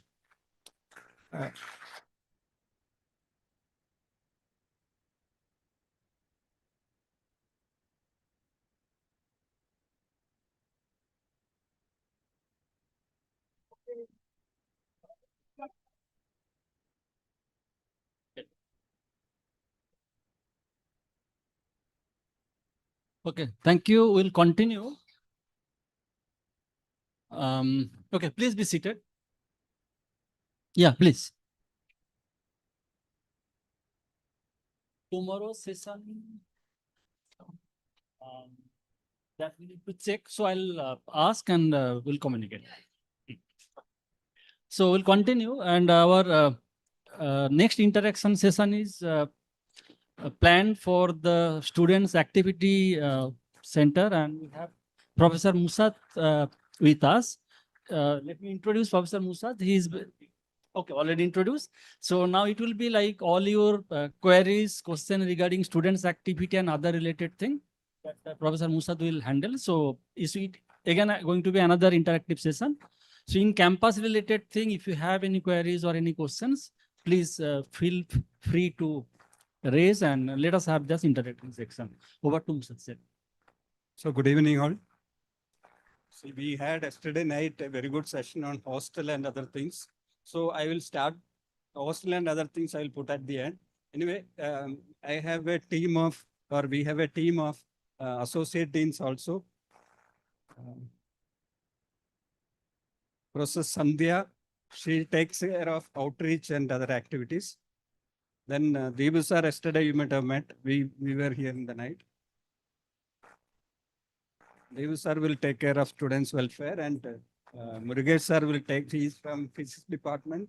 Sandhya madam is from chemistry department. Murugesh sir will take care of technical activities club and all other activities of students' activity related to technical sessions and cultural activities also. Then so we are going to have some presentation. I will just do that.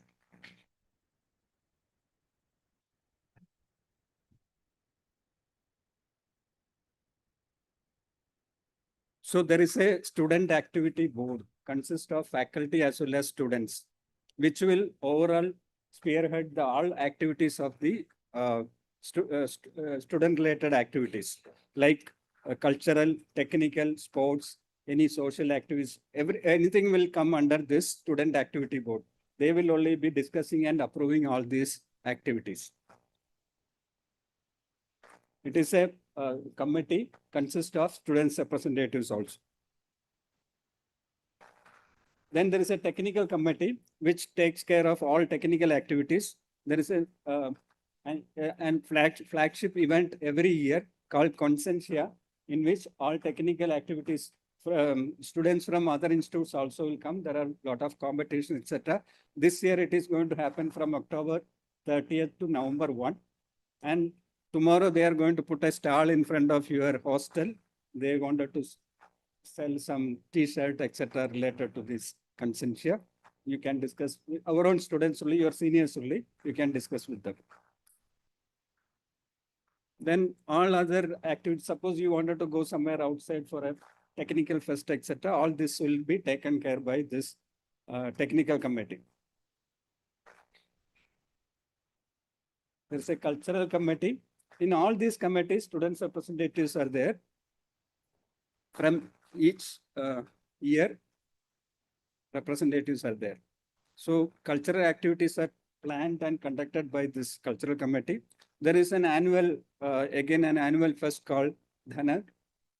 We have two fests. One is cultural fest called Dhanak. Another one is technical fest called Consentia. Then there are some other music events. Speakmaker used to come here and perform some events. Soon we will have a Speakmaker event, I think. Then we celebrate all these festivals. Our Kerala festival, Onam, is coming next month. So we will be celebrating here with all its traditional flavor. You will have a feast, Onam feast, traditional Kerala feast also. So this also students also involved in that, and we have certain competitions also along with these festivals. And we also celebrate important days like Independence Day. Soon you will be seeing that. That also celebrated here under this cultural committee. So in this, they make sure that participation from all students' side also involved in this. Then there is a sports committee. We have both indoor and outdoor facilities are there, like indoor facility like chess, caroms, badminton, table tennis, squash. Then you have cricket, net pitch area, football court, volleyball court, then all other activities also there. There is a committee for that, and it will plan all the activities. There is an annual sports day in which you can compete and you can win awards. Also, we have this committee looking after the sports activity, not only of students as well as the employees. We have some competition in the ISRO level, competing with other centers also. There is a canteen and hostel committee.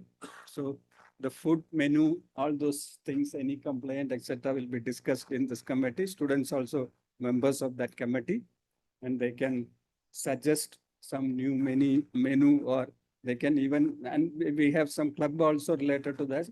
You can go and cook something. If it finds good, we can add it into our main menu, daily menu. So such activities are there, and this committee is very important. They have to take care of all cleanliness and other matters related to mess.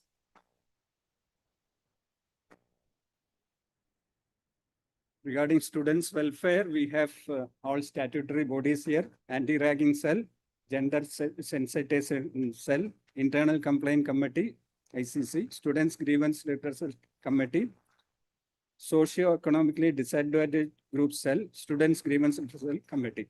So in all these committees, students' representatives are also there. And if any kind of untoward incident happens, these committees will meet and they will take care of that. And students also involved in all these things. We have more than 24 clubs. One I missed, in fact, one entrepreneurship cell is also there. So we have yoga club, quiz club, all those clubs are there related to your, it makes your life vibrant here. Astronomy club, echo club. Then there are IEEE clubs, more IEEE clubs are there. I couldn't add it here. Music club is there. And all these club activities, students driven only a faculty mentor will be there. Students are taking care of all these activities.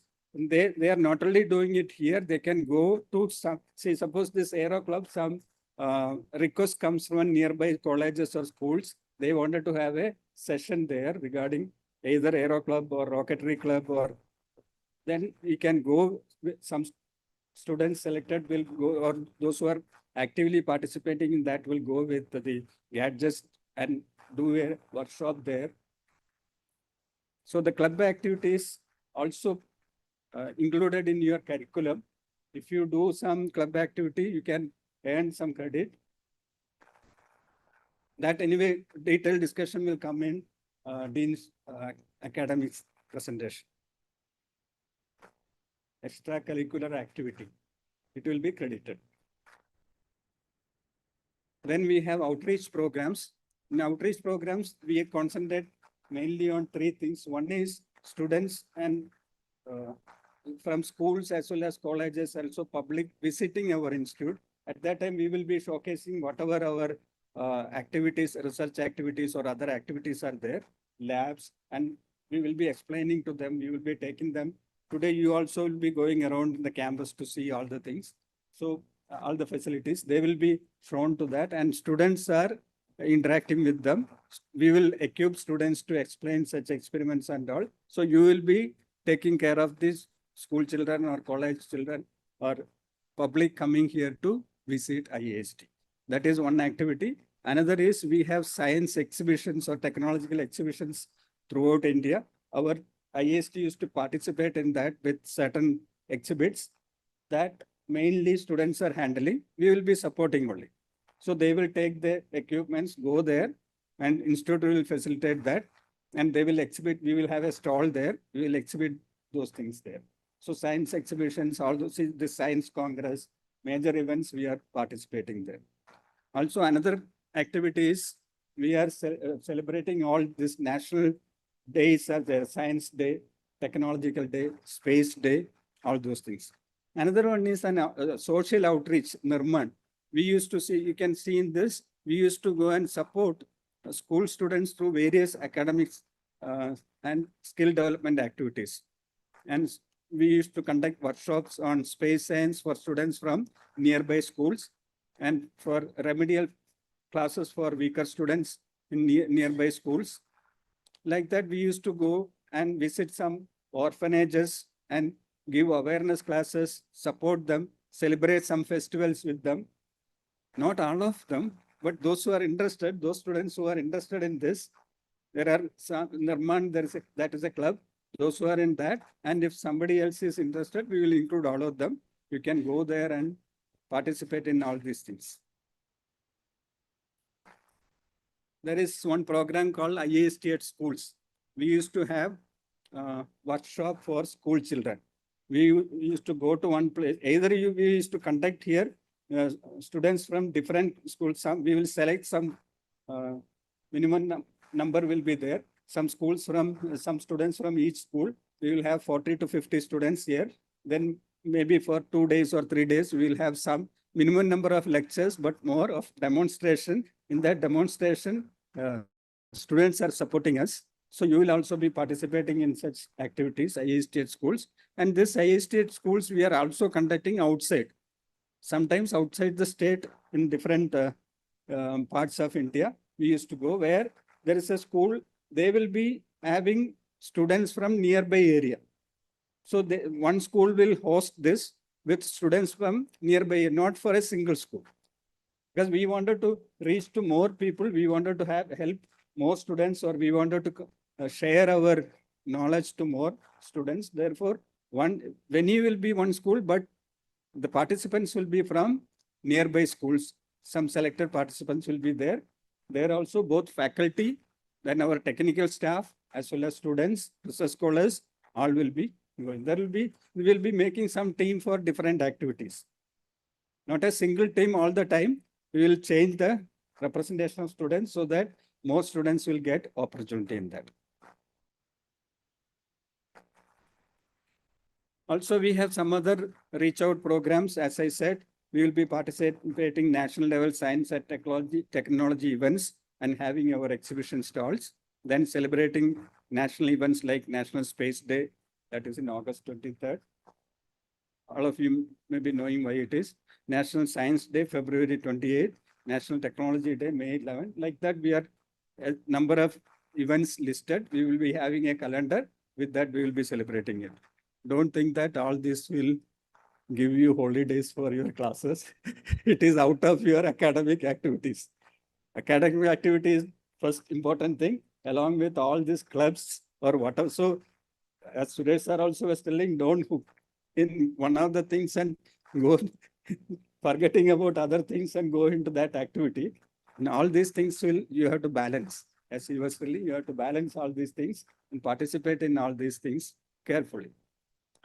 So conducting workshops and hands-on sessions at various institutions. We will go out and do these things on their request. Mostly some around 3,000 students plus etc. used to visit IIST per year. More than 3,000 from different parts of, mostly from South India, but sometimes from other places also. Also, we used to have at least 2 program IIST schools outside. We are going to the place and conducting that, not inside the IIST, outside IIST. So like that, we have listed certain activities in which we are involving students, BTech students also. This is what I was telling, they can visit the campus. At that time also, it will be, the activity of our students will be there. They will be explaining them, our labs, etc. So if you are, while doing the thing, if you are interested in, there are some special labs are here, like S-Space or some quantum technology lab or so many, you will get familiarity with that. So you can participate in all these things. If you are interested in one of the lab, you can tell them so that next time you will be assigned to explain certain experiment or certain gadgets. Now we will come to hostels. We have 12 hostels and the last one is going to be inaugurated on 30th. That is only for research scholars. And you are in Dhruva. And we have a medical facility. We have a medical center. All of you might have gone there. 3 doctors and very well experienced nurses. They have already experience of 15 to 16 years in government service. So they will take care of the children like their children. And we have seen that difference. Earlier, we used to just select some nurses, then managing especially in the exam time. Students will have more complaints. They feel that they have fever, this, that, and all, but these nurses will take care of them like mothers. So we have now lived a lot of problems because of this support from these nurses. And we have fully dedicated, all the time dedicated. One ambulance is here. Don't get panic. Ambulance is here if some condition is there. If somebody feels that I'm very much having some problem, our doctors will see that, and we have a very good facility, medical facility in city. A lot of hospitals are there. Very well-known hospitals are there. We have tie-up with that. So we will send these doctors will refer, and our one of our staff, hostel staff, will come with you and take you to there. And if you are admitted there, your parents are supposed to come in the next day here to take care of. Mostly we are finding it very difficult. They will say, okay, sir, you take care. We will be here. We will be calling you.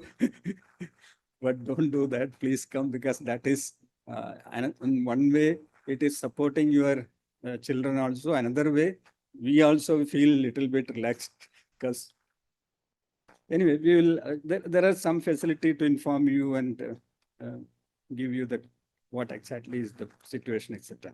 And we have counselors also. At present, only 1 counselor, another 2 counselors will be joining soon. So any stress, etc., you can just meet them and they will take care of you. That's all about the facilities. Then you want to say something? cultural things. Dev sir. Dev sir, want to say something? If you have anything to add regarding cultural and other associate deans, can you? Yeah, Murugesh also.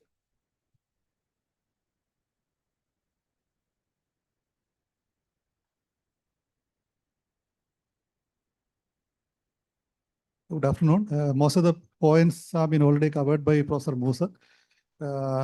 I hope you started enjoying our canteen facility. So as Professor Musa said, it is actually a student-driven canteen facility in which you will get adequate representation from the students to suggest menu. We will have canteen management committees in which students are actively participated in deciding the menu for each day. And the menu will be different in 2 consecutive weeks, after which you will have the same. That means this is actually having a cycle of 2 weeks. So you will not get bored by a particular type of food. So we will have a typical food being selected based on the choices from the students from all over the country.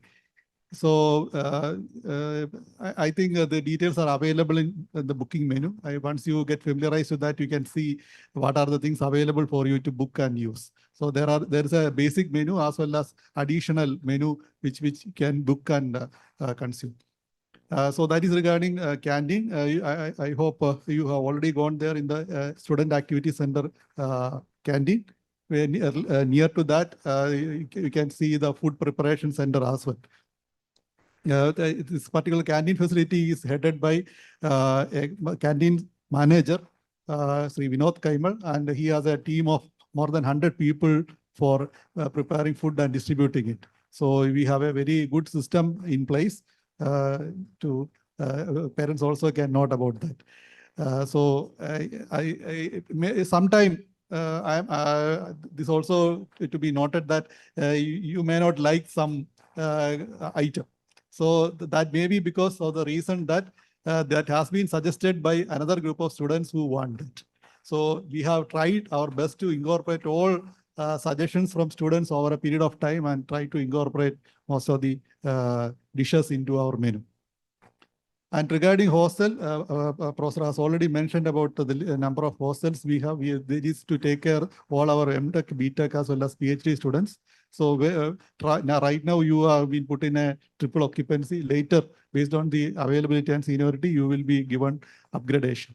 So like that, we have a well-established system for both hostel as well as canteen. So we will take you through the right path. So if you have any queries related to that, we are happy to respond. Thank you. Good evening, everyone. I'm Sandhya, and I'm Associate Dean of Outreach Activities. I just started, but already I'm Cultural Committee Chairperson. So we have, as Professor Musa has said, we have many activities under Cultural Committee, and we have many clubs like music club, dance club, drama club, so arts club. There are many clubs you'll come to know. There is an introduction as well as induction of students into that clubs. So you can join, whichever interests you, and we look forward to, your active participation in all the activities. So Cultural Committee also organizes cultural programs during Onam, and there will be ice-breaking session also. So, again, I request all of you to participate actively and be ready for all these activities. Then, Professor Murugesh is the Associate Dean of, all those student activities and all. And we also have Danak, like Moses has said, there is a annual fest, cultural fest, which is called Danak.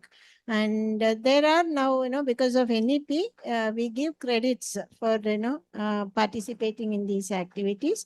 So your, batch and, upcoming batch, you are supposed to be in one or, 2 clubs for these extracurricular activities, okay, for getting the credits.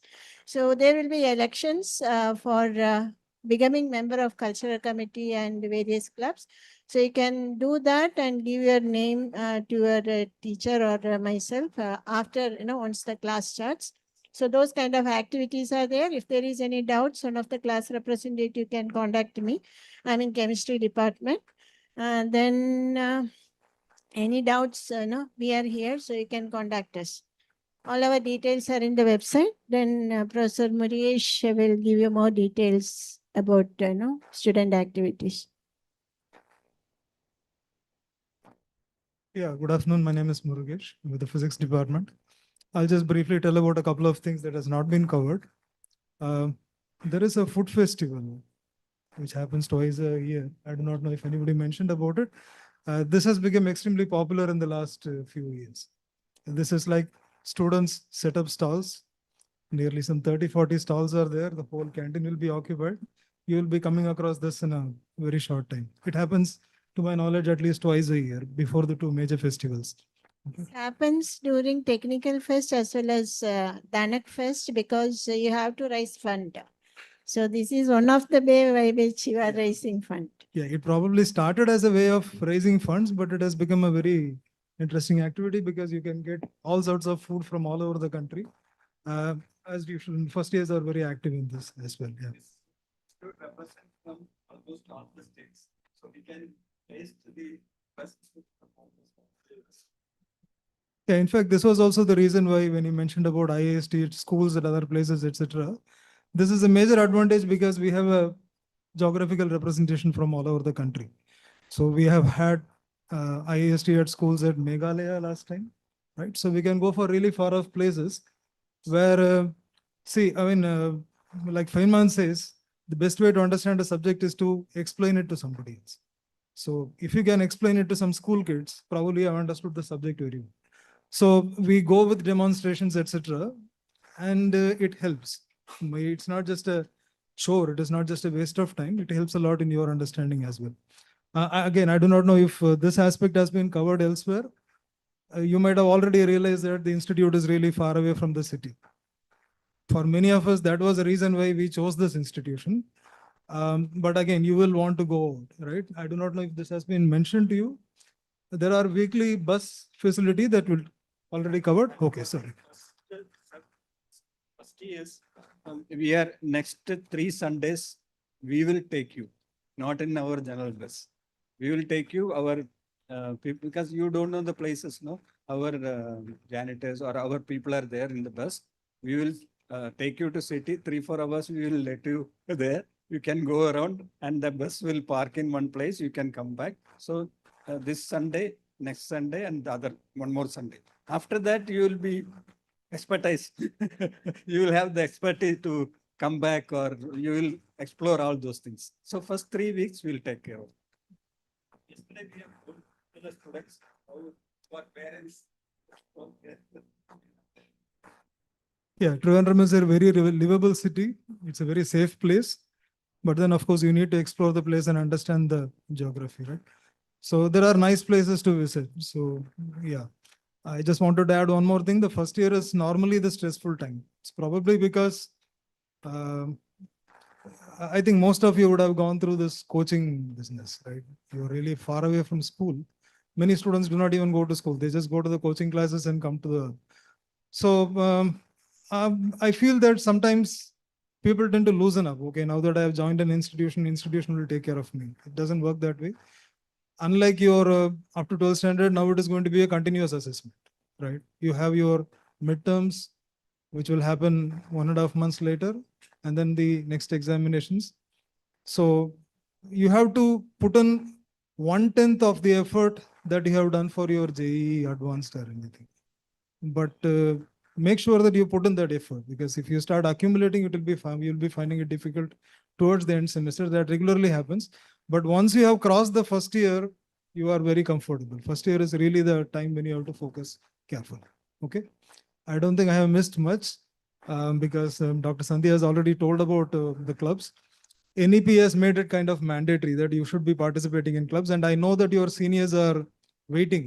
Okay. They are trying to approach you. Now they want more and more people for the clubs. They are already ask for permission to come and inform you about their canvas. One session is already devoted for that. There will be student club representatives. They will be telling you about their activities and trying to attractive towards their respective clubs. So that will happen probably sometime tomorrow. Okay, thank you. So these participations will help you getting all-rounder and all those, these activities are counted. Similarly, now outreach activities will also be counted for your, final selecting the students, all-rounders and all. We are planning that. So make sure you participate in the club activities as well as cultural activities, technical, everything, as well as balance your academic studies. Okay, thank you. Yeah, if you have any doubts, you can ask us regarding whatever. Hello, just I have one doubt. Many institutes have laundry facilities, but here I didn't find any laundry facility for students. Yeah. So what is that method? How do they? No, yesterday we explained to them, we have a laundry facility. Only the problem we found is he is taking too much time to bring the washed clothes. So here what students are practicing is 1 week around 15 to students or so, they will put together by one washing machine. And they will use it for all the 4 years, then they will sell to the next batch. Like that, if it is workable condition. That is one option. The other option is also there. There is a person coming here, he will take, but sometimes he is taking time. Here, you can see the weather. It is on and off, it is raining. Maybe because of that. Anyway, that person is not that prompt. That is what we found. And what we are trying is near to that cafeteria, not canteen, cafeteria, we are going to have a place for a person to be there and ironing out whatever washing. We are going to do that, but I cannot guarantee he also will be that prompt or anything. But students now, what they are practicing is some 15 students or so put together, they will buy some washing machine and there we have a facility there. You can use the connection, water pipe connection is there, everything is there. Only thing the machine we can put there and use it. That is the notice. Every year, I think they will be changing the hostel. Then how that will be maintained instead of the. No, I'll tell you. Yeah. Now what happened is now we have cleaned the hostels, all the hostels, and changing the hostels. So those students who have bought that 5 were there in one hostel. Yesterday or Sunday, Saturday, at 5 we put some people. Vehicle also will be given. Taken to. They have moved to another hostel. Taken to their hostel, fitted there. Our team is there. Will they be again in the same wing like that? Yeah. Because they are they only bought that. So, they are arranging. so now they are bound to be at the same hostel and same floor. That we will, that we are arranging like that. And there is a maintenance division here. They will assist them for all electrical as well as plumbing and kind of things. No, instead of that, the request is, for example, if you collect from a student and then arrange through the hostel, that will be unique, right? Actually. Instead of asking the students to buy themselves. Earlier we used to buy and give. And our experience, I will tell you, they use it very badly. They even shoe they are putting it. No, there. if you give it for free, I can understand. Wait. Yeah. So our aim now is to make them more responsible. So if they collect money and they buy, you could have seen Saturday I came here, then 5 students are standing. I asked, sir, we want to take our washing machine. So I felt very happy. Then I arranged the vehicle, everything. Then so see here, not only education is not only learning subject, but they should have a responsibility. No, for first year I'm asking because second year onwards they will learn and they will do No, things. don't worry, we will assist. Oh. We will be there with them. Buy and all, they need not go. We will arrange everything. Our vehicle will go and bring it. They don't have to bring from shop to here.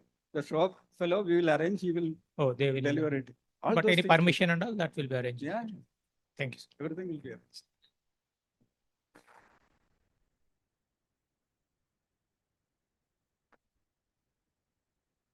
Hello, good evening, sir. Actually, we are facing this situation like on the 3rd floor, there is no water dispenser, water being the basic amenity and is not there. So if you can arrange a water dispenser on the 3rd floor in Dhruva. Dhruva, Yeah, yes. So can you please arrange that? Yeah, It's humble request. Yeah, we will do. Please, yeah, thank you so much.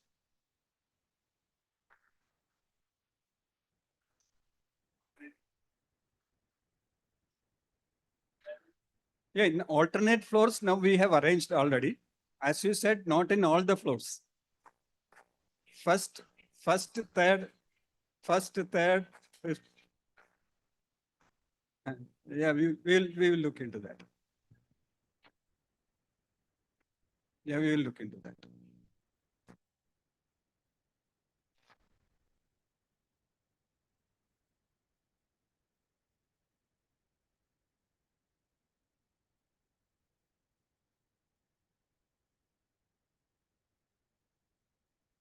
Hello, sir.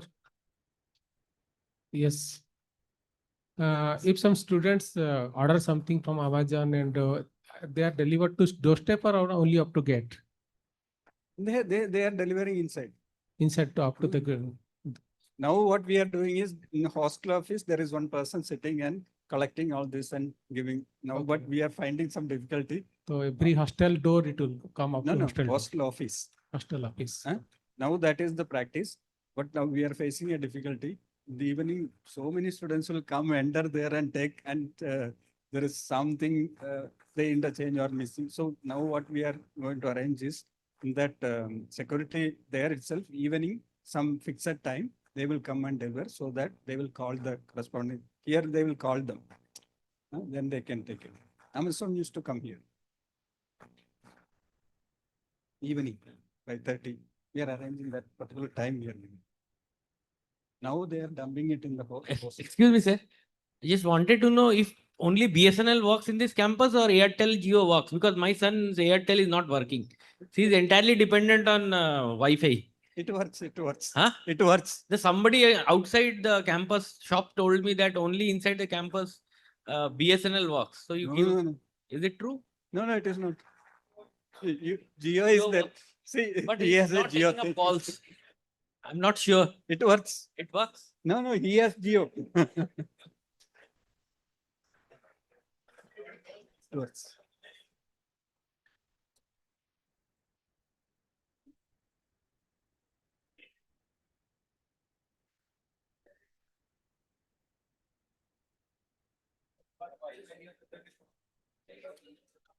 Sir, I had a doubt if we have NCC in our college. NCC we have.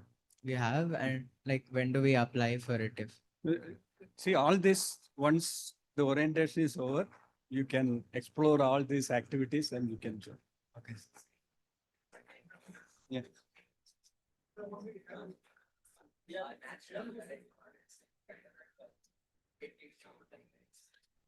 Sir, I want to ask about the library facility. Yes. I want to ask about the library facility. I mean, how can we access it and when are we attend the slots? There is a session particularly for library, and they will be taking you to the library also and showing that. There will be a particular session for that. They will issue some card, how many books you can take, all those things they will explain. Also, they will take you there. There is a session devoted in this orientation. You can see in your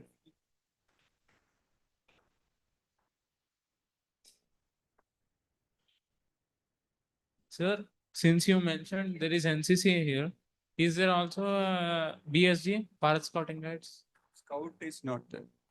Scout is not there.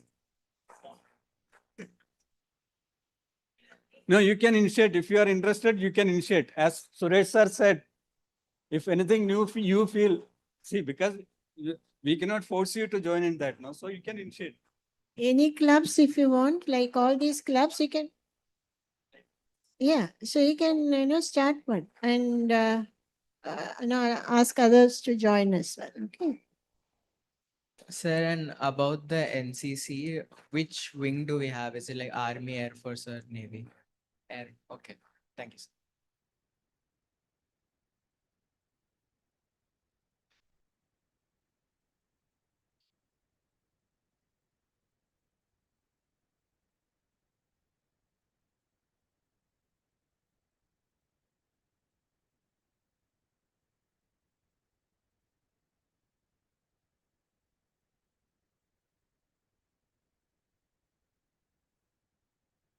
So you mentioned that we get buses on Sundays. What times do those run? Pardon? The Sunday buses to Trivandrum, the city. Sunday buses to Trivandrum, I told no, next 3 Sundays we will be taking you. We will announce the timing and how much time you can spend, etc. After that, we will be introducing to our bus timing, everything. Now Sure. you cannot get into that bus. Okay. This Sunday onwards we can start. Because you need to buy certain things. Some of them want to go for haircut before the classes. So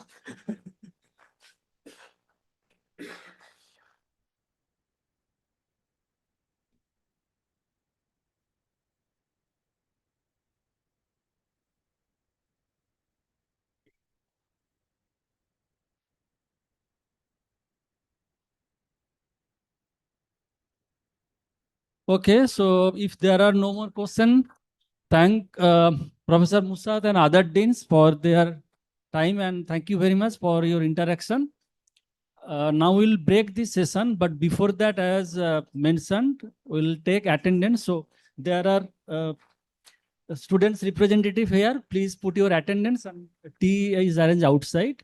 After that, we'll break in 3 groups: aerospace students 1 group, avionics another group, and DD and CS another group. And there will be a couple of lab visits. So we have outreach team. So he's going to sort of coordinate that activity after the tea session is over. Thank you.